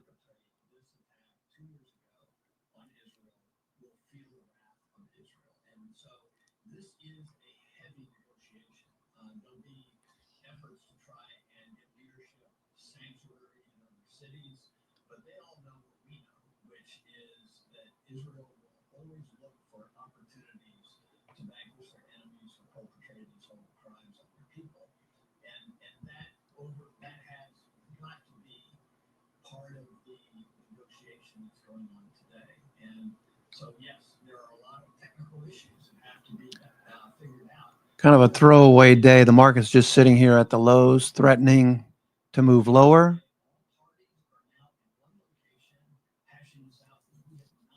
Bearish daily candle.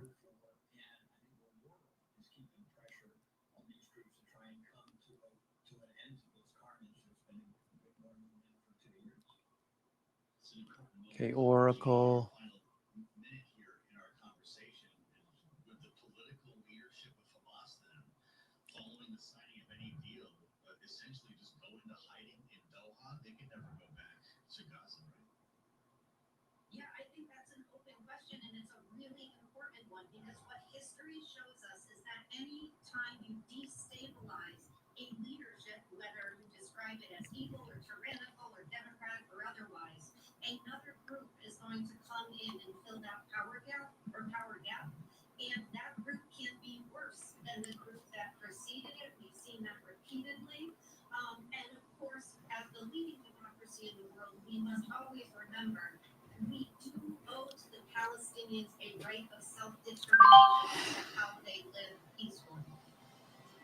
Jeannie Shantano and Rick Davis tackling some heavy issues with us today on Balance of Power. And I thank you both for the insights, and we'll keep you posted on talks in Cairo. We're back to the government shutdown next in our conversation with Congresswoman Melanie Stansbury.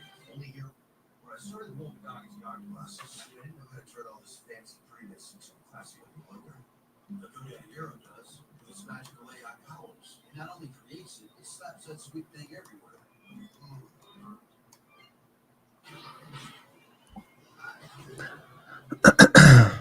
Black Rock Coffee Bar. I have not even heard of them.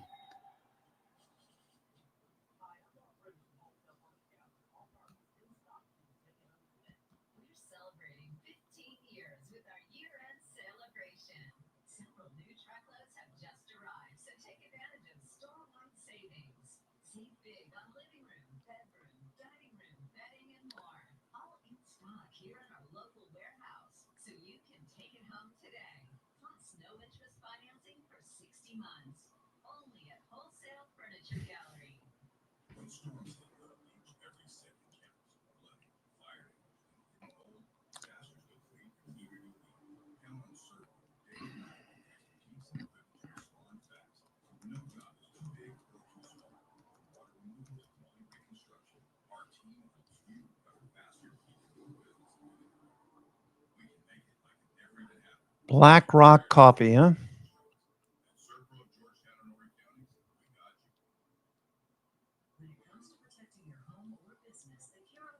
Looks pretty interesting.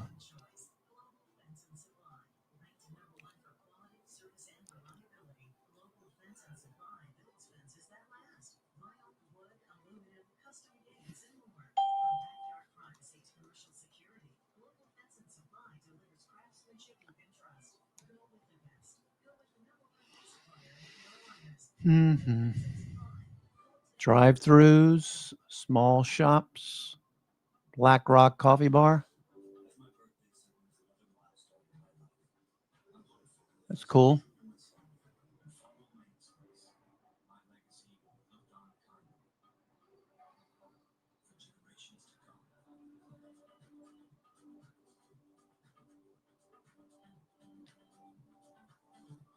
Yeah, that looks pretty good, Jim.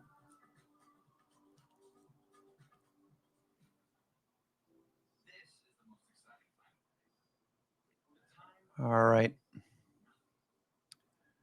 S&P, we can't seem to get off the lows of the day. The bears keep holding us down. Do we get a little reprieve here in the day? Looks like we could. Netflix, I sold some put credit spreads down below recent lows. Netflix sold some put credit spreads down below. Looking for a follow through today into tomorrow, maybe, and the end of the week. Tesla, watching Tesla move.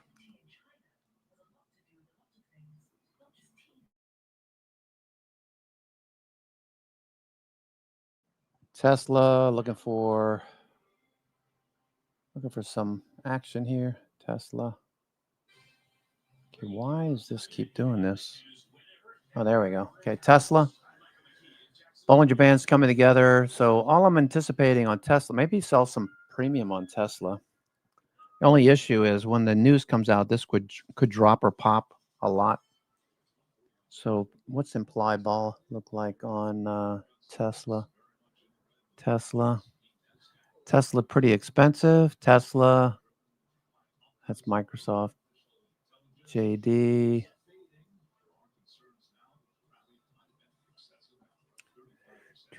Okay, so let's look at Tesla. Tesla has a implied a risk reversal rank of 82.6%. That's pretty high. Buying put spreads. Maybe a long iron condor would be good. That's an idea. Long iron condor. Like a strangle, but use wings on it to make it less expensive. Let me see what that looks like. Tesla. I already have some Tesla long exposure. Tesla. All right, go out to November. Let's see, Tesla.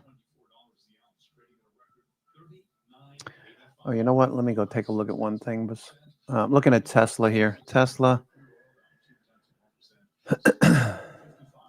Risk reversal, 82.6%. Maybe buying put spreads or buying call spreads together, making a condor, long iron condor. Okay, so let me go take a look at that. Let's see. Tesla.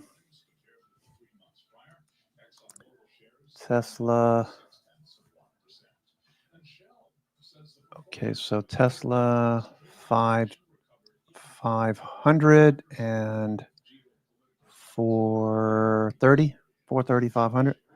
Let me see what that looks like. 430, 500. Maybe selling premium 430, 370, 500.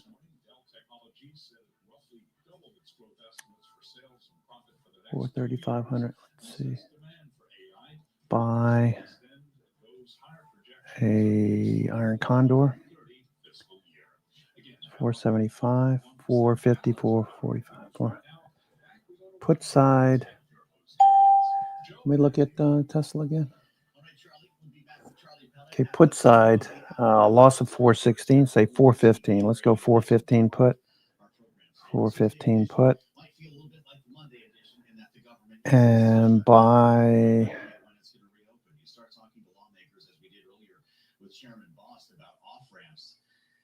Sell of 410. 415, 410.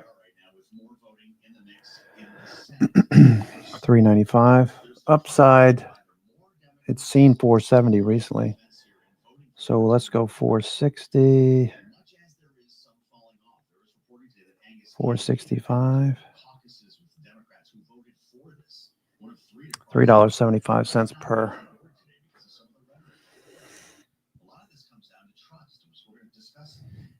Okay. Have we seen anything from when is the big reveal?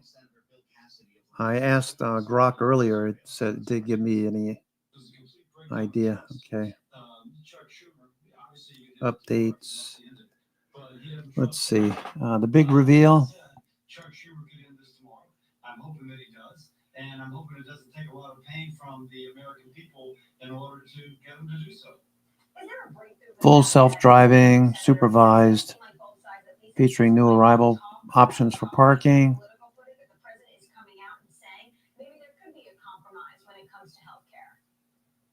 Yeah, absolutely. You know, it's better to jaw than to war, as Winston Churchill once said. So let's go ahead and start talking. That said, Republicans have suggested a 7-week I don't know. I'm inclined to sell an Iron Condor, actually. Let me sell this. Sell. Okay, let me see what this looks like. All right, so we said that Tesla above 500 starts to taper off, and above or below 410.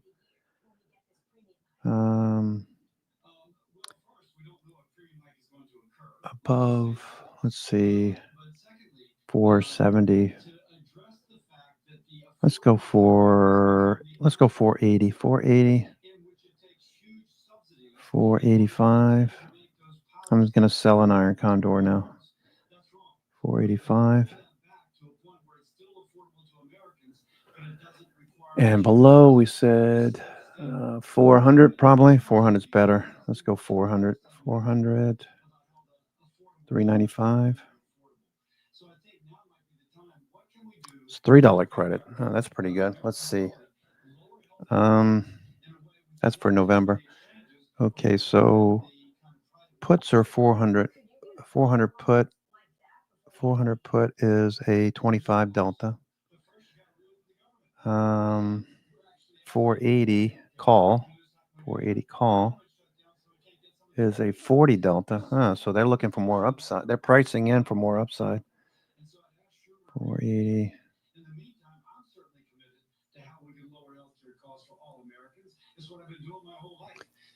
500 starts to flatten out above 500.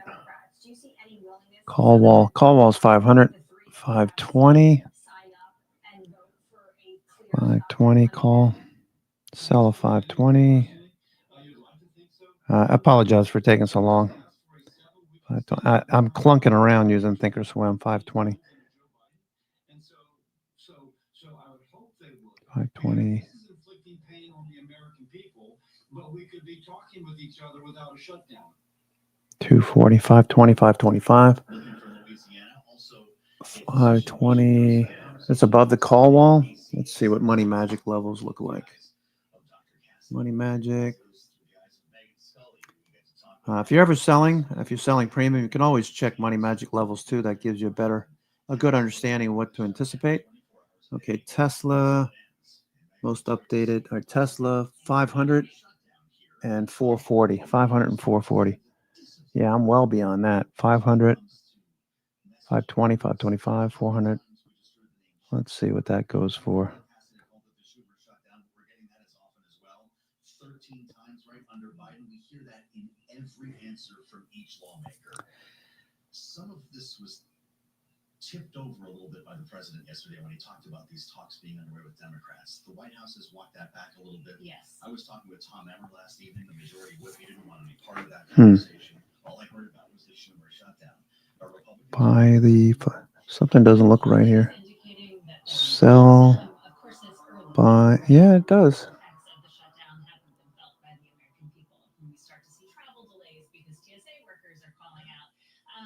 Perhaps there will be a shift.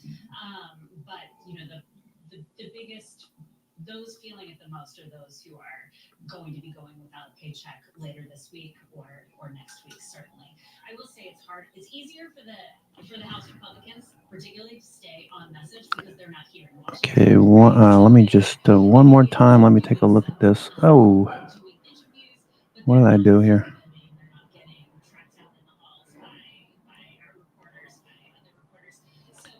Saved orders. I'm clunking around here. Just not really good at this Thinkorswim. Still. Trade.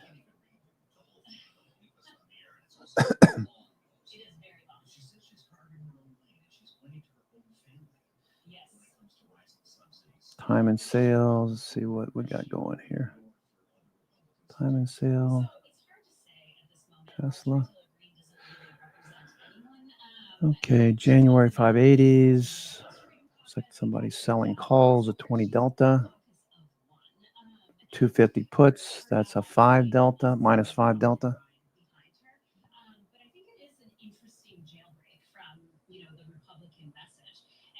Okay, just looking at Tesla, selling some premium. Where these flatten out is where I want to sell.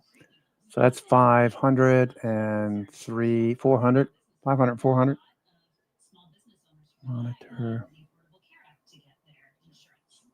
your point, she's talking about her kids. I'm going to go against everyone on this issue, she writes, because when the tax credits expire this year, Saved orders. Insurance premiums for 26 are going to double, along with all the wonderful families and hardworking people in my district. She may not be part of Tesla. a powerful caucus, but she does have the president's ear, right? Does this help to maybe crack the door a little bit on this issue with the White House? So we are trying to sort that out. Her relationship with Trump has been a bit fraught in recent weeks, particularly over the Epstein files. She's been one of the lawmakers to sign on to 240. the petition. Yes, certainly. And she was supposed to have a press conference at the Capitol tomorrow on particularly sort of a revised or an updated. That seems Tesla. right now, but Let me just make sure I'm not making a mistake here. It doesn't look right. 297, 397, 522. Okay. Mm-hmm.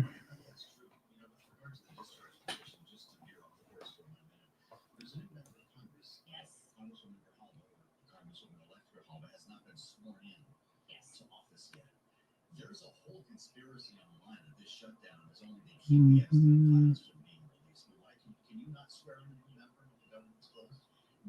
Because the House is not in session, so they can't. Okay, I just sold an iron condor on Tesla. Outside of money magic levels.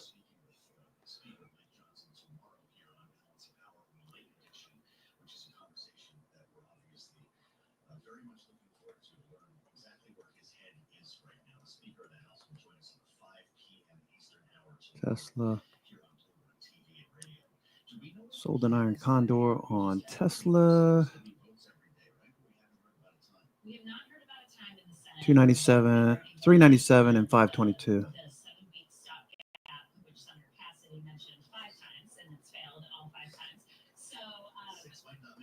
Yes.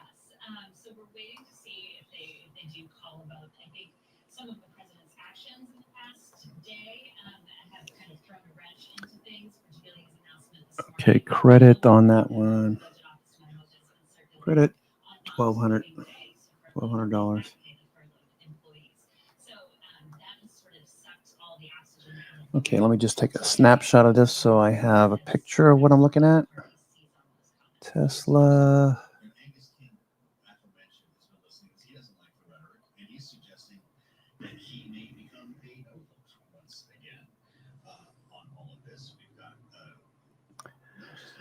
Okay, so 21 November.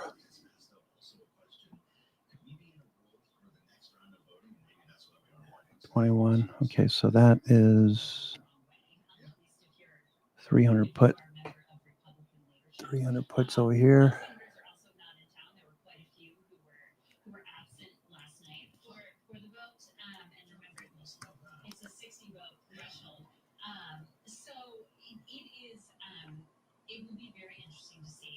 $300.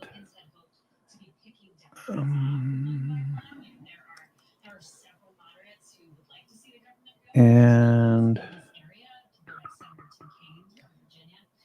400. What? No, 520. It's like, oh, I made a mistake. No, I didn't. Okay, 520 is right there. 520.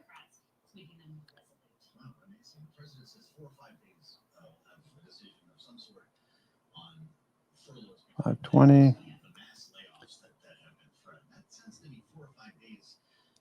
520.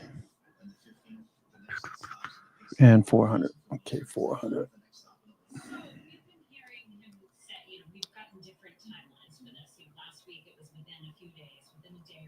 Trade 500 for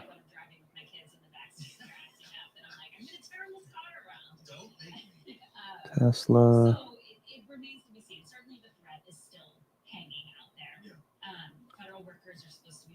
That is a 28 delta. Call sign. 28.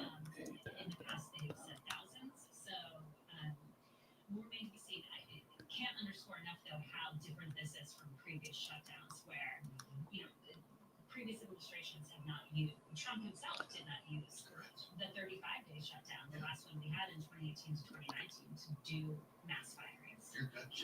400. All right, it's taking forever. I got to figure out a way to do this a lot better. 26.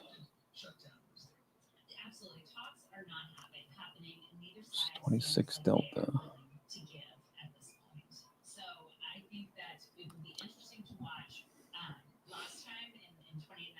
Okay. Tesla. Okay, what's S&P? S&P is just not cooperating, huh? S&P not doing anything. Looks looking more and more precarious.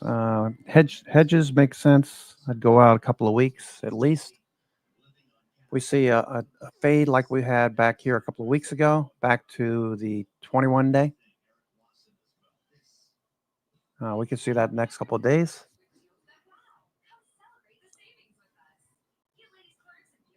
So we've been up for 10 weeks straight. I apologize for the market. If you're disappointed, the market's not just going to keep moving higher unabated, but we're due for a pullback. Call skews have gotten very expensive. That's why I'm selling premium. In particular, Tesla's got a pretty decent, was it 80% risk reversal rank. So selling some premium outside of 25 deltas or so makes sense. Okay. Tesla. Okay, I already have a Tesla in here.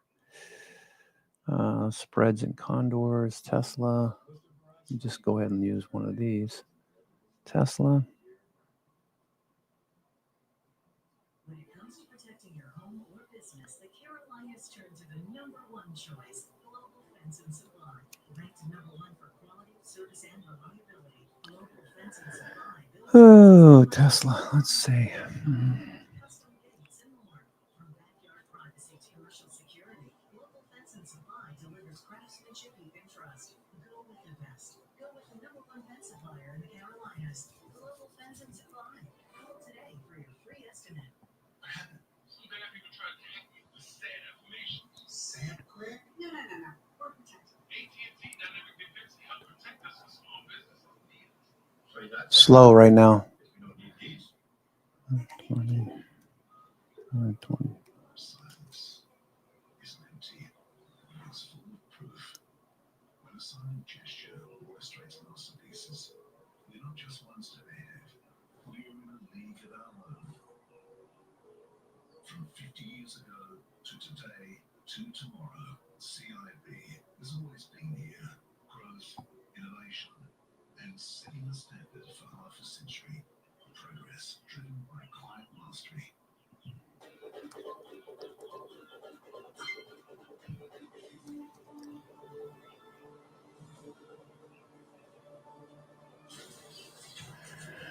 All right. And 400, 395.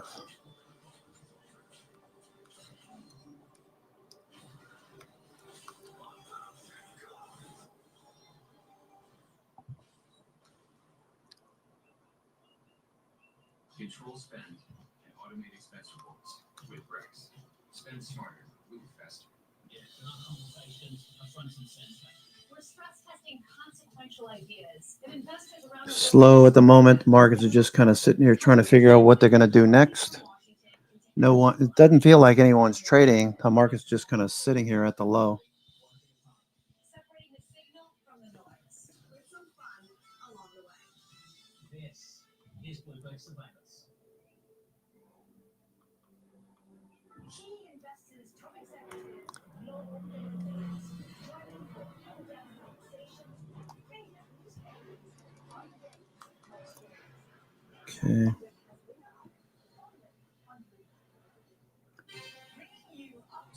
$100. I'm Hustler Alman in Bangkok. This is Bloomberg Business Week Daily, reporting from the magazine. It's 2 o'clock on the East Coast. I'm your host, Cousin Vinny, coming to you from theclosingprint.com. October 7th, Tuesday. Okay, just sold an iron condor on Tesla. It took me forever to mark this up and do everything I need to do. Maybe I can make an agentic agent that can do all this stuff for me.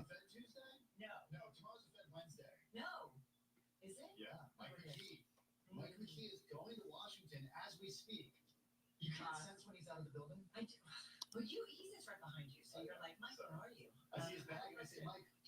So anyway, all right. Get some minutes tomorrow. Okay, we do get the minutes, but it's not a Fed decision. That's not till later on this month. Having said that, it looks like investors. So while we're waiting, Stocks, we've got stocks down by a 3-to-1 margin on Wall Street after a series of all-time highs on Wall Street that has pushed the S&P 500.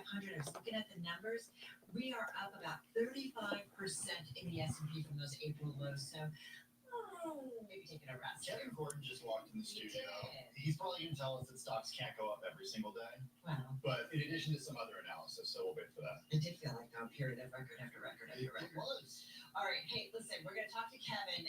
Coming up this hour, we have a bunch of great voices, including Kevin's. We're also going to hear from Citadel's Ken Griffin, JP Morgan's JB Diamond, and former U.S. Treasury Secretary Robert Rubin, on the economy, on U.S. markets, and more, even a little bit of AI. Okay, Oracle. Okay, pushing a little bit higher. Oracle. Above the 50-day. 50-day is trending up into the right, Oracle.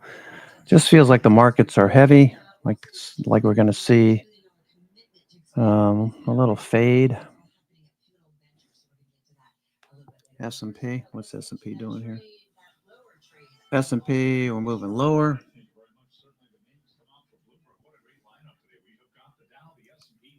S&P back down to the low.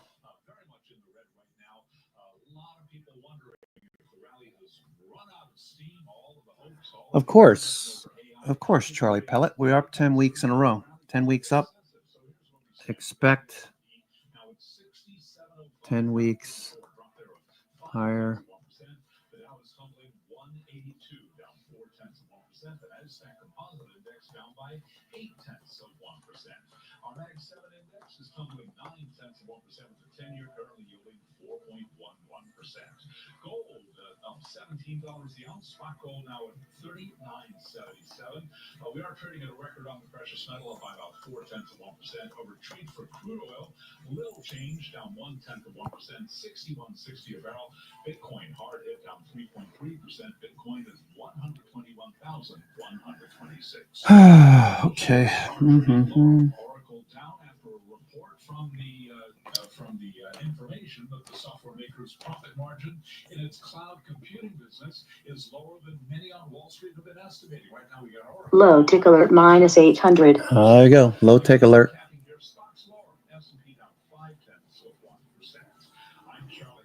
Okay, I did buy some puts just now. Okay. The November 21st, 650, 660.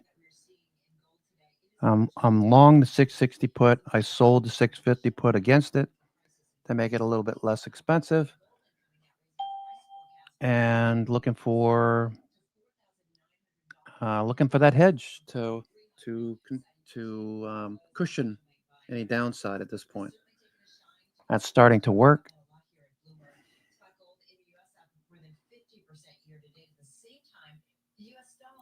All right. Unnoticed by Citadel's Ken Griffin, who spoke with Bloomberg's Francine Lacroix about it yesterday. The dollar's depreciated by about 10% the first half of this year. It's the single biggest decline in the U.S. dollar in 6 months in 50 years. Gold is at record highs. And the appreciation in other dollar substitutes, to use that word loosely, in items like crypto, for example, is unbelievable. So we're seeing substantial asset inflation away from the dollar as people are looking for. Okay, Palantir in the top half of today's range. What's SoFi look like? SoFi. Okay, we got a little less than 2 hours to go. A little bit less than 2. SoFi. What's Apple doing? Apple. Making a new low here. Apple. Trade not working on Apple. Okay, so taking it easy today on the long side makes a whole lot of sense because we're up 10 weeks. I'd expect that the markets start to pull back more. That any new longs or to the call side, any new longs are going to see some consolidation. If you look at this chart right here, everything on the right side is expensive. Okay, on the right side of this, everything is expensive. CoreWeave, 65%. Buying some put spreads are the recommendation. MicroStrategy, buying some put spreads. Baker Hughes, MongoDB, Google there. What's Google pulled back? Netflix is hanging in there. Selling premium. Some of the trends maybe that are being initiated or put into place now, whether it's questions around things like debt independence or it's questions around, corporate earnings in the U.S. and how strong they're going to be for the bulk of the U.S., not just a slim number of companies in the tech space or anything that's being touched by AI. So I do think that it's valid, but I also think that the correction that we've seen with the dollar, I wouldn't extrapolate it into it's going to be this sort of epic turnaround in the currency. I think there needs to be a lot more that happens until that becomes the case. What do you make, though, of the run-up in gold, which go back a few years, you couldn't touch it for a long time. Nobody wanted to touch it, but yet it's been pretty substantial this year. It's always interesting because, gold as this asset class, it's hard to compare it to a lot of things because, it doesn't earn anything. It's really just the price moves that's going to, dictate everything. So it's really just an indicator of sentiment is how we look at it. So I like to use it as a sentiment gauge, but it's interesting too because it's not like it's happened, the surge that we've seen this year, it hasn't happened in conjunction with an overly defensive trade in the U.S. equity market. If you look at the traditional defenses, exactly. So I do think that it could be currency related where there is a little bit of fear, like Ken was mentioning, about the dollar maybe losing some of that status as its haven. But there's so much data to back up that that's not the case. The BIS just released its triennial survey of Forex and looking at, the share that the dollar has in the world of, everything from foreign transactions, cross-border transactions, all the way to central bank holdings and, global debt, global equity. The dollar is still, top dog. So I think that that's where the stock versus flow comes into it, and where you can see something like gold, from the sentiment perspective, clearly it's getting caught up in such a strong momentum trade, and momentum is a powerful factor. Very powerful in equity markets, very powerful in other asset classes. One last question on gold before we move to another big momentum trade this year. Are you suggesting investors buy gold in some form or another? We don't have formal calls on the gold itself. I think from the average investor's perspective, it's tough because we've got millions of clients. So to give some sort of blanket recommendation for a client is always a hard thing to do. We're talking about metals and mining and different things more broadly than we have in a long time. Yeah, for sure. I think that certainly diversification in other asset classes, and I think this also speaks to me, I back this up several years where you look at something like fixed income has become now a very serious asset class for a lot of people who are looking for yield. Right. Who, if you've been in the market for a long time, 20 plus years, there was a long period where you couldn't get any yield. For a younger investor who has just entered markets in the past several years, you're stepping into an environment where there are so many more options and so many more opportunities. I think that something like gold fits into that in terms of what is your set of options that exists. Right. So for a younger investor, I think it's somebody who's newer to this. I think it's a great world to look at where you can see that there are all these options. But even for somebody who's been in markets for a long time, investing for a while, you're now starting to things that work. Sean, what do you use? Do you use Thinkorswim?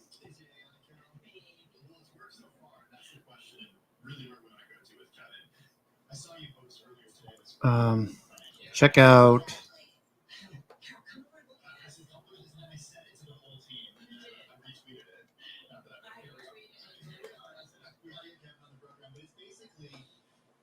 It's this, if you were to take a whiteboard, OpenAI is at the center of the whiteboard, you connect every company, investment, a relationship with OpenAI, and the list is long. Microsoft, Oracle, NVIDIA, CoreWeave, Anthropic, Meta, Amazon, Google, Broadcom.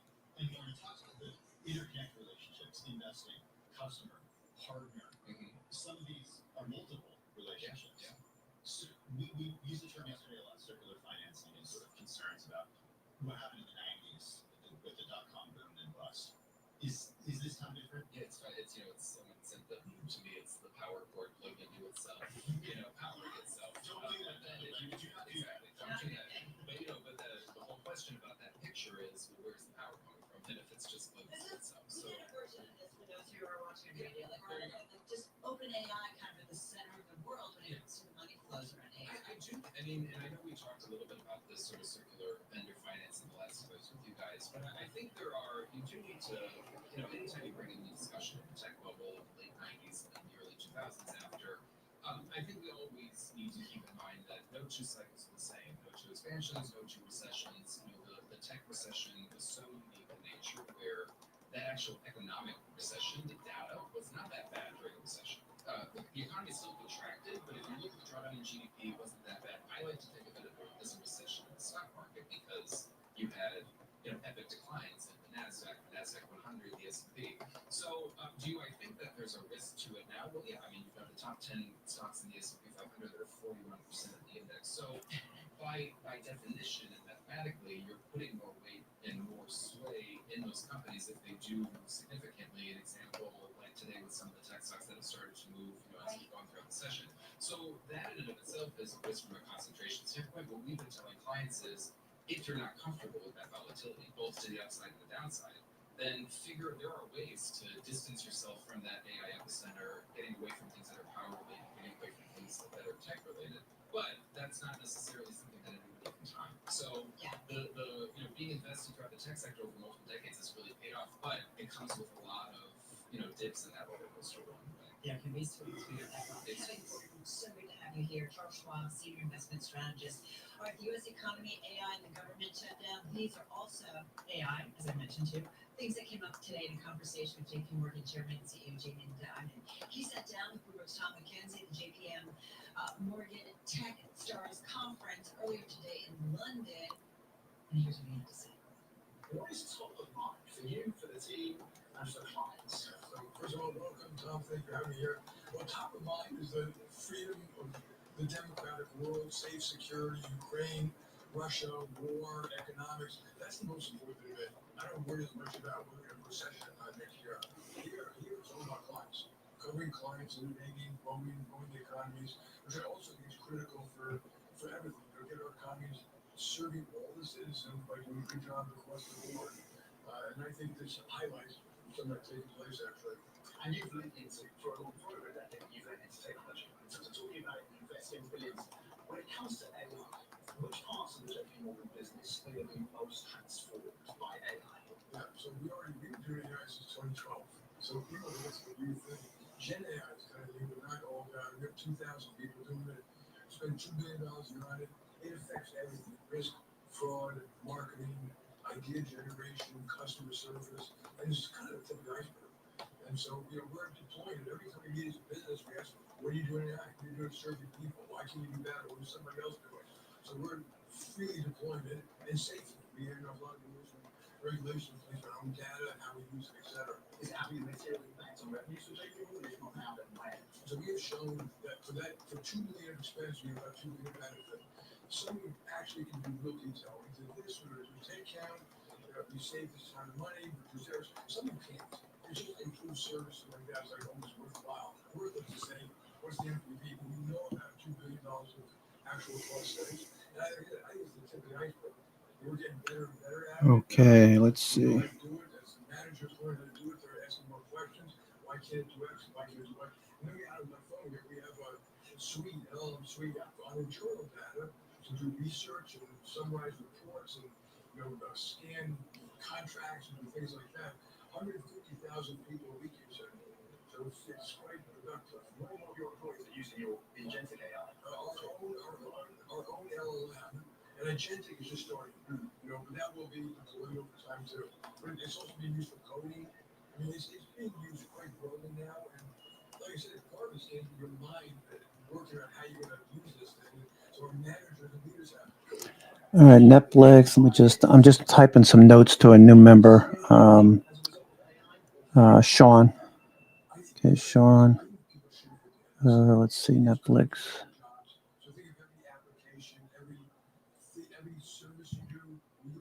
Okay, watching Netflix.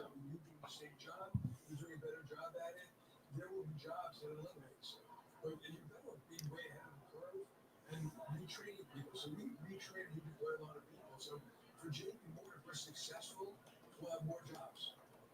But there'll probably be less jobs in certain functions too. We need to spend on AI infrastructure, chips, OpenAI, models. Not making profit, not making deals of about $1 trillion this year. Hyperscalers to spend there. What is your reaction when you see those numbers crossing? Are you comfortable with that kind of spend on infrastructure? It's a lot. I'm not sure it's all ever going to be totally spent.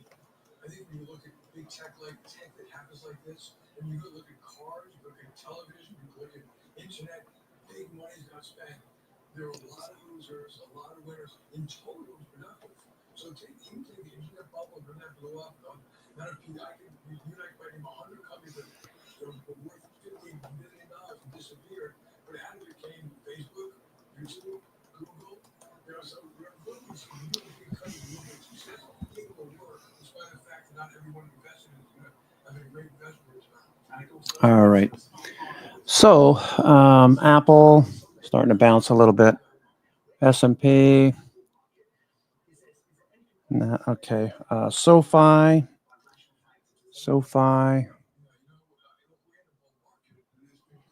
IBM.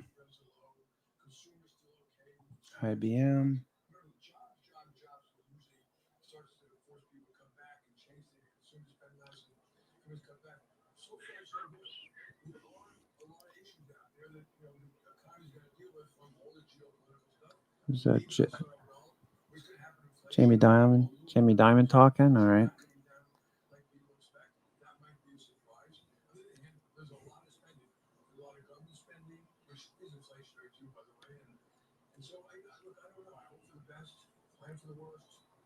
And you know what about a recession in 2026? Let's make that clear. I think it could happen in 2026. I'm not worried about it. It's a different statement. We'll deal with it. We'll serve our clients. We'll navigate through it. A lot of it's been through it before. You don't wish it because certain people get hurt, but it could happen in 2026. It's going to close in the U.S. government shutdown. But I do think there are positives, like deregulation is real positive, which also helps animal spirits is positive. Okay, IBM, let's just get a picture of IBM. IBM. And that, of course, is JP Morgan Chairman and CEO Jamie Dimon with Bloomberg's Tom McKenzie at the JPM Techstars, JP Morgan, that is, Techstars conference today, earlier in London. Hey, JPM, by the way, does report earnings 1 week from today before the market opens, before, of course, the 9:30 open. That's along with Goldman Sachs and Wells Fargo. All right, listening to what Jamie Dimon had to say here in studio is Bloomberg News Chief Wall Street correspondent Sri Natarajan. Sri, first up, you know, Jamie talked to me all. Listen, we're not exaggerating that when it comes to voices on Wall Street, this is the one everybody globally really listens to. Okay, IBM. That's been in that seat for almost 20 years and looks like he'll be there for at least another year or two or more. So when you look across the landscape, it's very hard to find someone with that level of longevity. And then you have to remind yourself that he's at the helm of the nation's largest bank. So that magnifies. okay. So we got 325. Okay, so let me just take care of this. 325 is way up there. 325. And for the last several months, the answer we've been getting from a number of these folks has been there have been obvious productivity gains. You know, easiest to quantify would be an engineer can code 40% faster, or you can, you can very specifically drill. Okay, so that's 21 November. 21 November. 325, 330, 325, 330. I'm just taking some notes here. Sorry. Call. The market's just trying to do something here.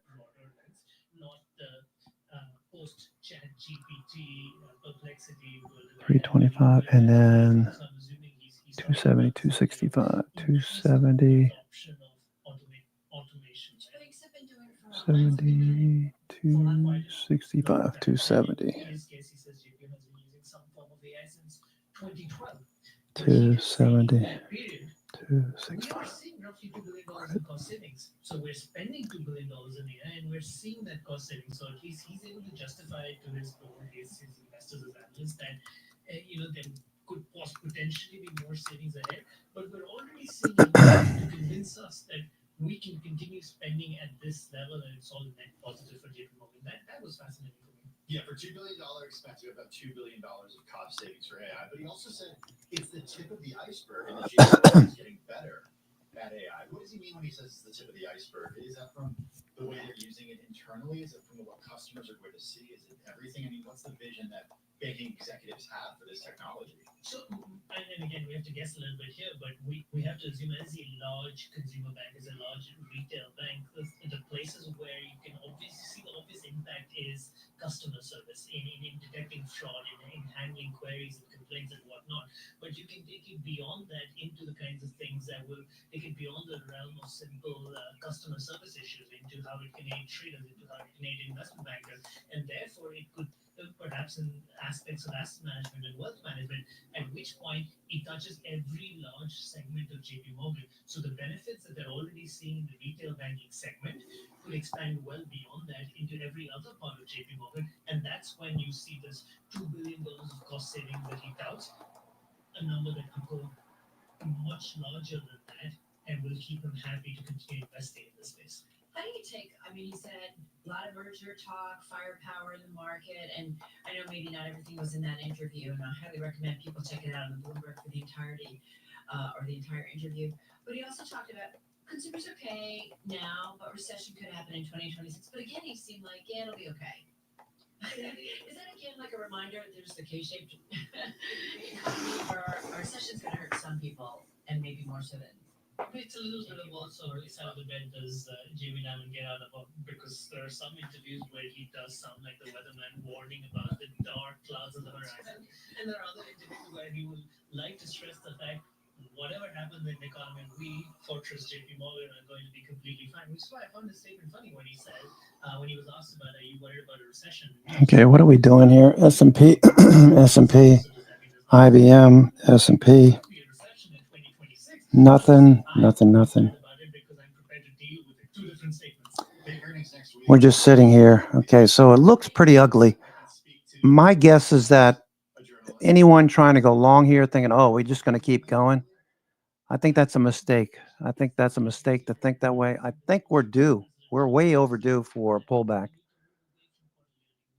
Okay, so yeah. If anything, I think this is a trap for anybody thinking bullish. Hey, I could be wrong. If this pops up to the highs, hey, I'll be more than happy to lose money on my hedge and make money on everything else, you know? Be more than happy to make money on the long side.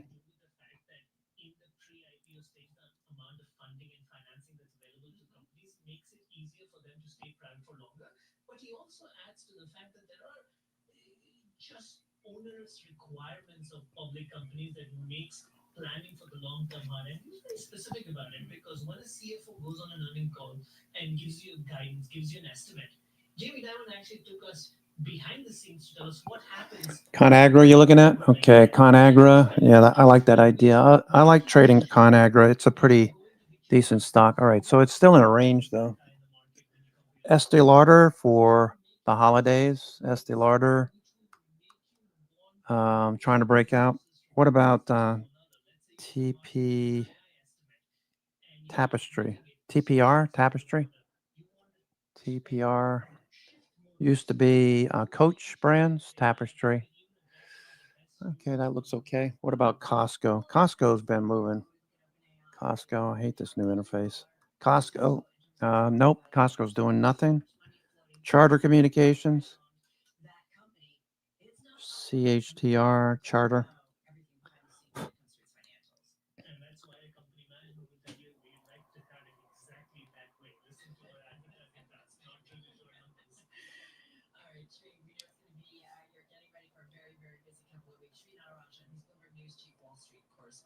Hey, in just a moment, we're going to hear from former U.S. Treasury Secretary Robert Rubin to talk about the state of the U.S.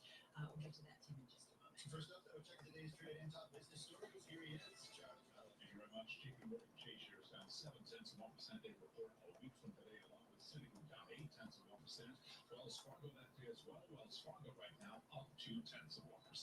The Dow, the S&P, Nasdaq, all in the red. Traders sending stocks lower after a series of records spurred signs of buyer exhaustion and calls for a breather. S&P down 28, now down 0.4%. The Dow down 0.3. We got Nasdaq down 0.6. 10-year 4.11%, with the 2-year 3.56%. Gold at 39.81 the ounce. Gold with the record West Texas Intermediate crude flat on the day, now 61.71 a barrel. And Bitcoin is tumbling by just about 3.5% right now, 120,931 on Bitcoin. I'm Charlie Collett. That is a Bloomberg Business Flash. All right, Charlie, thank you so much. All right, let's head right now to the Greenwich Economic Forum in Greenwich, Connecticut. Bloomberg TV's Lisa Bromowitz talking with former U.S. Treasury Secretary Robert Rubin. That conversation in progress. Okay, kind of a boring day, right? Boring day.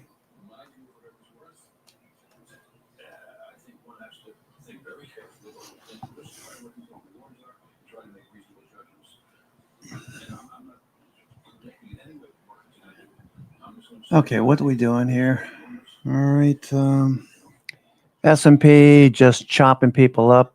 If you're trying to go long or short, you know, you're getting chopped up down here. There's no doubt about it. Okay, the odds are not with you. The odds were from the morning trade. The odds were with the bears right off the bat. Okay, we faded right from the open. Okay, and you can see hedge flows have yet to resurface. We're staying above these 99 percentile strikes. We're testing them at 6,700.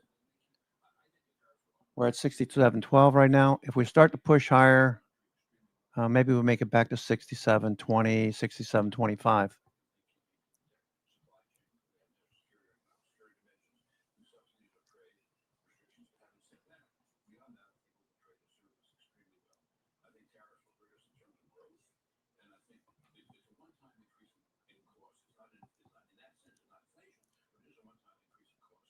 So our producers will go up.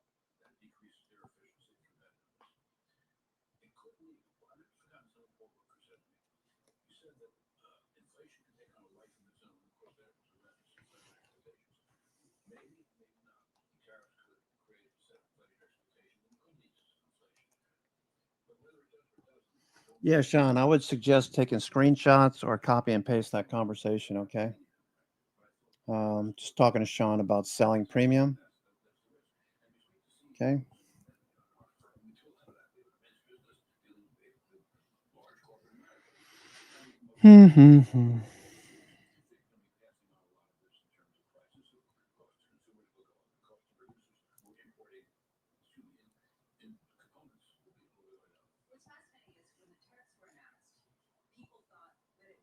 Okay.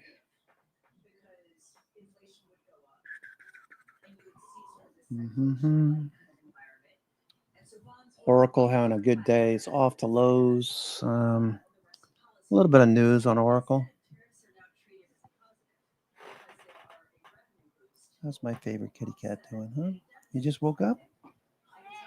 Yeah, you sleeping? Were you sleeping?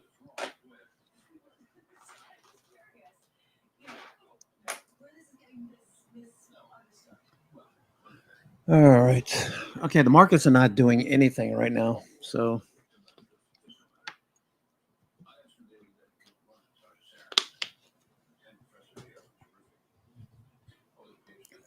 TMQ. Let me see if I can sell some premium here. TMQ.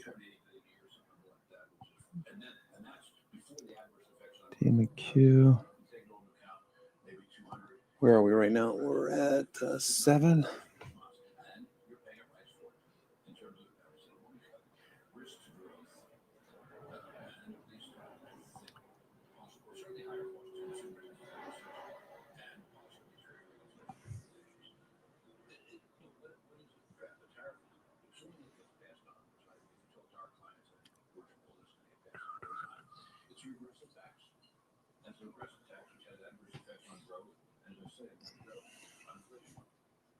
So I'm trying to pair this with the idea that we're seeing mergers and acquisitions accelerate.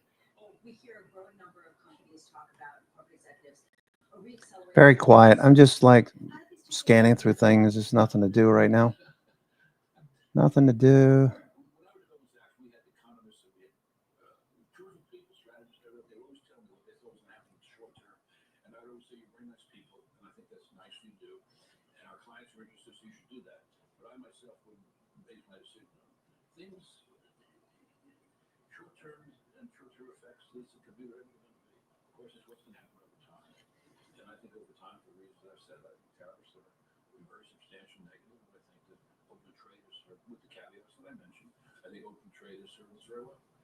I'm not sure companies rethinking their U.S. footprint in a new kind of way. Well, my impression, and I get this largely from speaking, I don't speak to any company myself, but our people are just enormously plugged into corporate America, and also have 3 advisory relationships with pretty substantial investment, I guess you call them funds. I think a lot of people are rethinking how much they want to be allocated to the United States. And you see a little bit, by the way, the dollar. The dollar has actually suffered through this thing. I don't think too much of it has happened so far, but I think it's a risk that we're taking. And I think what's so sad to me, Lisa, is we have such tremendous strengths and so many advantages. And I think the damage we're doing is very substantial, attacking the research, attacking science and basic research, attacking our universities. Immigration policy that makes no sense whatsoever. We should have economic immigration that serves our economic needs. And then we should have, at least in my opinion, measures to deal with currently undocumented people so they can become a more part of our economy. And if they're obviously doing adverse things, they can continue to prosper our economy and become citizens. There's so much that we can do. There is this feeling, and we're seeing this in the political sphere, and this one was in the Clinton administration when globalization was really taking off. I'm wondering what your perspective is on how the story of globalization is being told now.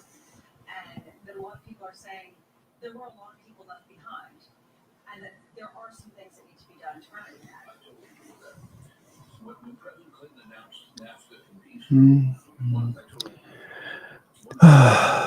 It's boring. We're not going anywhere. So if you're looking for action, today is not the day.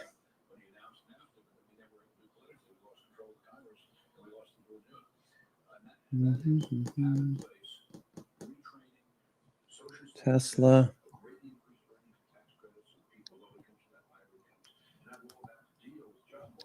Tesla pulling back a bit.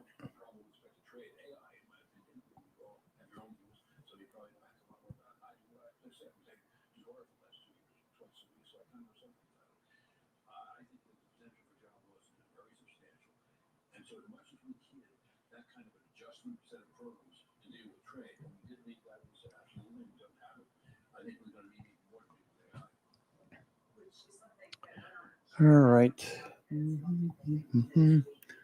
Not much to do here. Let's see what Netflix is doing. Okay. Let me go take a look at a few things here. Okay, Broadcom. Okay, Broadcom. There's a $1,500 trade that's on right now. This is Broadcom. Oops. Delete that. Broadcom.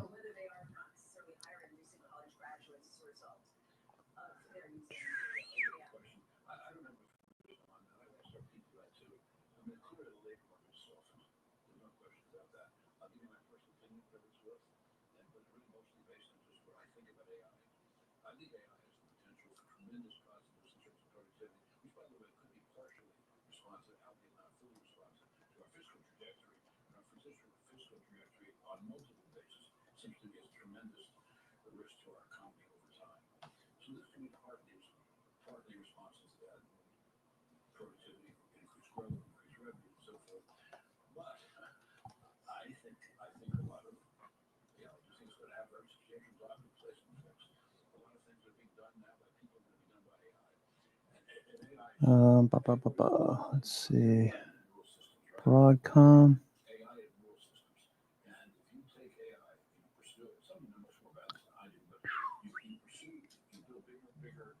Broadcom. Let's see what that looks like.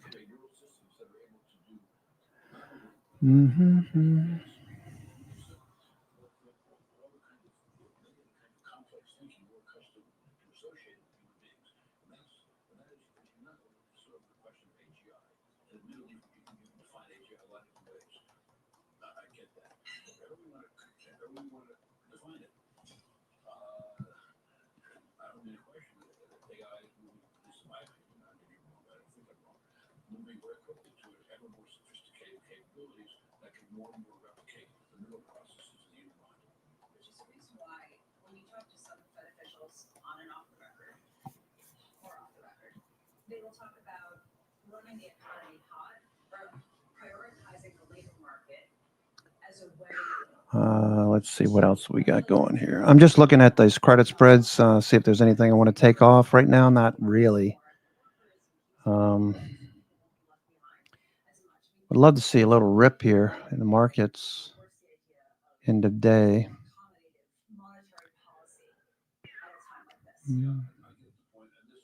Broadcom, GE, MicroStrategy.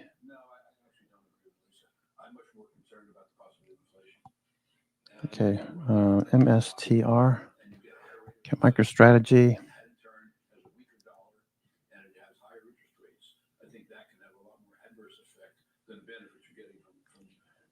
$300, $290. MicroStrategy.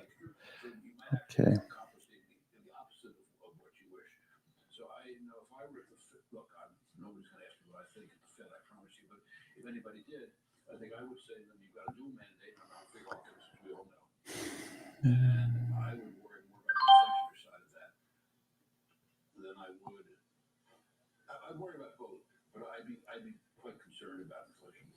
One thing, Ray Dalio was speaking earlier, and he drew the parallel to the 1970s as well as the 1930s, which is a little bit even more alarming. I'm just wondering, from your perspective, do you think that 1970s style inflation inflation is the correct analog? Well, 1970 is an interesting time, and that's actually what Paul Roker was talking about. He and I were talking about this. You know, I don't know, said probably not many of you here, well, maybe none of you actually lived through the 1970s. I did, and inflation took on a life of its own, Lisa. And inflation, this was Paul's point. Inflation expectations built on themselves, and once that happens, it's very, very hard to deal with. And Paul's point was, and I think he's right about this, that once inflation gets going, inflation expectations is very, very difficult to deal with. That's why if I were the Fed, I'd be focused on both aspects. Netflix, how much could I close this for? Let's see. Quite concerned with not allowing inflation to move in a way that is threatening. We spoke a bit ago, and you said the U.S. is still the best place to invest. Do you still feel that? Yes, I do, but it's complicated. We have such a Netflix. It is tragic what we're doing ourselves and what this administration is doing on so many dimensions, in my opinion, in terms of public policy. But I think we have enormous strengths compared to others. I'm repeating myself when I know that. We have flexible labor and capital markets. United Health. What's United Health? United Health. We have great universities, and now we're attacking them in ways that are usually counterproductive, in my opinion. And so much else. Okay, United Health. Let me take a look at United Health. MicroStrategy, UNH. UNH starting to rise. Okay, UNH.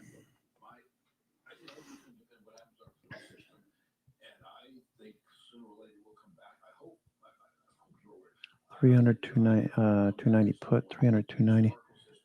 UNH.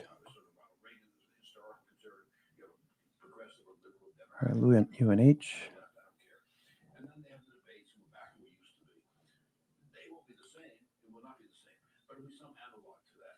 So I believe that's the most likely outcome. UNH. China has some great strengths. We all know that. But it also has enormous problems. We also all know.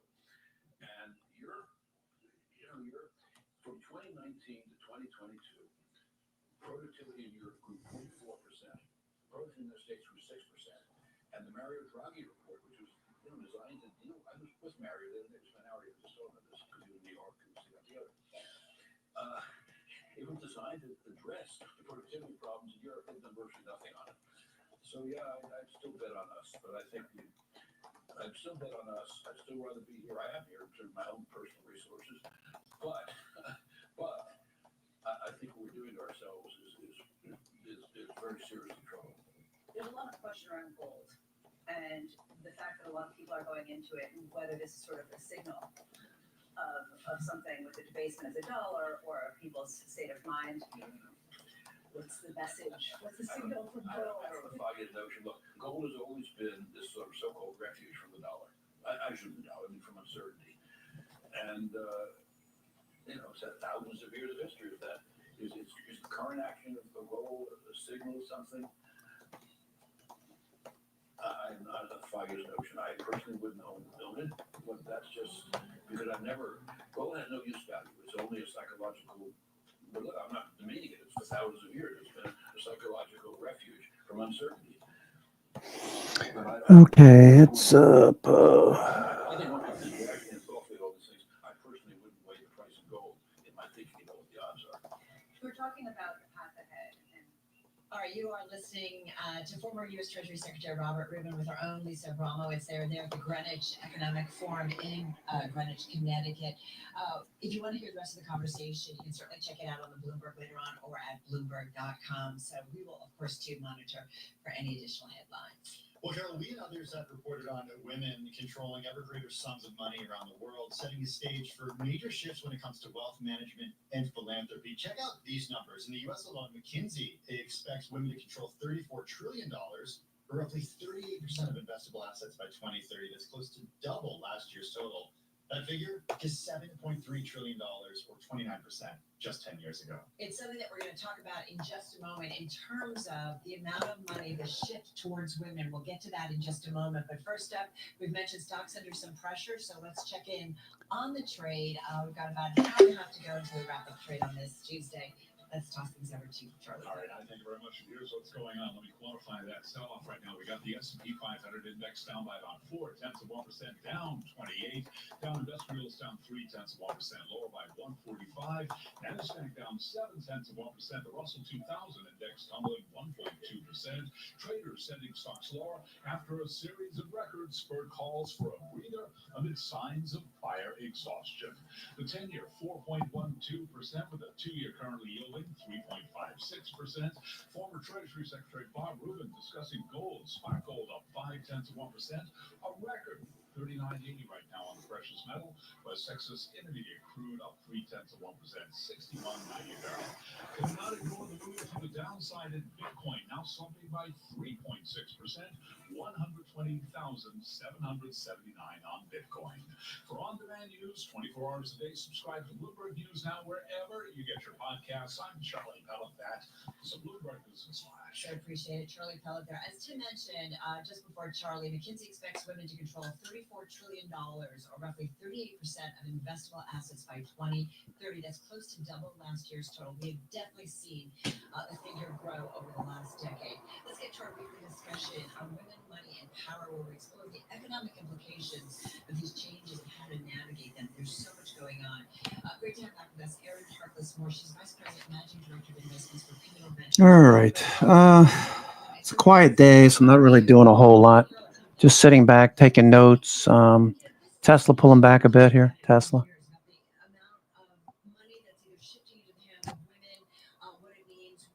The differences are. I am curious, and maybe not everybody's aware of all the work that you guys are doing. You have this very specific mission at Pivotal. Remind everybody what you're up to, and I am curious about what it means on a day-to-day basis, what you're looking forward to investing. Okay, Tesla. Yes, thank you for having me. Pivotal is an organization founded by Melinda French Gates in 2015. We are focused on advancing social progress, and specifically when Melinda set up Pivotal, she realized that we would need multiple levers and tools to do that, including philanthropy and investment capital, to get more power in the hands of more people, particularly Tesla, we bounced here earlier. Let's see if we bounce at all. also invest in companies that are innovating in areas and themes like women's health and caregiving, where women carry a lot of burden. There's great opportunity to drive innovation, and we think make a lot of money investing behind those things as well. So that was the real impetus to found Pivotal for Melinda. She wanted women to be in a Call side. decisions, control resources and capital, and influence the decisions that are happening Okay. in our workplaces, in our communities, in our schools, and in our homes. And that's what Netflix turning back up again. Netflix looks like it wants to push a bit higher. Netflix. Okay, watching Netflix. Netflix starting to rise. Okay, I took some put credits on this one. Netflix. Where is my Netflix? Huh. Okay, Netflix. There we go. Let me take Netflix here. Netflix. All right, Netflix. BC pivots on Netflix. And it's also true for our direct investing as well. Many of the companies that we back have female leaders, and some do not. But we're just trying to find founders and innovators that are really solving problems for everyday Americans and everyday women. You know, I love that. We want to get into some of the specifics in terms of where you guys are investing, but this idea of getting money in the hands of women, how many times do we sit around this table, and it doesn't matter what group we're talking about, money talks. Yes. It gives you a seat at the table, whatever table that may be. And it's just fascinating that here we are still in 2025, and it's still a struggle. But this idea that you guys are specifically targeting women and making sure that Okay, they Tesla. are having the money they need to kind of grow their power. That's really important. It is. It's incredibly important, Carol. And the numbers have improved. About a decade ago, about 9% of decision makers, partners at U.S. venture capital firms were women. That number's grown to about 18%. So we made meaningful progress in the last 10 years, but we have a long way. Tesla starting to drop off a bit. I took the put side off. A wash.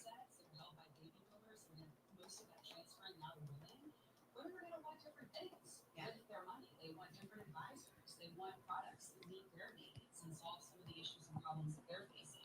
And so we see, again, a huge opportunity if we can change the face of who is making the decisions. That brings real So, power and real change. buy the rumor, sell the news. It's an area of your focus. It's an area of focus at Pivotal Ventures. It's something that Carol and I think a lot about. Been involved in it.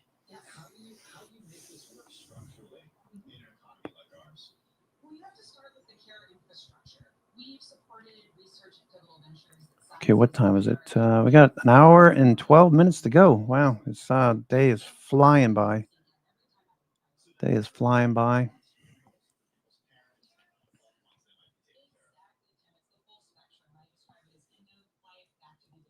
Okay, Oracle starting to top out here. Oracle on the day is starting to top out.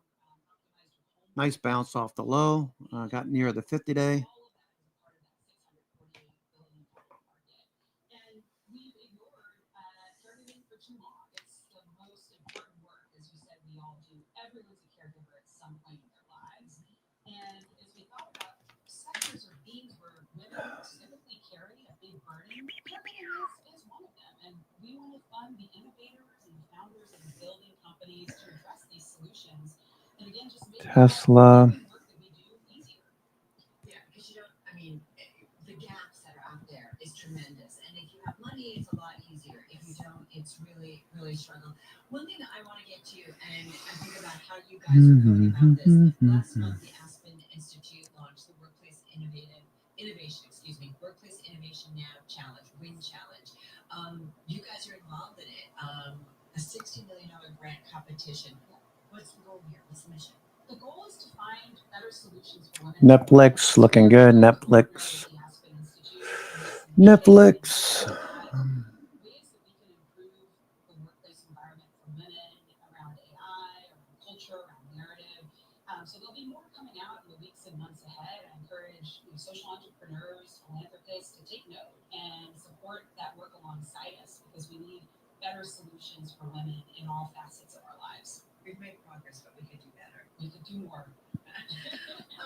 It's just, this is, I feel like we have talked about women and money for a long time, women in power in a long time. And like you say, we've made progress. But, if you could change one thing, we just got about 30 seconds, that would really improve women, money, power, like the whole thing, what would it be? I think it's knowing what you want and asking questions.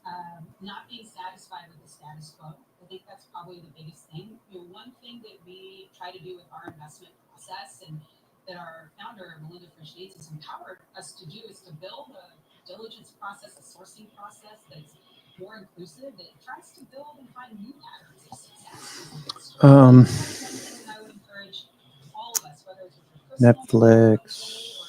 or other institutional investors, to take that as well. Netflix. Erin Parkless-Moore, VP and Managing Director of Investments for Pivotal Ventures. Absolutely. Netflix.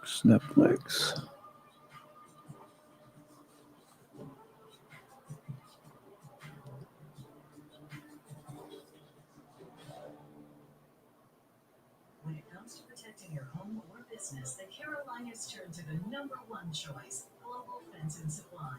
Ranked #1 for quality, service, and reliability, Global Fence and Supply builds fences that last. Vinyl, wood, aluminum, custom gates, and more. From backyard privacy to commercial security, Global Fence and Supply delivers. All right, S&P is just kind of grinding away. Netflix pushing higher. Netflix.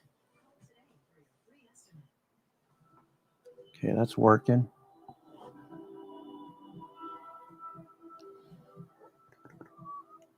Big Bear AI, looking for that to follow through. What's CMG doing? CMG is flat.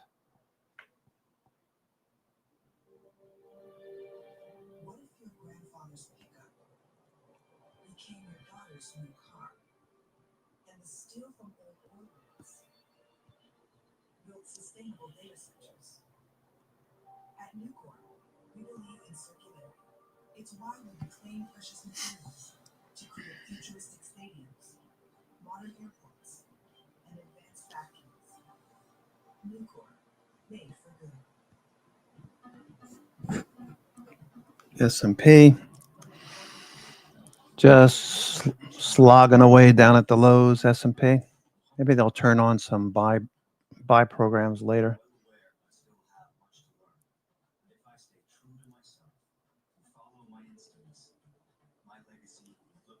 Okay, what is Supermicro doing? Supermicro faded, right? All right, starting to come off the low. Supermicro coming off the low. Supermicro, SMCI, ABCD.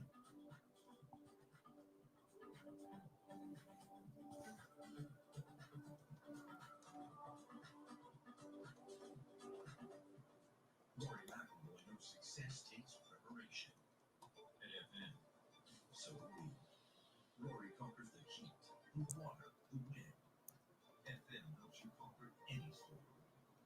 Rory's success demonstrates the power of resilience. Supermicro. I anticipate the revenue streams are just going to keep building. This one's popped up. What is the? Let me just check here.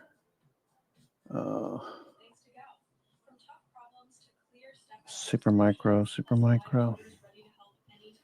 Trending. Okay. Just keeps trending. This rate will be up at 62 by next week sometime. Supermicro.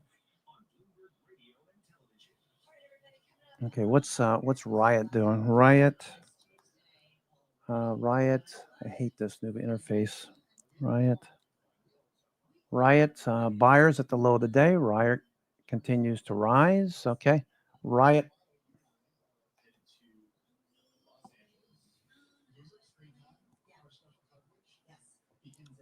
Iron,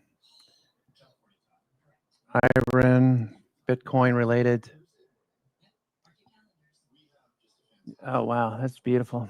Beauty.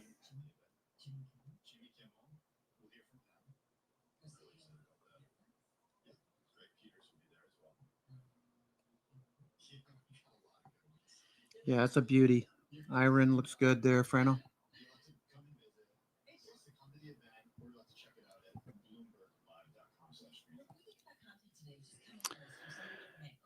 Okay, so Supermicro, SMCI. Okay, looks good. Also, check out the Screen Time edition of Bloomberg Business Week. It is the Screen Time edition, and Mr. Beast is the cover story that written by Lucas Shaw. Yeah, of course. These are all names we're going to do. S&P is just sitting here squeezing on the 1 minute chart. Let's see what the 5 minute looks like. 5 minute. 5 minute is squeezing. TTM is trying to open up. We have down volume leading most of the day, so not surprising. We've had, out of the last 5 trading days, we've had 3 VOLD, VOLD, VOLD positive days and 2 negative days. Negative on, was that Thursday? Positive on Friday and yesterday. And today we're negative. So not surprising. Not surprising. The S&P is having an off day. But technically speaking, it's trending. It's still above the 9 EMA. Junk bonds. Let's see what junk bonds look like. Junk just looks like maybe consolidation. You can have rotation as well. Let's go take a look at that. Rotation could be part of the issue right here. Rotation. Let's see. Let's go to the S&P sectors. Okay. Let's go out to let's go to a 60 minute. 60 minute. Save change. All right. So let's scroll through this. Okay. Okay. See what we can discern. You can see communications is actually picking up. What is Meta doing? Meta 710. Okay. Meta. Let's see. Meta. META. Meta. All right. So we dipped into yesterday's price action. Not ideal. It's not ideal, but buyers are still showing up. You see that? You got a dip down to 690. We moved above it this morning, faded into yesterday's range. But what's happening right now? We got buyers, right? We got buyers at the low of the day. So is that going to be enough? Do we get this back to green? That's a good development, by the way. Meta, okay. So we're not taking out yesterday's low. We're not taking out well, we're below yesterday's close, but we're in the upper half of yesterday's range. We're in an area where we saw buyers before. Okay, so there was buyers over here. Okay. So there were buyers there. There's buyers over here. Okay. So this looks like we're going to keep going. 50-day is the target right there. Target in the sense that, if we get there, if we're lucky to get there, we'll probably get rejected the first time, but it looks pretty good. Looks pretty good. We have the main thing is we got buyers here. Okay, we have buyers over here, came back down, bounced.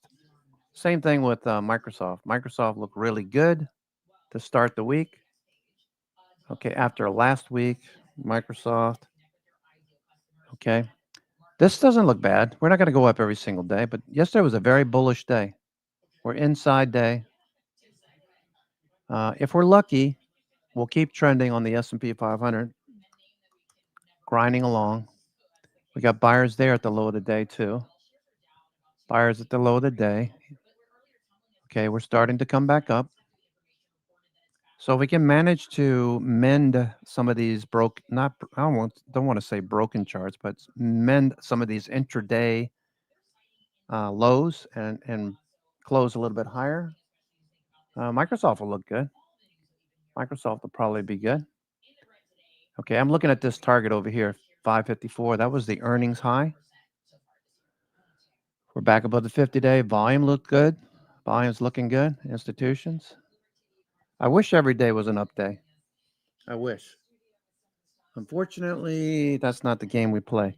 In a lot of ways, price action is random at best. So we look at candles and we convince ourselves that, we know what's going on. To a certain degree we do, right? Because everybody's looking at the same thing. But price action is really random in a lot of ways. I know I'm not telling you anything you don't already know, but so that's why we look at weekly time frames, right? Weekly, okay, we know at least if we're buying dips, most likely we're going to be okay.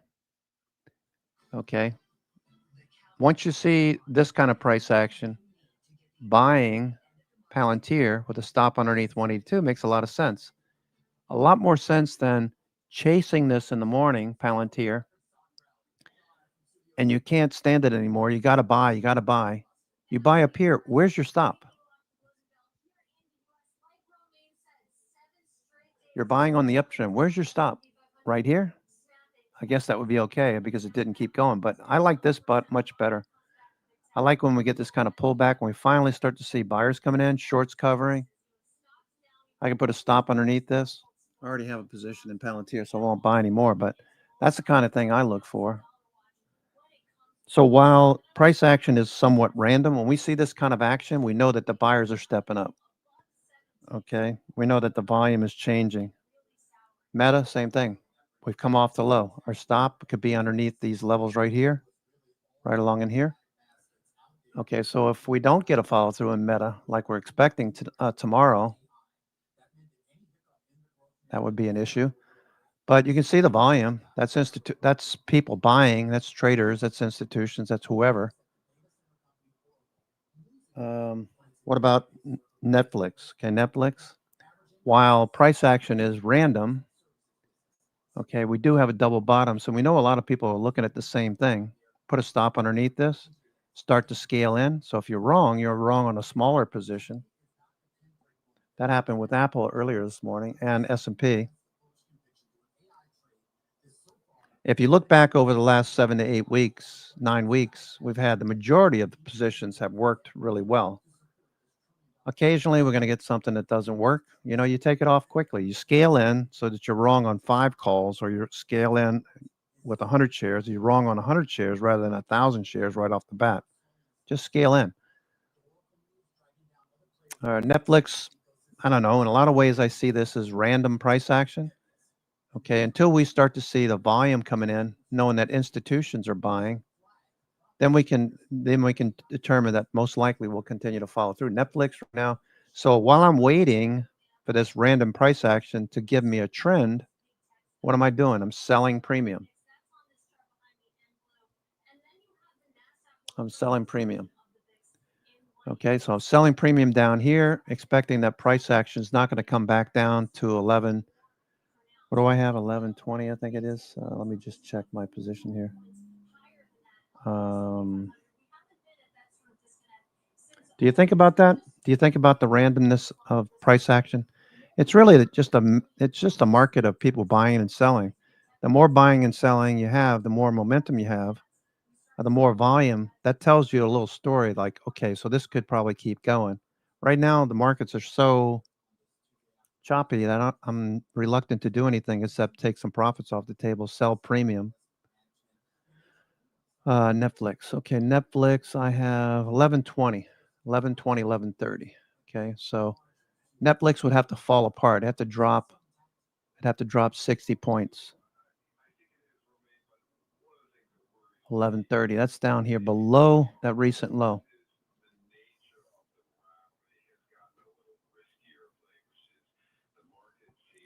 So I want to see this moving. I want to see this higher highs and higher low. Broadcom got an iron condor on Broadcom. Okay, so buyers at the low of the day.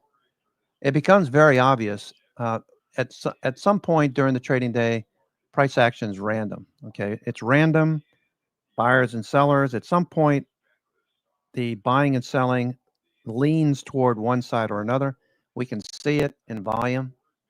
That tells us a lot of people are thinking long. Moving averages turn up. Okay, we can take this trade. And now we've got a nice little rip here in Broadcom. Now, Broadcom, I have a iron condor, so I'm looking for Broadcom to stay between these two. So $1,500 in premium. Think about it for a second. $1,500. We know that price action is somewhat random, right? Until one side or the other decides to take this either higher or lower, I can sell premium. I'm just sitting here waiting for direction. Let's say this rips to the upside like Micron did to us, right? Let's say it rips to the upside. I'll take the call side off. I'll double up on the put side, maybe take some calls to the long side and trade it that way, because then the randomness is gone and the direction is chosen or confirmed. All right, so let's look at Micron. Micron was a trade that I managed, I would say, very well, because this worked. Well, it would probably still work right now, but I didn't like the way it was trading. So it was like ripping higher. So I took the call side off. I doubled up on the put side. Still trending 921 days up and to the right. Volume shows institutions. So that randomness I'm talking about, it's less random when we see look at the volume since the first week of September. Okay, so we see the rise, the randomness goes away, the trend reveals itself. Volume tells you who is buying.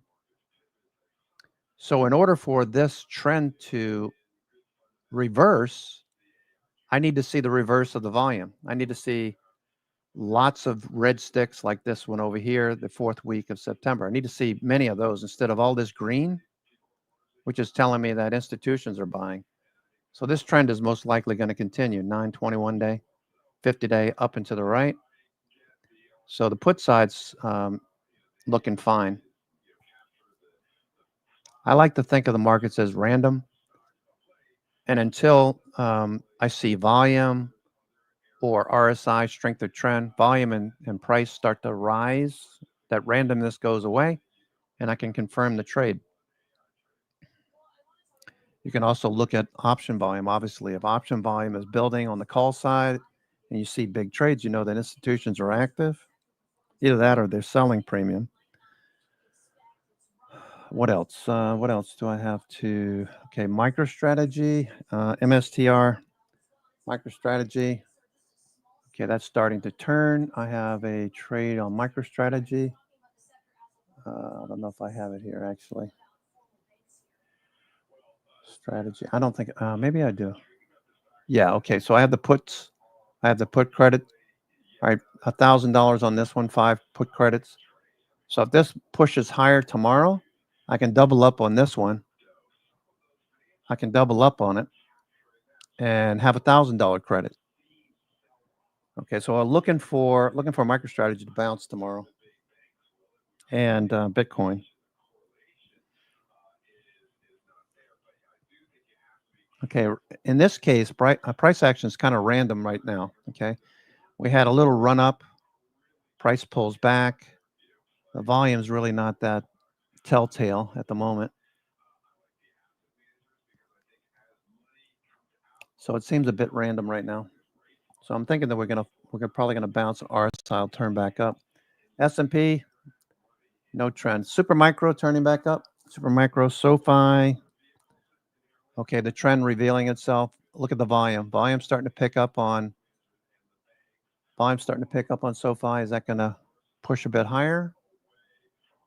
The past 2 days, volume the past 2 days suggests that we could see more upside.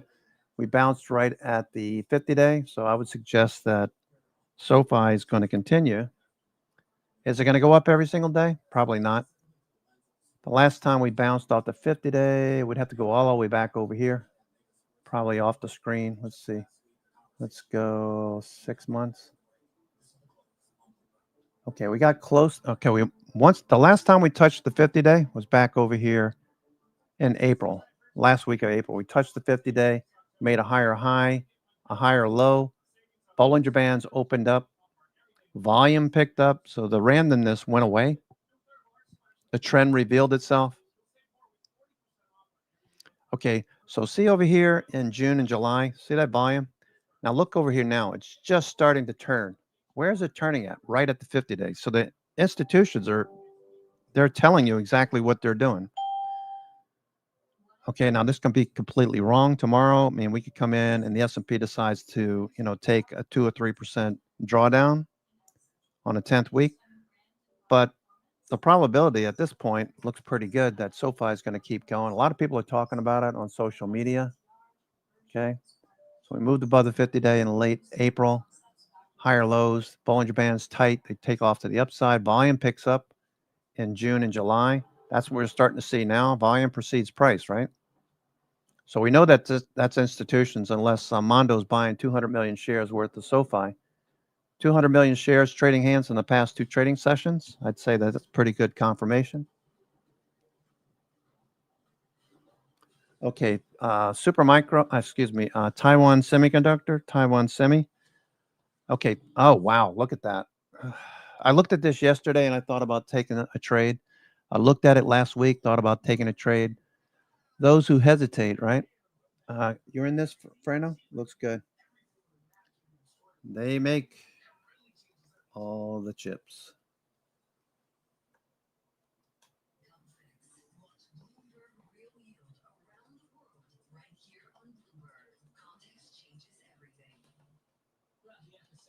Microsoft, Apple, NVIDIA, AMD.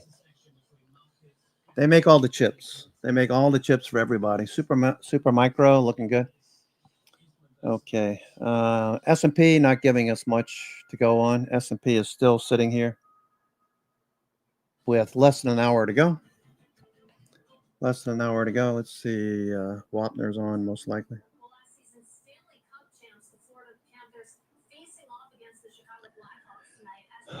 Okay, so the idea that price action is random. A lot of the time, price action is random. We got buyers and sellers, buyers and sellers, buyers and sellers. What is that? What? The metals company. I'm thinking of Taiwan Semi, TSM. I'm looking at what you're posting, and I'm thinking Taiwan Semi. Taiwan Semi actually pulled back. So forget what I was saying there. All right, let me delete that. That's an erroneous comment. Okay, that's an erroneous comment. I was thinking something else. So TMC is the metals company, huh? TMC. Okay. TMQ. Another name. The Gov.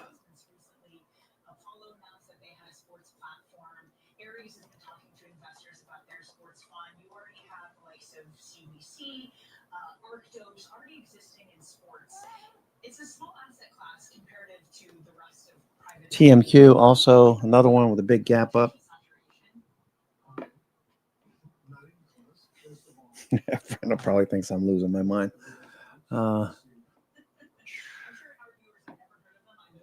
Planet.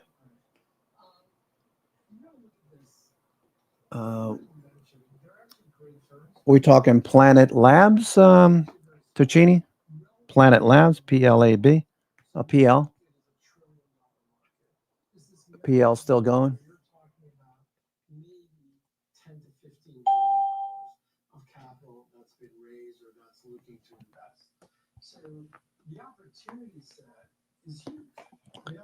PL. That's why you're finding more and more firms like ours and more private equity firms that want to come in because you're literally in the first inning. And I think this is something that's going to last for a long time. So what do you make of those who say the big four, especially now that you have PE in that market too, it's overvalued, it's frothy, it's bubbly? Is there any validity to those comments? I think people have been saying that for the last 20 years. Like when I bought the Bucks, I paid $550 million. At the time, this was 12 years ago. At the time, believe it or not, we had paid the most for any team in the NBA. All right. 12 years later, the Lakers sell for $10 billion. So the Celtics sold for $6 billion. What you're seeing is that just the demand for live sports is the one thing that keeps on growing. So nobody records a basketball game or a football. Nobody records the Super Bowl and says, "Hey, let me watch the last 10 Super Bowls." Right? So it's unique. It's different. That's why the value keeps going up. And I think that's the reason why it's going to keep going up. Yeah, well, to your point, you've participated in the Big Four. You are currently, I know you also own the Orioles alongside my boss, Mike Bloomberg. But you're also very much so focused on emerging sports and women's sports. Just how much does the value proposition differ between the two? Oh, I think it's very So these are women's soccer. And WSL, 5-6 years ago, you could have bought a women's soccer team for around $1 to $2 million. Today, those teams, I think, are around $150 million. We've invested in a group called Mercury 13 in Europe, where we're investing in women's soccer teams. We bought a few, and we're under contract to buy a few more. We're buying those teams around £5 million or €5 million, however you want to look at it. We think in the next 5-10 years, those teams are going to be worth anywhere between $25 million. Archer Communications and Planet Labs, ACHR. So for those who haven't and we won't name them, ACHR, Archer Communications. do you think that that's a losing strategy? No, not at all. I think they're going to do very well. I think what you've seen in the Big Four is that the returns have been somewhere around sort of 10 to 15%. I think that's a great return. I mean, it's not correlated. You're going to do exceptionally well. I don't think you're going to make 5 times your money. I think that is a safe return. And we're looking at investing in those. I think it's very safe. You're going to do well, but you're not going to have the huge growth that you would in something else. Speaking of huge growth opportunities and changing sports, what about college sports? Is there any opportunity to get involved there? I think that is one of the biggest opportunities out there. It really is. And, we've been close to getting a couple deals done. Just haven't gotten there. But I think All right. What are we going to do? The markets are so slow and sleepy. Netflix, looking for more. Netflix. Okay, Netflix looking all right. Netflix back up to the highs. Netflix, Supermicro, turning back up. Supermicro. expect any announcements from you anytime soon? If you want to make an announcement here, we're also very happy for you to. Good. I'd love to make an announcement, but I think I got to wait. Supermicro. I think we are probably 3 to 6 months away, but the issue is always subject to board approval or the trustees. And Supermicro. I find that people don't like being first. They're always first to be second. They never want to be the first. Mark, I'd be remiss if I let you go without asking about this wider moment we're in private equity. There's been this argument that the industry was overinvested in 2021, 2022. Now they're having a hard time finding exits, hard time with distributions. Fundraising has been difficult too. Do you think that this is an existential moment for the industry as a whole? No, not at all. Okay, I think what people forget is you're supposed to look at this over 5 or 10 year horizon. If you're going to look at it in a year horizon, it's never going to make sense. Right? So, yes, is it harder to raise capital? Yes. So, who's getting that capital? People who are making money. Right? I think that's Quiet day. Very quiet day. Good time to take some notes. Because as a seller, you want the highest price, and as a buyer, you want the lowest price. And today, both sides feel they have the leverage. Sooner or later, somebody breaks. And the reason you've got this nervousness around the market and in the industry today is because nobody knows what's Supermicro still going. Is the Fed lowering rates? Is the Fed going to stay where it is? Are we going into a recession? Supermicro. Let's look at the daily. All right, so finding some buyers at the low of the day. All right, for the last 5 trading days, you'll notice we pushed above the 50-day. What do we have? A big bullish candle on Wednesday last week. Thursday, we dipped a little bit into that candle, as well as Friday, we dipped into the candle. But what happened? Buyers stepped up. Prices gapped up yesterday. We faded. But now the buyers picking up again where they left off Thursday, Friday, Wednesday, Thursday, Friday. They're picking up where they left off, and now they're pushing a bit higher. I just keep seeing revenue streams increasing on the news. Mondo posted earlier this morning before the open, Supermicro, some deal with Dell, I guess. Dell being associated with Dell. Dell's higher as well.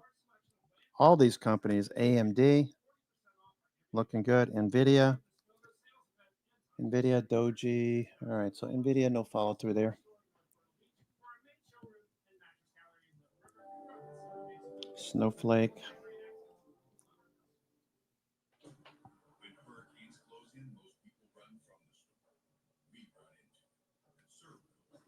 A lot of the difficulties and operational difficulties for traditional financial assets just go poof once you have tokenization.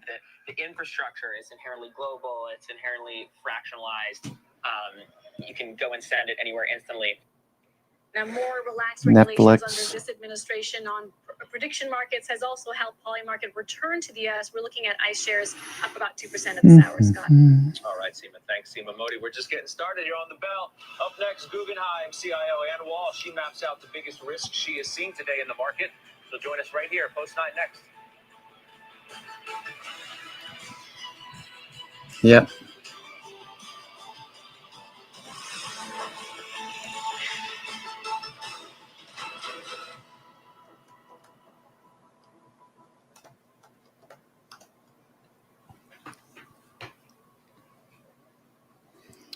Yeah, Frano, I think you got that right. We're due. S&P is due.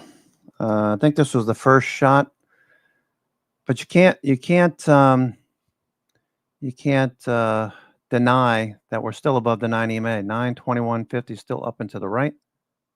This is a market that just keeps torturing the bears. 10 weeks up with no break. 10 weeks. The last, you'd have to go back to 2023 to see this kind of price action. Okay, so late 2023, October, we got this buy. We went up for 9 weeks straight. We took a week pause. Then we ran up again for 12 weeks. We had a couple of pause weeks there, but then we rolled over. Then we rolled over for 3 weeks. That was back in what? April, May, March, April. And then again into August, running up some more. So this looks good. This looks good for the bulls. If you're an investor time frame, you're not worried about these little pullbacks, but we've been up for 10 weeks now. We're starting to show signs that this is the first week we're going to take a break. So what did I do? I started some hedges on SPY. I started hedges on SPY, and what are those doing right now? Those are at a profit right now. SPY, I took the 650, 660 put vertical. Okay, so SPY, 660, 650 put vertical. Okay, let me go to the 60 minute.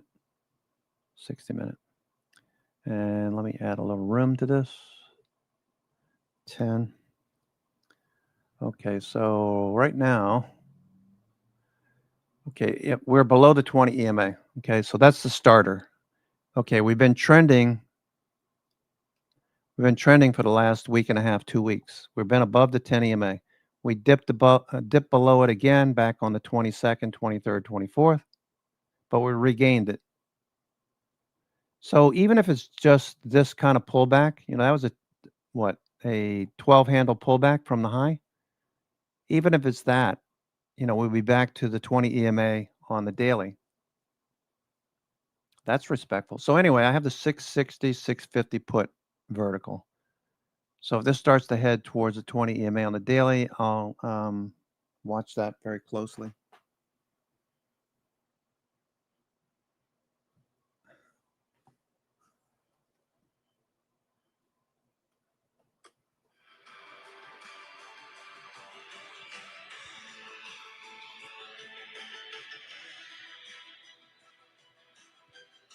Okay, super micro, SMCI.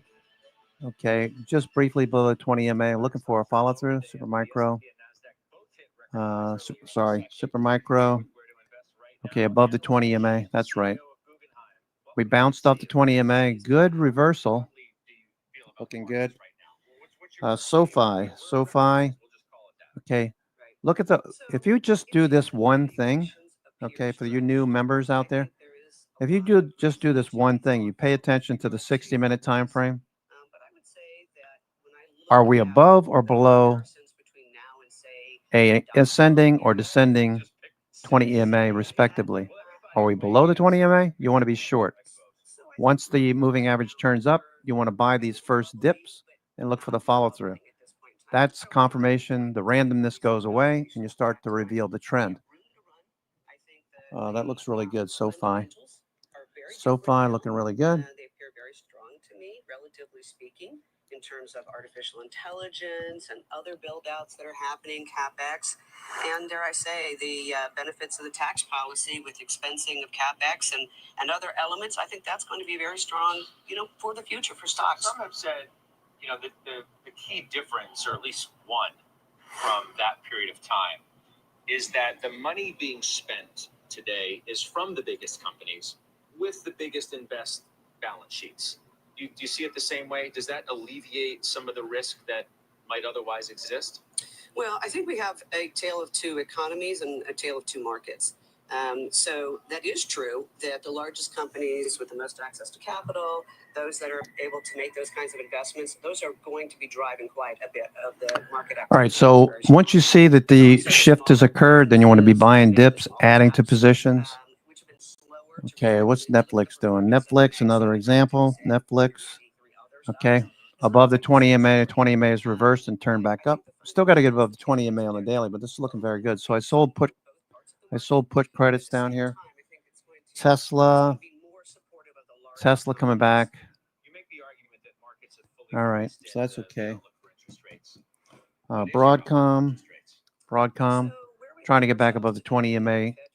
Looks good. SPY, below the 20 EMA. Okay, AMD, way above the 20 EMA. Can it fade? Yeah. Not a bad look here. Starting to turn up. NVIDIA. All we need is more news. for Supermicro. Supermicro looks really good. Supermicro. I think they are showing that we are slowing down, and the Fed has real reason to go ahead and continue to cut. We also think that they'll cut into 2026 as well. So the trajectory is for continued lower Fed funds rate into 2026 and a move towards what I would call the neutral rate being lower, perhaps, than some of our peers. How do we balance a weakening labor market? I mentioned to my prior guest that Carlisle came out with their own study, and they estimate that just 17,000 jobs were created last month, among the weakest results since the economy emerged from the recession in 2020. So I balance that versus, well, it just means the Fed's going to cut more, which people then say, well, don't fight the Fed. So how do I think about both of those? Well, I think that the employment numbers are evidencing the slowdown in the U.S. economy. And by the way, sort of following on some globally as well. And so when we looked at earlier in the year tariffs and the concern that tariffs would be highly inflationary, at the time I took the perspective that I thought they were more recessionary than inflationary, that they had a slowing impact on the economy. I think that's what we've seen. I think we're coming into a more of an equilibrium. At the time, we were also rather a strong GDP, and I think that what we're seeing is that this is sort of normalizing the economy into what I would call sub 2% growth going forward, but very much a steady state economy for the future, which again gives the Fed the opportunity to continue to lower rates, and I think a good story. You probably think way more about credit opportunities than you do equities. Where are the best opportunities today? Rates are down a little bit. Are there still as great opportunities out there in credit? Absolutely. The same tailwinds that help equities help credit even more. And so we see a lot of good value in credit, whether that's corporate credit, structured credit, any kind of a spread sector today is adding value to a portfolio. Frankly, we're at nominal yields that historically remain very attractive, and we have real rates of interest, both That's pretty funny, Mondo. That's pretty funny. Also, of course, especially in spreads. You have a view of private credit as its own sort of fast-growing asset class. There's like $2 trillion in and of itself that's like mushroomed so fast. A couple of bankruptcies in the last few weeks to a month have raised concerns that, okay, maybe we're finally seeing some cracks that people have warned about would happen if certain things turn bad. Or Okay, so S&P. Let's talk about S&P a few more minutes here. Let's talk about S&P. Could be that we're just seeing rotation. Okay, that's what J.C. Parents seems to think this is rotation, and it could be. We were looking at rotation before, and looks like it could be rotation. RRG, let's go back to, we were looking at sectors, sector rotation. That's what it looked like. So Parents, J.C. Parents, that's what he's thinking, is that it's, I think the opportunity is there. We just are hearing. okay, you can see utilities. Obviously, we pointed out utilities, healthcare. These two, if you're focused on these, you're probably going to do well. XLK starting to turn back down towards the weakening sector, but look at the sectors that are strengthening: consumer staples, materials, financials, real estate, industrials. And these were all lagging before. These were all lagging in the bottom left quadrant. Communications, consumer discretionary, financials, materials. So now they're starting to turn, and these are coming off. So while XLB and XLU will probably stick for now, it looks like this rotation is coming into these names. So we want to look at things like industrials, materials. They're not quite there yet, but healthcare is still strong. Healthcare, Doji now. XLU. If the Fed keeps cutting rates, so the Fed keeps cutting rates, XLU is going to keep going. Since these fixed income investors are going to want to have those yields, they'll come to XLU. XLF financials still trending. XLP. Okay, that hasn't turned yet. XLY. Okay, that's taken a breather for the last 3 weeks. So you see what's going on here. It looks like retail is starting to see a little fade. XME, the metals and mining group. Look at that. Gone. Gone for the last 25 weeks. XME, the metals and mining sector. Gold, of course, and silver. All of these going space shuttle. Look at the volume. I almost took a short on SLV, and I thought better of it. It just spoke to people chasing this, so I don't want to do anything just yet. Netflix still looking good. Netflix, okay. SoFi, nice bounce. SoFi.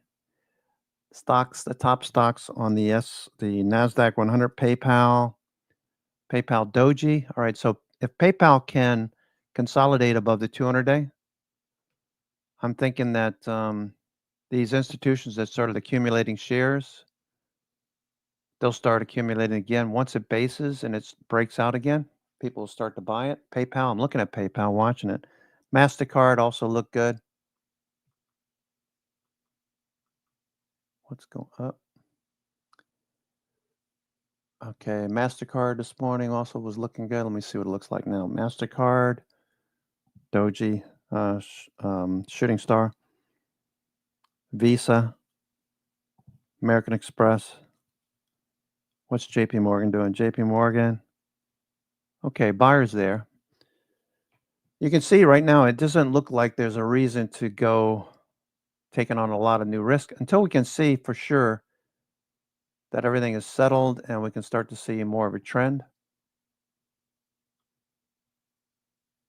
Okay, take that. XLV, MicroStrategy. Okay.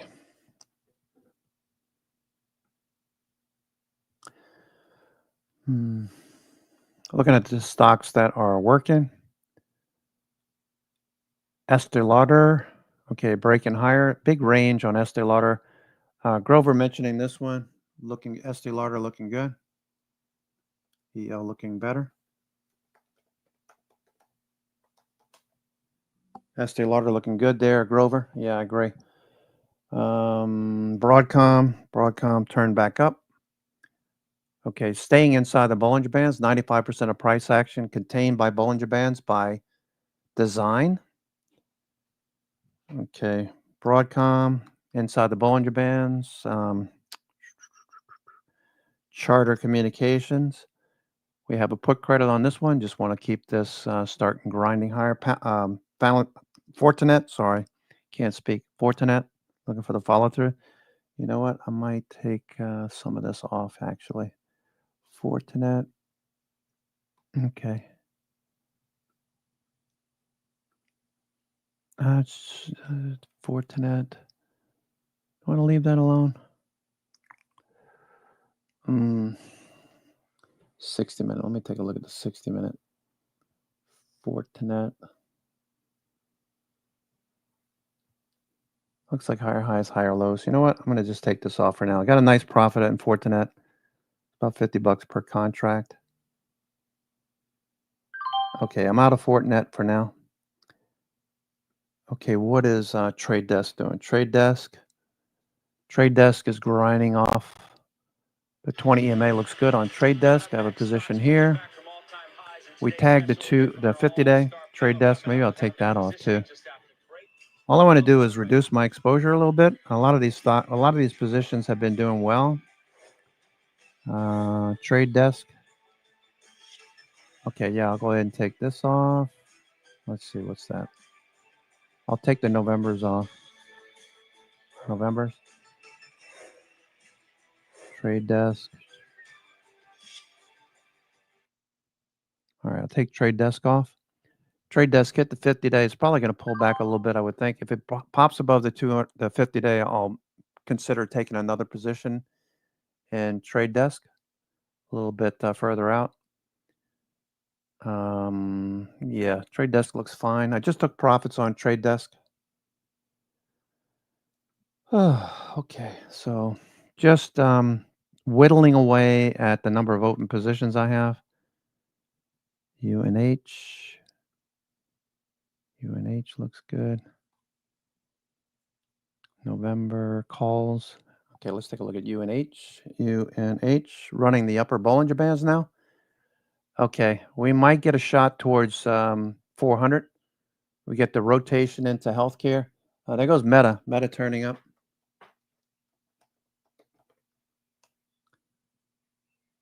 Up. Sorry about that, Grover. That wasn't meant for you. Meta turning up.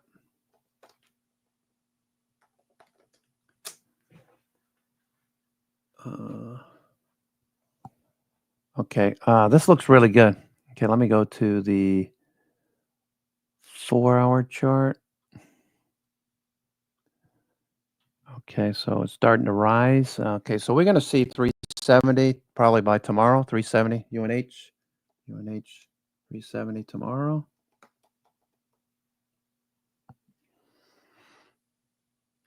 Remember when we were trading this? Aaron, are you still in this? You still in UNH?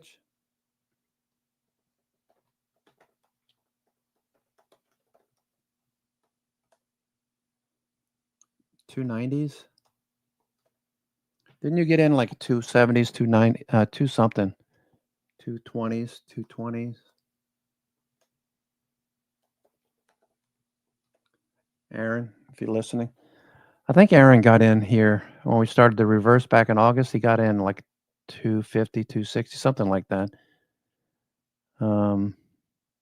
This has been a slow go. It's only 4 months, but great. Thinking 400 soon.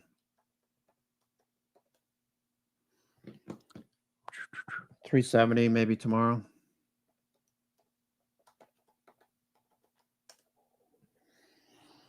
Okay, that's looking really good.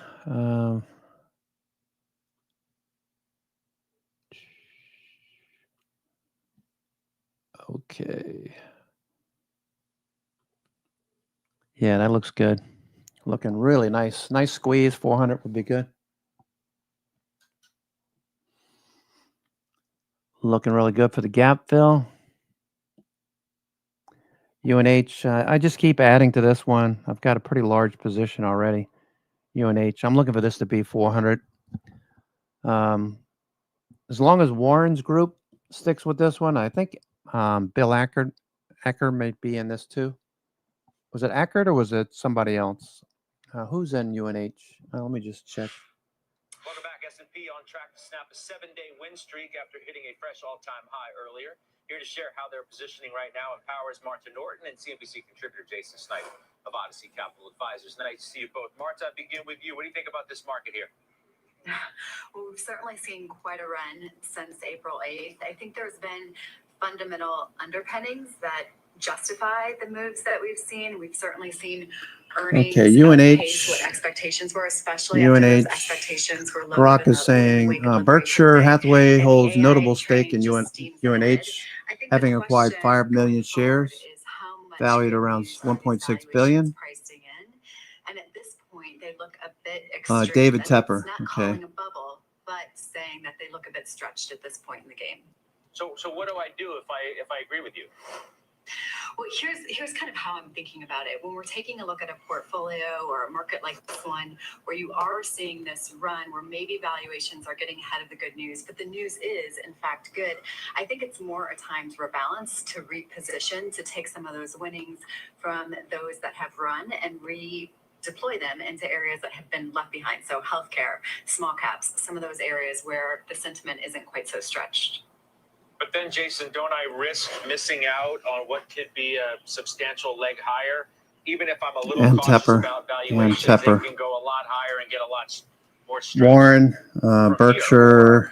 The earnings can just continue to deliver, so you're not so much worried about valuation because it's not multiple expansion; it's simply earnings growth. Yeah, and I think the earnings will be really strong, Scott, starting next week with obviously the financials. But Okay, as it so we relates to should the see. tech, Can you imagine? we've seen earnings grow Can we hit well 600? 20%, I'd love to in see that space. But I think to UNH. Martha's point, I think it is prudent going into 2026 and kind of start to table shape some of your growers and start to rotate into some of the other cyclical areas like, as she mentioned, healthcare, energy, industrials has obviously done well. But I think that's a prudent move towards UNH, nice 600 would be a nice ring to it. which we are currently in. No, I understand that, but I mean, why would I want to rotate into cyclicals? If I think the economy is going to be, even if the Fed's cutting, I think the labor market's going to continue to deteriorate to a degree, and the economy's going to be a little. What was that? What was that stock you were looking at this morning, Frano? ULY, was it? ULY. At the end of this year, because I think I think the earnings story is going to be positive. I think breadth is going to be like the RSP stories like that. I think are going to be good plays going into next year. Not to abandon, of course, not to abandon what has kind of taken you here, but I think that's going to be the prudent move going into next year. You like small cap? Is there options on this one? ULY. I'd rather buy options. Yeah, no, I think small caps can work. Listen, I mean, the cutting cycle is underway. It's a 92% chance that we're going to cut this month, 88% chance that we'll cut in December. Then we have has no options. Okay. Starting in May of next year, which I think will be leaning towards continuing this cutting cycle. I think my concern is around inflation. You know, what the inflationary story will look like going forward. But I do think if that's the story, small caps can continue to work. So, Marta, what are your expectations there? Where does the S&P likely to go, do you think, by year end? Well, I don't necessarily expect a sell-off between now and the year end. I do think there's, true strength behind the earnings. I guess my thought is how much more can we grind higher? And of course, that rests on the performance that we see in this Q3 earnings season. Are we going to see continued upside surprises? There's room for that when we think about the CapEx spend, when we think about the deregulation trend, and of course, just kind of the AI boom more broadly. There are some things that I think can be a little bit more of a dead weight. I see the tariffs factor as being a long noted. Thank you, Frano. That really manifests itself as something that derails the earnings season that we're heading into. I don't think so, but I think it's something that we're going to have to continue to monitor. And then to your point, there are some economic questions that we have to wrestle with. SoFi. Jason, So fine. Coming up next, we track the biggest movers in the close today. Christina Partsinevelos is standing by with that. Hi, Christina. Hi, Scott. AI demand driving one tech giant stock higher while a discount retailer tumbles, and of course on a Wall Street downgrade. And healthcare stocks jump on potential policy changes. I'll explain all of that right after break. Sector Sort is sponsored by Sector Spider ETFs. Questions, a lot of existential questions too when it comes to this area. Okay, I'm going to take a couple minute break. I'll be right back. I'm just going to grab some ice so I can have an iced coffee. I'll be right back.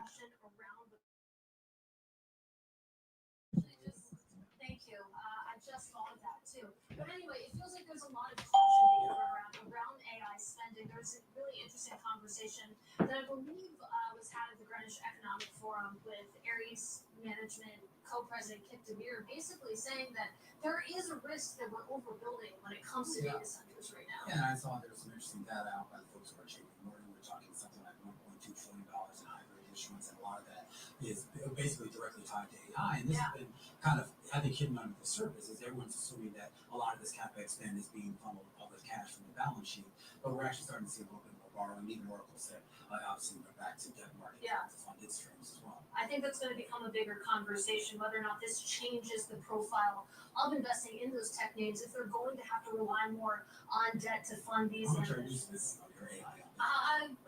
Practically zero, I would say, but I'm sure there's some. Well, the ROI on that is great. Yeah, thank you.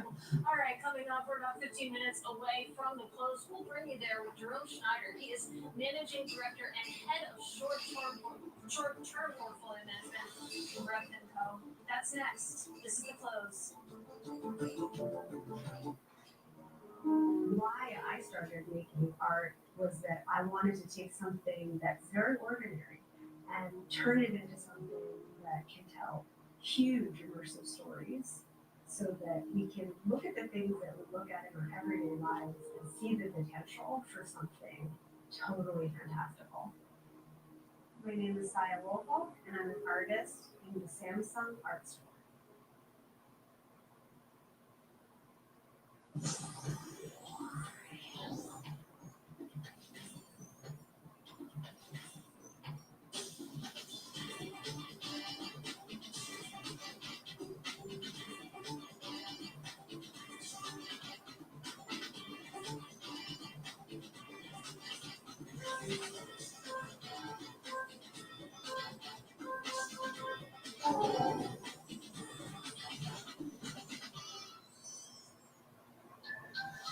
Opportunities don't stop when the market day ends, so neither do we.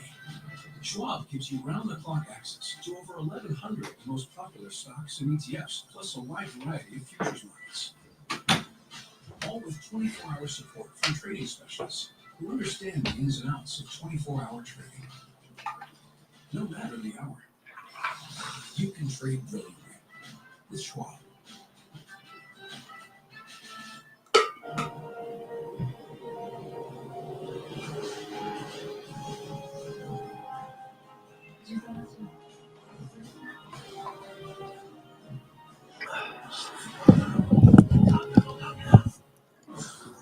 Okay, let's take a look at the S&P. S&P trying to get something going here with 11 minutes to go. 11 minutes to go.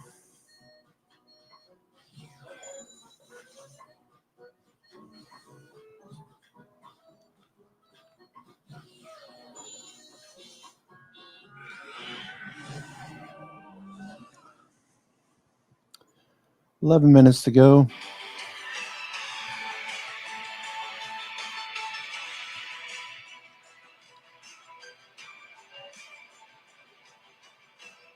About 10 away from the bell. Back to Christina for the stocks she's watching. Please do tell.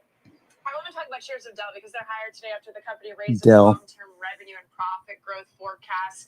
The shares are about 4% higher. It said it expects Dell annual into the revenue to close. expand because, of course, strong demand for AI infrastructure.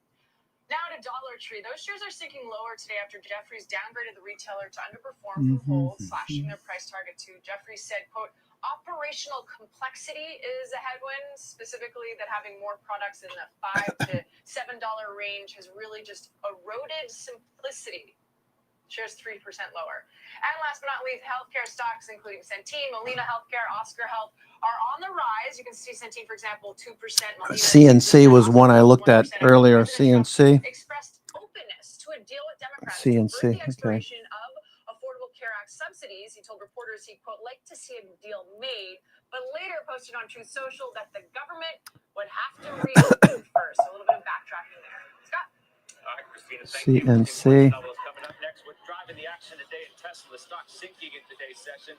Got a report coming up inside the market zone. Plus, tickets still available for fast money trading the holidays at the NASDAQ. December 11th. Live. It's in person. You can scan the QR code for more information. We'll be right back.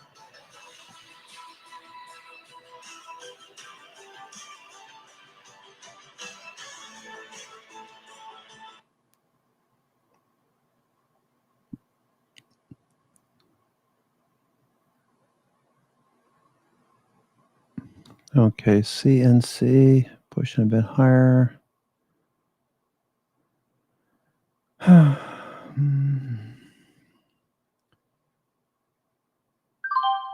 CNC. CNC. Centene. Okay, nice look to this one. Just kind of a gradual grind higher. CNC. Okay.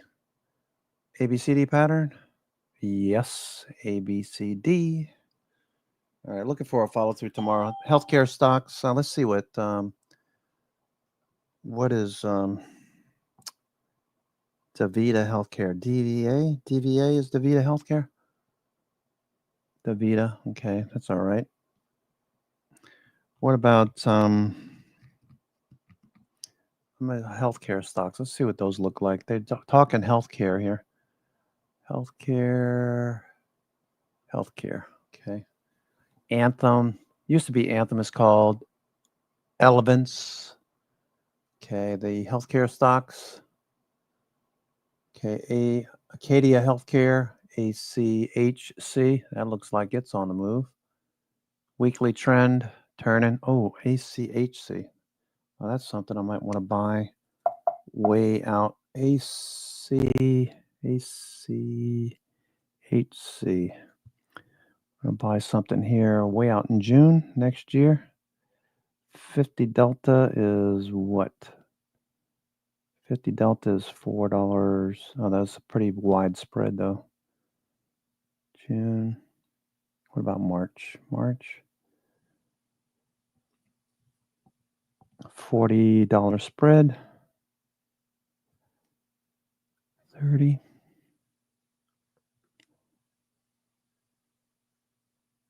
Not much going on there. 25. Open interest. ACHC.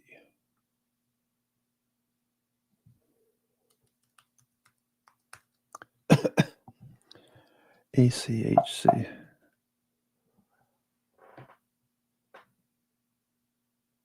100 shares. ACHC.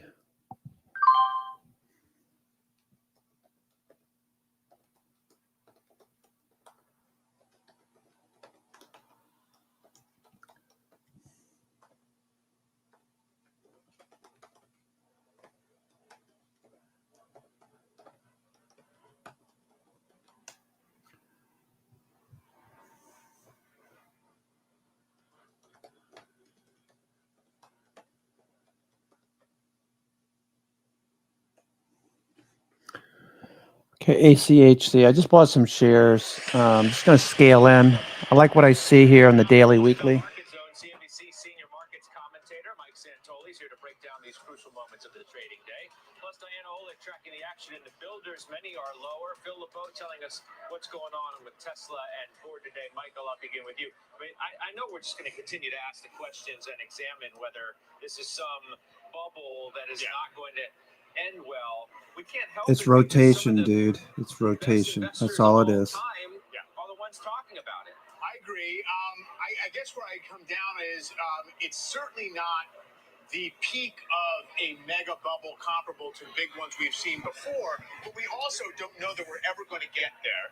And before the 20%, 25% drop in the NASDAQ in 2022, before we had a near to 20% in 2018, we weren't at a bubble. You can have a rough market without it being, some United Health having a good day. United Health, UNH.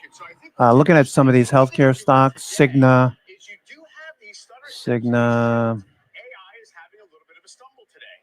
Cardinal Health. All of these are pretty big outfits.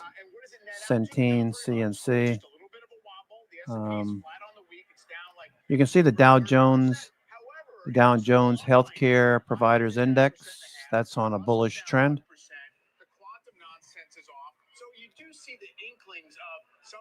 Dow Jones Healthcare. And then maybe get a little bit of a reset of all the storage names that ran up on the AI infrastructure trade. So I think you can keep yourself in check and keep things on track if you do have these interim setbacks, and then everybody feels like we refresh the move. All right, come back to you in a minute.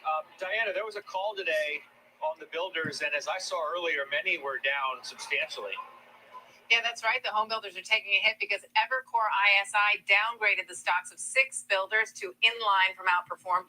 They also cut price targets on several sector stocks. You got any healthcare, Brenna? Any longer term? The Trump administration's goal of increasing housing production as a way to improve affordability. He said the firm believes less is more. Kim wrote in a note to clients, this summer the home builder stocks rallied in anticipation that falling mortgage rates would stimulate a rebound in housing demand and a bottoming in fundamentals. But so far, despite modestly improved affordability, a meaningful demand response has not yet emerged. Now, mortgage rates have moved off their recent lows, although they are much lower than they were just 6 months ago. Back to you. All right, Diana, thank you. That's Diana. All right, Phil, we're going to take Tesla first. Tell me about that, then I'll ask you about something else. Tesla has finally shown us the lower priced Model 3 and Model Y that will be going on sale. You say how much lower price? Well, they're down in the under $40,000 range. Specifically, Model 3 drops down to basically $37,000. Model Y, basically $40,000. For each of them, about a $5,000 price cut compared to where they were just a couple of days ago. Why have they cut prices? Well, they have fewer features, including a smaller battery, slightly less range. Some of the automatic features are now manual features, things like air vents for the second row. Those are the kinds of things that have been stripped out of the car. Again, decontented to a certain extent here. For the Model 3 and Model Y, I wouldn't mind buying a Tesla for tooling around town. 97% of their sales. SMCI. Got a little profit taking in today. Okay. The growth has been in Model 3 and Model Y. The Cybertruck, the S and the X, niche vehicles, they don't sell a whole lot of those. This is really what Tesla Okay, we got 2 minutes to go. 2 minutes to go. Look at shares of Tesla, Scott. Remember, we will find out what Elon Musk thinks the future holds beyond the lower priced models. We get the earnings results from the company on October 22nd.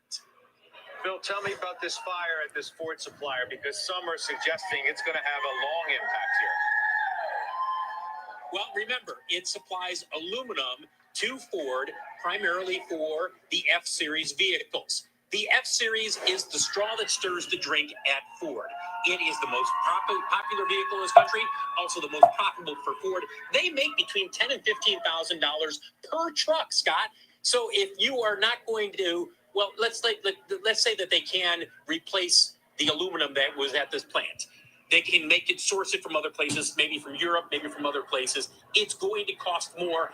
Therefore, it is likely going to cut into the company's earnings. The company hasn't said exactly what the impact will be at this point, but we get their numbers on October 23rd. I wouldn't be surprised, Scott, given what I've heard from people in the industry, that you may see a substantial impact to Ford. How much remains to be seen.